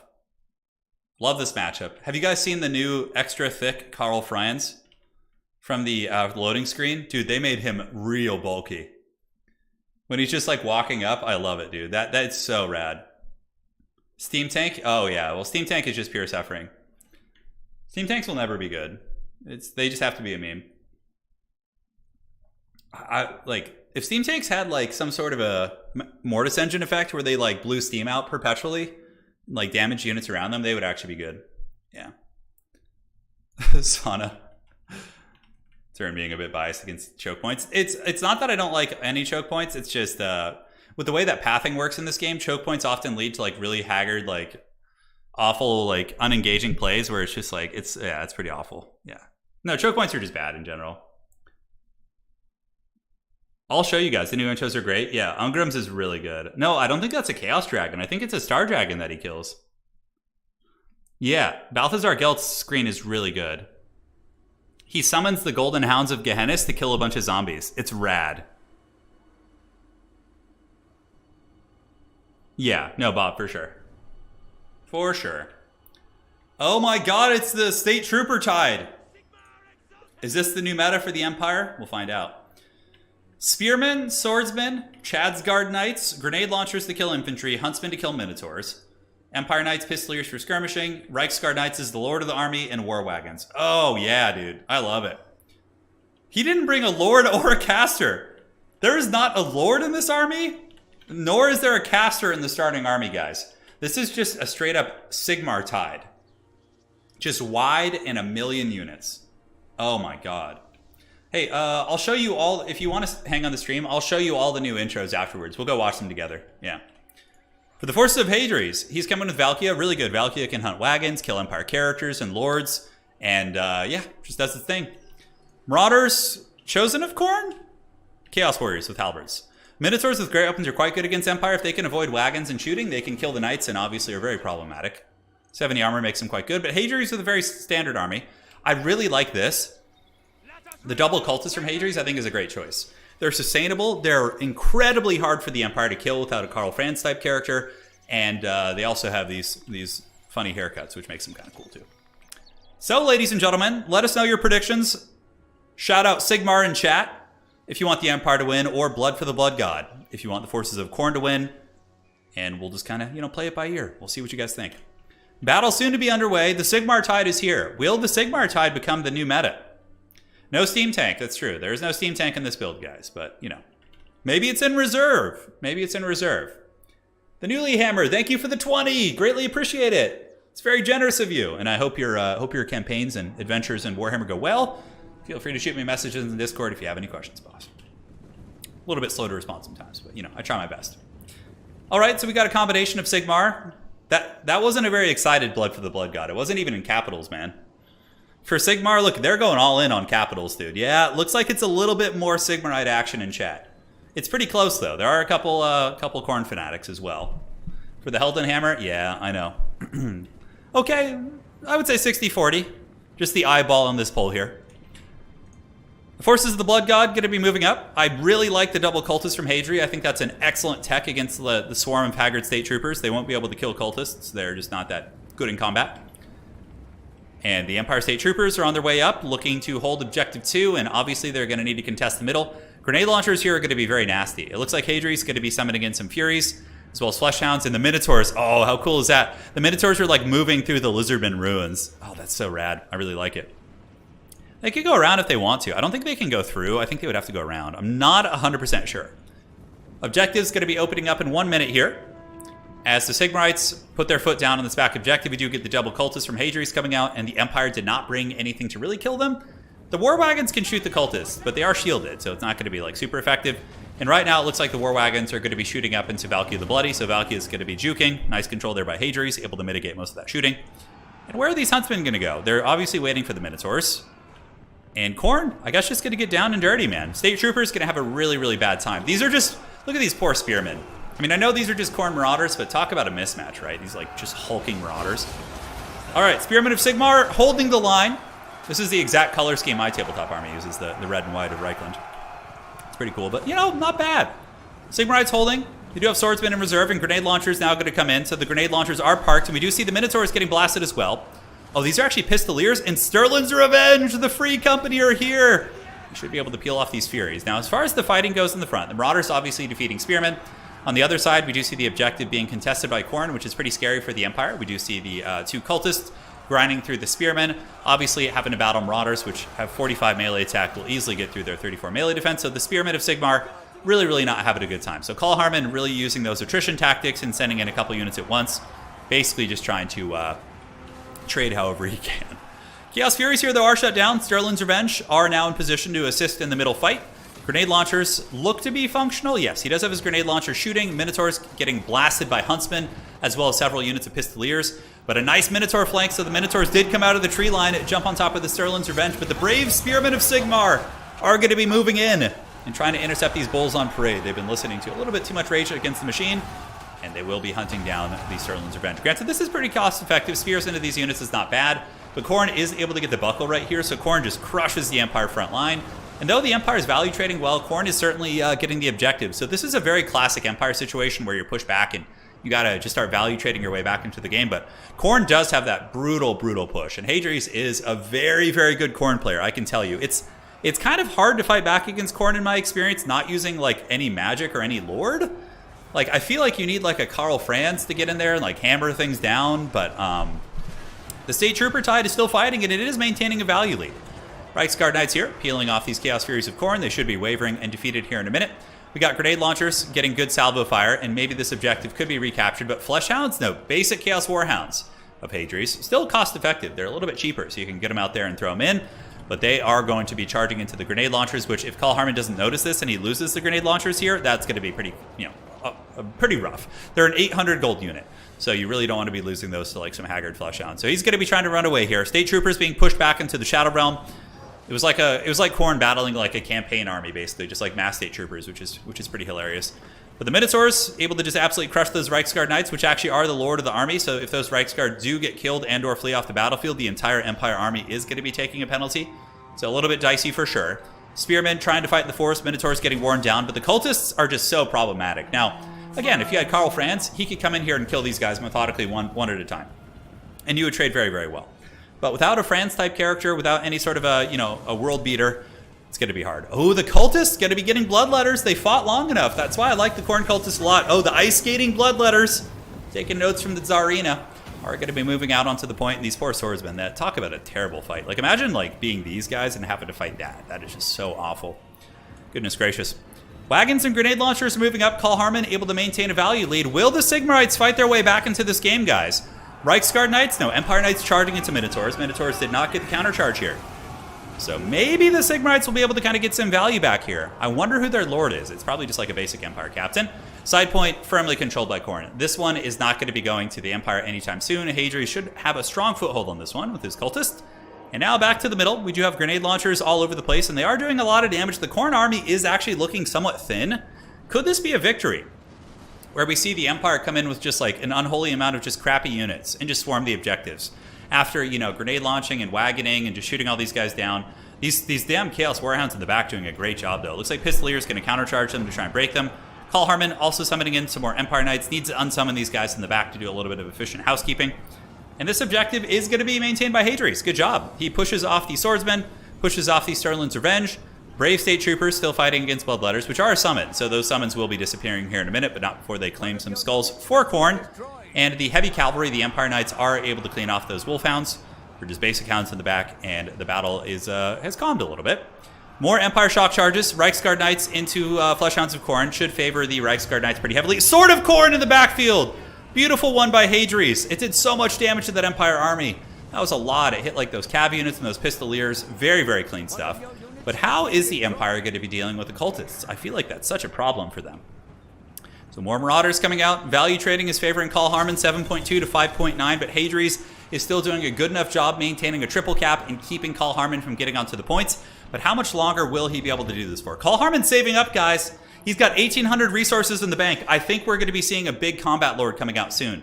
Otherwise, he just simply can't deal with these cultists. They're just too much. They're very, very problematic. Yeah, they're doing a lot of work. Reiksguard Knights finishing off Fleshhounds here. Wagons continuing to shoot. Going to be shooting into these guys on the point. We do have the grenade launchers forming ranks here. We'll be unleashing a salvo of Sigmarite powder onto the faces of these barbarians here. The barbarians are at the gates, and they're getting grenade launched pretty badly. Sigmar Sons, of course, will fight them. And what did Karl Harmon summon? He was saving for something big, it looked like. On the backside, we do get Reiksguard. Okay, he resummoned his Reiksguard Knights, and he just has a bunch of State Troopers coming out. Look at this, guys. 1, 2 State Troopers, and another State Trooper on the other side. The Sigmar tide has come. I love it. I love it, man. It's so great. This is such a ridiculous game. Such a strange build from Karl Harmon. Like, really, I mean, this is about as far from the meta as you can possibly get. Like, possibly get. Like no cat. He's not using magic at all. Like, no dwellers. Like, Hadri's is probably just so grateful for that. So Valkia going to be moving in, and this back objective is going to be controlled by Khorne, but for how much longer, we'll have to see. Karl Harmon does have some idle knights around the battlefield, and grenade launchers are doing work. I mean, guys, if we look at the field, Khorne really doesn't have a lot left. I mean, they are really, really mangled right now. Empire Heavy Cav going to be charging in as the State Trooper tide does move up. So we do have these State Troopers moving from the Man Tide, yes. The Man Tide is coming. They got Spearmen for days. Reiksguard Knights going to move over and hammer down Fleshhounds of Khorne. Reiksguard Knights are actually very good in this matchup. And now we get the Sigmar Sons up at the point. We do get some Pistoliers moving up to try and deal with the cultists. And there's certainly a chance Hadrius could lose to the Mantide, guys. There's certainly a chance. So Spearmen, here they come. He needs to move him up a little bit quicker. A couple Furies diving into the backfield with Valkia. But he really needs to get on these points quick. A little bit of a lapse in micro there by Call Harmon. Reichsguard Knights need to also move up on that point. Spearmen moving up to fight Marauders. Empire Knights and Swordsmen doing their best to fight back the Coronate Hordes. Will they be able to do it? Find out on the next episode of Dragon Ball Z. Here are Swordsmen. Swordsmen might be able to get this one. If Hadrius lets this happen, though, that would be a pretty colossal blunder. This is just like one Haggard State Trooper. I think he'll probably notice that at some point. He's running out of time, though, guys. Hadrius can probably Helm's Deep here. And Hadrius has pulled the value back. It's only 1,400 right now, which isn't that big of a deal. And he needs to just get bodies on the points. Like, they need to be, like, up on the point. The capture weight needs to be flipping. And he really needs to be conscious of that. Like, moving them up here and grabbing that goodie. Those goodies. Looking here in the middle. Objective 3, probably going to be flipping here. Khorne doesn't have a whole lot. And then the Reichsguard Knights could potentially maneuver to the back objective, head to objective 1 to try and secure that. It's going to be pretty dicey, though. I mean, if the Empire does manage to get a triple cap, I think they could win the game for sure. Now over here, what does it look like? This objective is flipping for Sigmar, albeit very, very slowly. We do get some more Huntsmen on their way up. Could put a little bit of DACA into the Fleshhounds here. And these Swordsmen need to just push past this and get up on the point and fight. Okay, it looks like they're now on the point. So the capture weight should be going for the Empire here as those Fleshhounds of Khorne are slowly pushed back. Valkia, though, really problematic here, not making it easy. As this objective has been taken by the Sons of Sigmar, the Reichsguard Knights able to fend off most of the threats here. Minotaurs with Great Opens are on their way back in to try and counter the Reichsguard Knights. And on the back point, this could be a big misplay by Hadrius. If he doesn't notice this and the Empire is able to kind of wrestle a couple of points with the Mantide, dude, that could be really, really rough. Hadrius, yeah, he gets some hounds out. He does see this. So Chaos Warhounds are going to come in. If he had just like thrown that point there, that would have been a disaster. So yeah, Khorne looking a little bit worse for wear. It is going to be a 2-cap here. They're sending Minotaurs in, but it's basically just mass Spearmen at this point. We do see the Empire grenade launchers being chased down by Furies as the War Wagons continue to put a little bit of pressure on. Only one War Wagon, too. War Wagons are really good against the forces of Khorne. They've already paid for themselves, obviously. Reichsguard Knights eating a charge from Minotaurs. Going to be pretty bad for them. But double Spearmen should be able to hold back this Khorne tide for quite some time. Oh, no! Oh, that's how you lose the game. Oh, the Sword of Khorne! And that probably wins Hadrius the game, I think. It looked like it might have been a Call Harmon comeback, but suddenly this objective has like no Sigmarite capture weight. Oh my god. The Mantide just got absolutely wrecked by that Sword of Khorne. Brutal, guys. Brutal. Call Harmon going for the back objective. Honestly, if that sword didn't land so clean, maybe there's a chance for Call Harmon here to win the game. But that Sword of Khorne was just so foul that Hadrius is going to get that objective back. I straight up think that just won him the game. Because Call Harmon is pressuring this back objective, and Hadrius is spread super thin. Does the Mantide have the time to get over here and re-secure this objective? I don't think so, guys. The Blood God showing no mercy to these Sigmarites today, that's for sure. But yeah, like, he would have gotten this objective probably with these 2 units, and then Hadrius would have had to fight off this one, and maybe Call Harmon gets back. Granted, that's a lot of time. 1,300 is a lot of time. Yeah, no magic Empire. Okay, he brought a Dweller's Caster. It's finally here. The Empire's finally brought its magic in the 4th quarter. We do get some Sterling's Revenge coming up from the Vanguard. Going to try and get on that point. Some Swordsmen and Wagons moving in as well. Will the Empire be able to wrestle this point? That is a lot of Hound units moving in, guys. Hadrius at 1345. Call Harmon at 177 points, so clearly very far behind. But Khorne does get enough units over here, I think, to get the cap weight advantage. The Cultists plus the Hounds, both of which are actually basic Chaos Warhounds. And now this objective is going to be defended by Khorne as well. Hadrius the Impaler, I know. The Minotaurs lowering their horns. Definitely going to be absolutely punishing these wagons. Brutal stuff. Oh, man, the wagon's going to get cut to pieces. That's GG well played, guys. Hadrius going to just barely get that one. What a close scrap there. So we're going to go to game 3, ladies and gentlemen. We're going to go to game 3. Yeah, I know. No magic is rough. I think the magic should have come out at least. Granted, it is a little bit vulnerable to being hunted by Valkia, but that was a really cool attempt. I mean, he almost made that work. GG. Do the Mantide. Might have to cast that one separately. That was a crazy game. Yeah, wild, right? Wild. So now we're going to be on the Altar of the Champion for the last map. And taking a look here. Great play on both sides. Hadrius really composed under pressure, playing from behind. Still able to bounce around and get points. Beautiful stuff. And this Empire army was just super wild. The dreaded Mantide. Yes.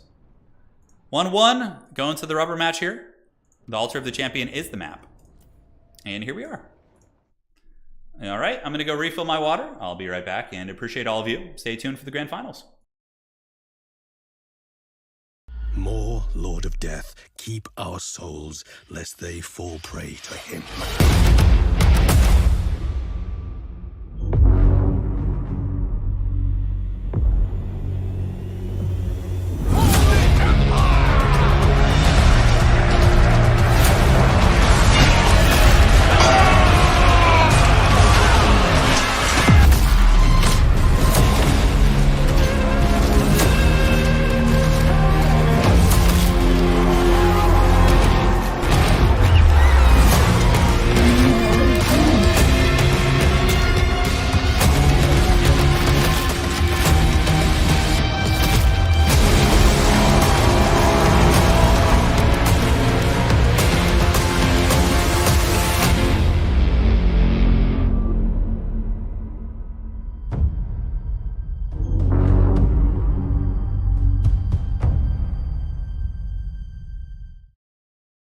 All right, guys, we're back.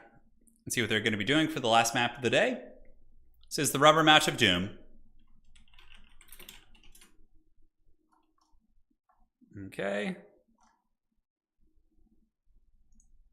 And what is it going to be? Are we going to see Nurgle? Will Call Harmon pull out the dreaded Nurgle? He did win against the Dwarves earlier, which was a pretty crazy upset for sure. Yeah, I'm excited for this one, man. Angry toad noises? Yeah, perhaps so. Perhaps so. Nurgle wouldn't be bad on this map. There's definitely some like play on that side objective to mitigate missile fire. And Nurgle, you know, it's got its own bombards and things like that. Yeah, we're in the finals, Samurai Warrior. Yes. We're in the finals. This is not the the World Championship, obviously. The smile on the announcer's face every time Turin has a mirror match. No, dude. Why would you want that? Why would you want that? Why would you wish that evil on us? Final and rubber match. Yeah, we're going to game 3. This is great. It's been a really fun tournament today. Got to get the green Olgor bounty. Yeah. I need to start designing the bounty page. I'll do it in the next few days. Yeah, we'll get the green Olgor bounties up. Maybe I'll like design the avatars too, like ahead of time. Yeah, all right, I don't know. We'll have to do it on stream. Yeah. The green Olgor bounty would be pretty wild. What was that? What was that here? Win a game with Nurgle in the grand finals of a tournament. Yeah. Yeah. Green Olgor for Call Harmon. Yeah, no, Nurgle's good on some matchups. Like I think they can do well against like Beastmen. They're pretty even with Khorne actually. They're not helpless. Have you heard the Darktide soundtrack? I'll go check it out. Yeah, usually the soundtrack for those type of games are really good. Like Mechanicus had a really good soundtrack too. That like kind of turn-based game that they had. I heard that one was pretty good as well. Who's I think I saw Italian Spartacus playing Darktide. He was streaming it today, right? Did anybody see him doing that? How's it look? Does it look fun? Is it just kind of repetitive quickly where you're just kind of like holding down your left mouse click button and getting in there? No, global bans, I think they're all open. So I think Hadries can pick those. It looks like Call Harmon's going to go Khorne this time. I see him on Khorne right now, so he might be going for the Blood God's favor. And what will Hadries pick here? Find out on the next episode. Yeah, Palpatine would definitely be a Zinchian character. Although, would he though? Because Zinch is just kind of like wild and unpredictable, and like Palpatine is like, I feel more of a traditionalist villain than Zinch. He would be more like a, yeah, I don't know.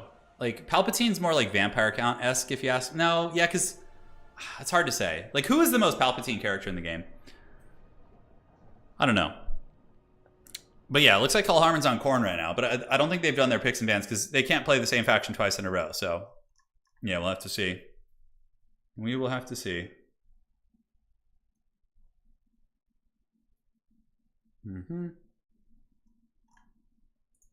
Outstanding.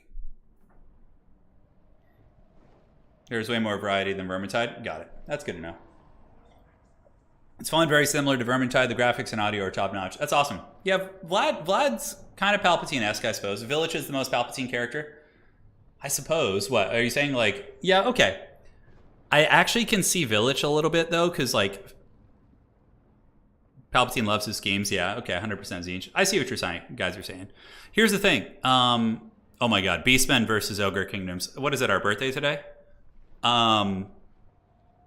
Like, Village is basically Vader and Palpatine, right? Vader is like the strong brother who carries Village, and Village is like Palpatine just hiding behind him shooting lightning. I mean, it doesn't get any more Palpatine than that, right? Seth, yeah, they did. It was a close game, though. It was very close. Very close game. The problem is Village isn't, like, involved in politics at all. Like, Palpatine is a bit, like, a politician at his core as well. Like, you would need somebody who's, like, a deceiving politician type. I don't know if we have anybody like that, per se. It's not my birthday, Sam. Yeah, it's Ogres versus Beastmen. I love this matchup. Call Harmon plays weird factions, obviously, and so too does Hadri, so. Morker's Palpatine. Somehow he returned, yeah. I love it. I love it in that those terrible Star Wars, sequels. They're like, somehow Palpatine has returned. You know, it's just like, oh, God, it's so bad. I mean, I was happy. That was the only thing I enjoyed was Palpatine saying, do it. That was the only part. Vlad Palpatine, maybe. Village is a big tactical schemer. Okay, I see it. Any Vampire Count players, Palpatine? They don't shoot lightning, though. They have to shoot a little bit of lightning, yeah. Manfred? Manfred isn't... Is he that cunning, though? I feel like he's just pure, like... Yeah, like brutish. Well, not brutish. I guess he schemes. All vampires kind of scheme, right? Surely Palpatine is Manfred. Okay, we're getting some good arguments for a bunch of different characters in here today. Heinrich Himmler and Krell are a pretty Palpatine Vader combo. That's true. That's true. Krell is... He looks really cool in the new loading screen. Haven't watched Andor yet. No, I haven't. Have not. I'm really excited for Company of Heroes 3 as well. That's a game I really want to cover. I'll be hitting that one pretty hard. Always nice to get like new RTS games. I think it's Relic doing that too, right? They did. I really enjoy Age of Empires. They did a good job with that. So, favorite Manly Tears movie moment. Ooh, Manly Tears movie moment. Okay, well, I'll go for a really easy answer and then let me think about that a little bit. Manly Tears movie moments. That's a great talking point. Obviously, in Lord of the Rings, there's a whole bunch of them, right? Like, so we'll just like lump those together. Like, whenever there's like an epic charge, like the Rohirrim assembling, or like, you know, anything where King Theoden's like, you know, he's summoning the Rohirrim and all, like those are all like manly tear. Where a singular, you're like an adrenaline tear. You're like, yeah, but like if we're talking like actual sorrowful stuff, like really sorrowful. Okay, let's think about this for a second. Gladiator. Yeah, Gladiator has that when Maximus is like, at the end of Gladiator, when Maximus is like seeing his like dead family in Elysium, you know, and he's like dying in the arena. That's like a manly tear moment where you're just like, shit, man, that's dark. That's like, but it's also like happy in a way. It's like melancholic, yeah.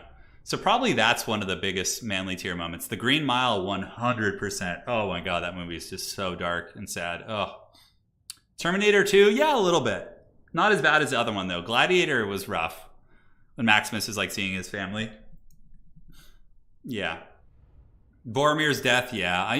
Lord of the Rings has a bunch of moments like that. Yeah. Yeah. Sam and Frodo have a bunch of those kind of moments as well.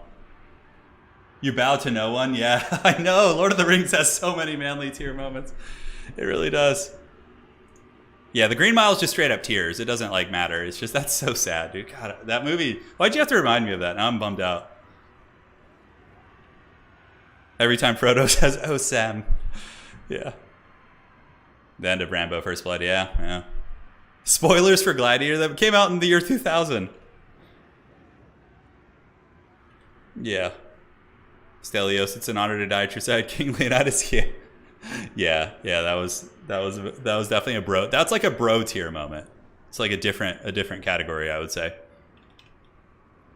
Manly tear moment in the Neverending Story, the horse scene. Oh my God, Atreyu and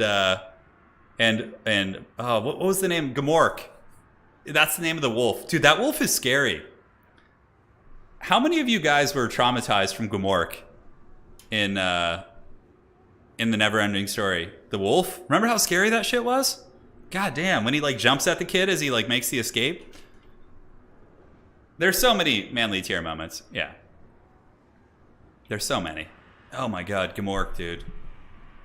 Remember that wolf? You ever seen Considered Steel Division? I haven't looked at those. Airbud, you said? When the dog dunks the basketball. Holy shit. Okay, guys. You're getting me on too many tangents here. The horse dying. Yeah, it was sad. For me, it was the horse. The wolf was scary. Okay, I'm not the only one who thought it was really scary. All right, guys. I got to focus on the game. We're having too much fun here. Ladies and gentlemen, it is going to be the forces of Call Harmon, but the Bald Man, the Bray Lord. He's got a bunch of Raiders, Spears, and Ungors, different units like that, backed up by the Minotaurs with the Great Weapons. So Minotaur Great Weapons, of course, quite excellent against anything the Ogres can field. They don't want to be taking Noblar Trapper shots. Hadri's actually showed me some cool Ogre tech the other day.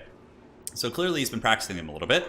We do have a Doom Bolt. So the basic Doom Bolt, he is just bare bones cheap, and he does have the dazed ability, so when he punches the units, it lowers their melee defense and speed, which is pretty cool. Harpies as well, probably to dive Trappers and Tar Pit.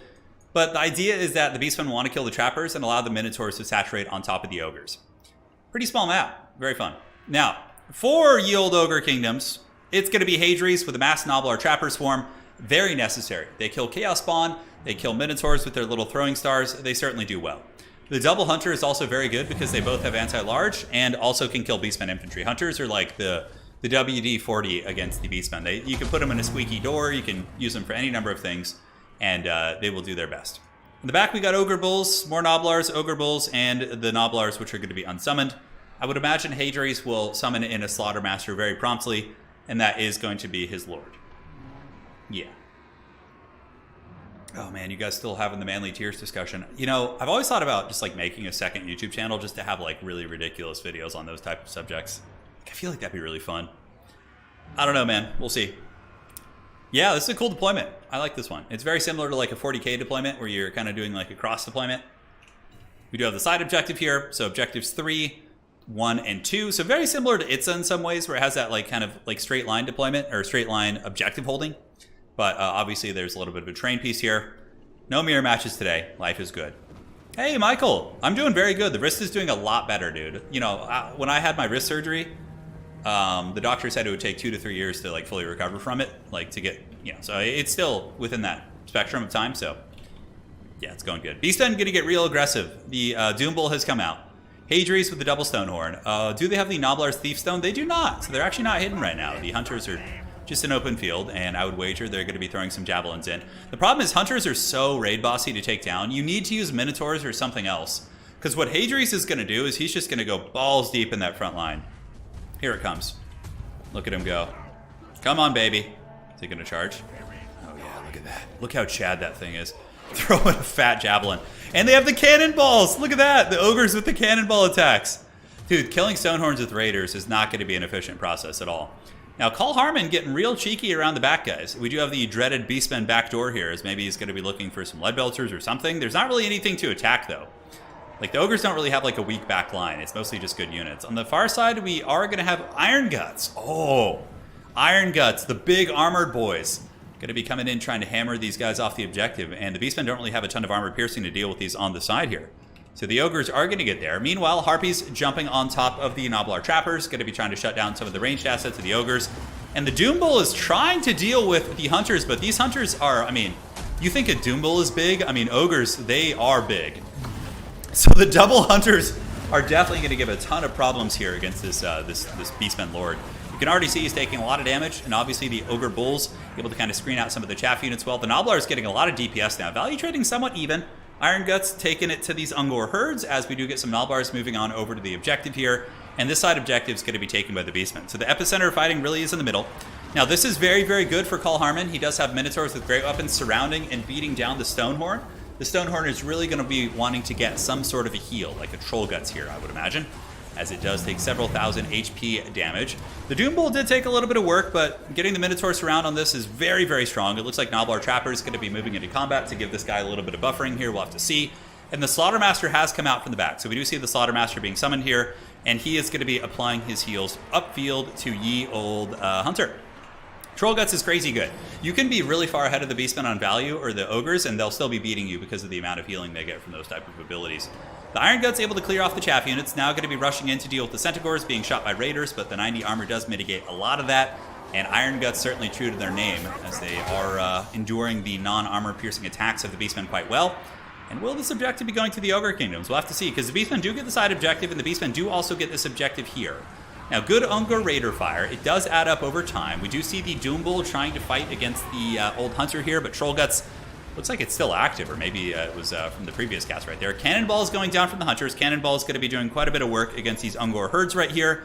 And on the side, it looks like the Ogre is going to be invested even more as Hadri's does get his Saber Tusk packs in, and it looks like he's going to be trying to attack the Ungors right there.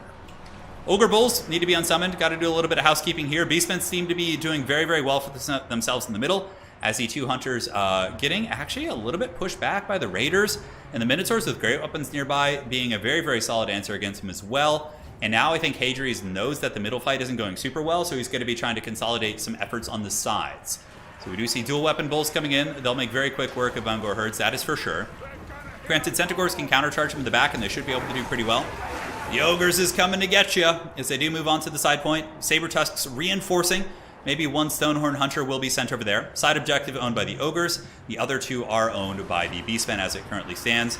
And these Minotaurs are not letting these Hunters have a good time. Wherever the Hunters go, the Beastmen are following with the Minotaurs. Granted, Hadri does have that healing. Call Harmon is up 1,000 value, but with healing being taken into account, it's actually probably a really, really close game in terms of value trading. Slaughtermaster being hunted by the old Doom Bull. Call Harmon bringing out the old Haggard Warhammer 2 units as we do get the big horn coming in. And the Slaughtermaster, he's chunky, but he's actually smaller than the Doom Bull. Looks like the Doom Bull's a little bit bigger than that bad boy. So right here, Minos with great weapons. They got the Brain Gobbler on them, so trying to tank their leadership, but they're still sitting at 59. Ogres do get the dual weapons out, and it looks like the mass of these Ogre Bulls will be able to save the Slaughtermaster from dying here. And there is perhaps a circumstance in which Call Harmon may be overextended here, and the Ogres are going to trap him and kill his Lord, and also these Minos with great weapons. On the far side, Ogres have taken the point. Ogre Bulls going to be attacked by some Minotaurs right here with great weapons backed up by spears. So if Call Harmon actually engages with these two at the same time, he should win on this point. Looks like the Minotaur is going to be charging into the Saber Tusks. Nice Centaur rear charge right there. This objective probably will go back to the Beastmen, so Hadri's going to have to focus his efforts on the middle as Call Harmon continues to get some really, really good DACA. However, did he extend too far into the deep lands here? Are the Ogres going to be able to punish him? Are there any anti-large Ogre Cav? I would have really liked to have maybe seen a Mournfang Cav with a great weapon. I always liked them as kind of a sweeper against the Beastmen in the late game because they wreck Centaurs and they also trade okay into the other large things. But the double Hunters back here might be able to do it for Hadri's. Call Harmon maybe delved too greedily and too deeply in the realm of Hadri's here, as we do see Brain Goblet going down. Hadri's trying to break the leadership of this guy, and he might be able to do it. That's kind of cool. Ogreship leadership discouraging effects, adding up. So 12 leadership, 10 leadership, the Beastmen are going to be losing their Lord, and suddenly the game's looking a little bit precarious, guys. This is going to be a dicey one for sure. Ogres get wrecked on the side objective, though. Call Harmon's Minotaurs and his Ungors able to secure that point. The middle objective owned by the Bray Herd, and the side point here not currently owned by anyone, or it is owned by the Ogre Kingdoms actually, so the Ogre's maintaining an objective here. But I think Call Harmon might have delved too greedily and too deeply. He got Balrogged for sure. He went 2 balls deep into his opponent's lands, and the Minotaur is able to get them with some nice reinforcements, and now the Beastmen are leaderless. So if you look at the leadership of the Beastmen army, it's currently negative 16. It will go to negative 10, but when a Lord dies or flees off a battlefield, your whole army takes a penalty of 16 for I think it's like 30 seconds, and then after that it goes down to 10. So still very, very rough for sure. So guys, Hadri's gets the pick in the backfield, and now the Ogres are resurgent. Will they be able to get the objectives back here? Very, very close on points. The Beastmen currently have a 2-cap. Ogre Kingdoms do, of course, have the side. But I think that the momentum has shifted heavily into the favor of the Ogre Kingdoms.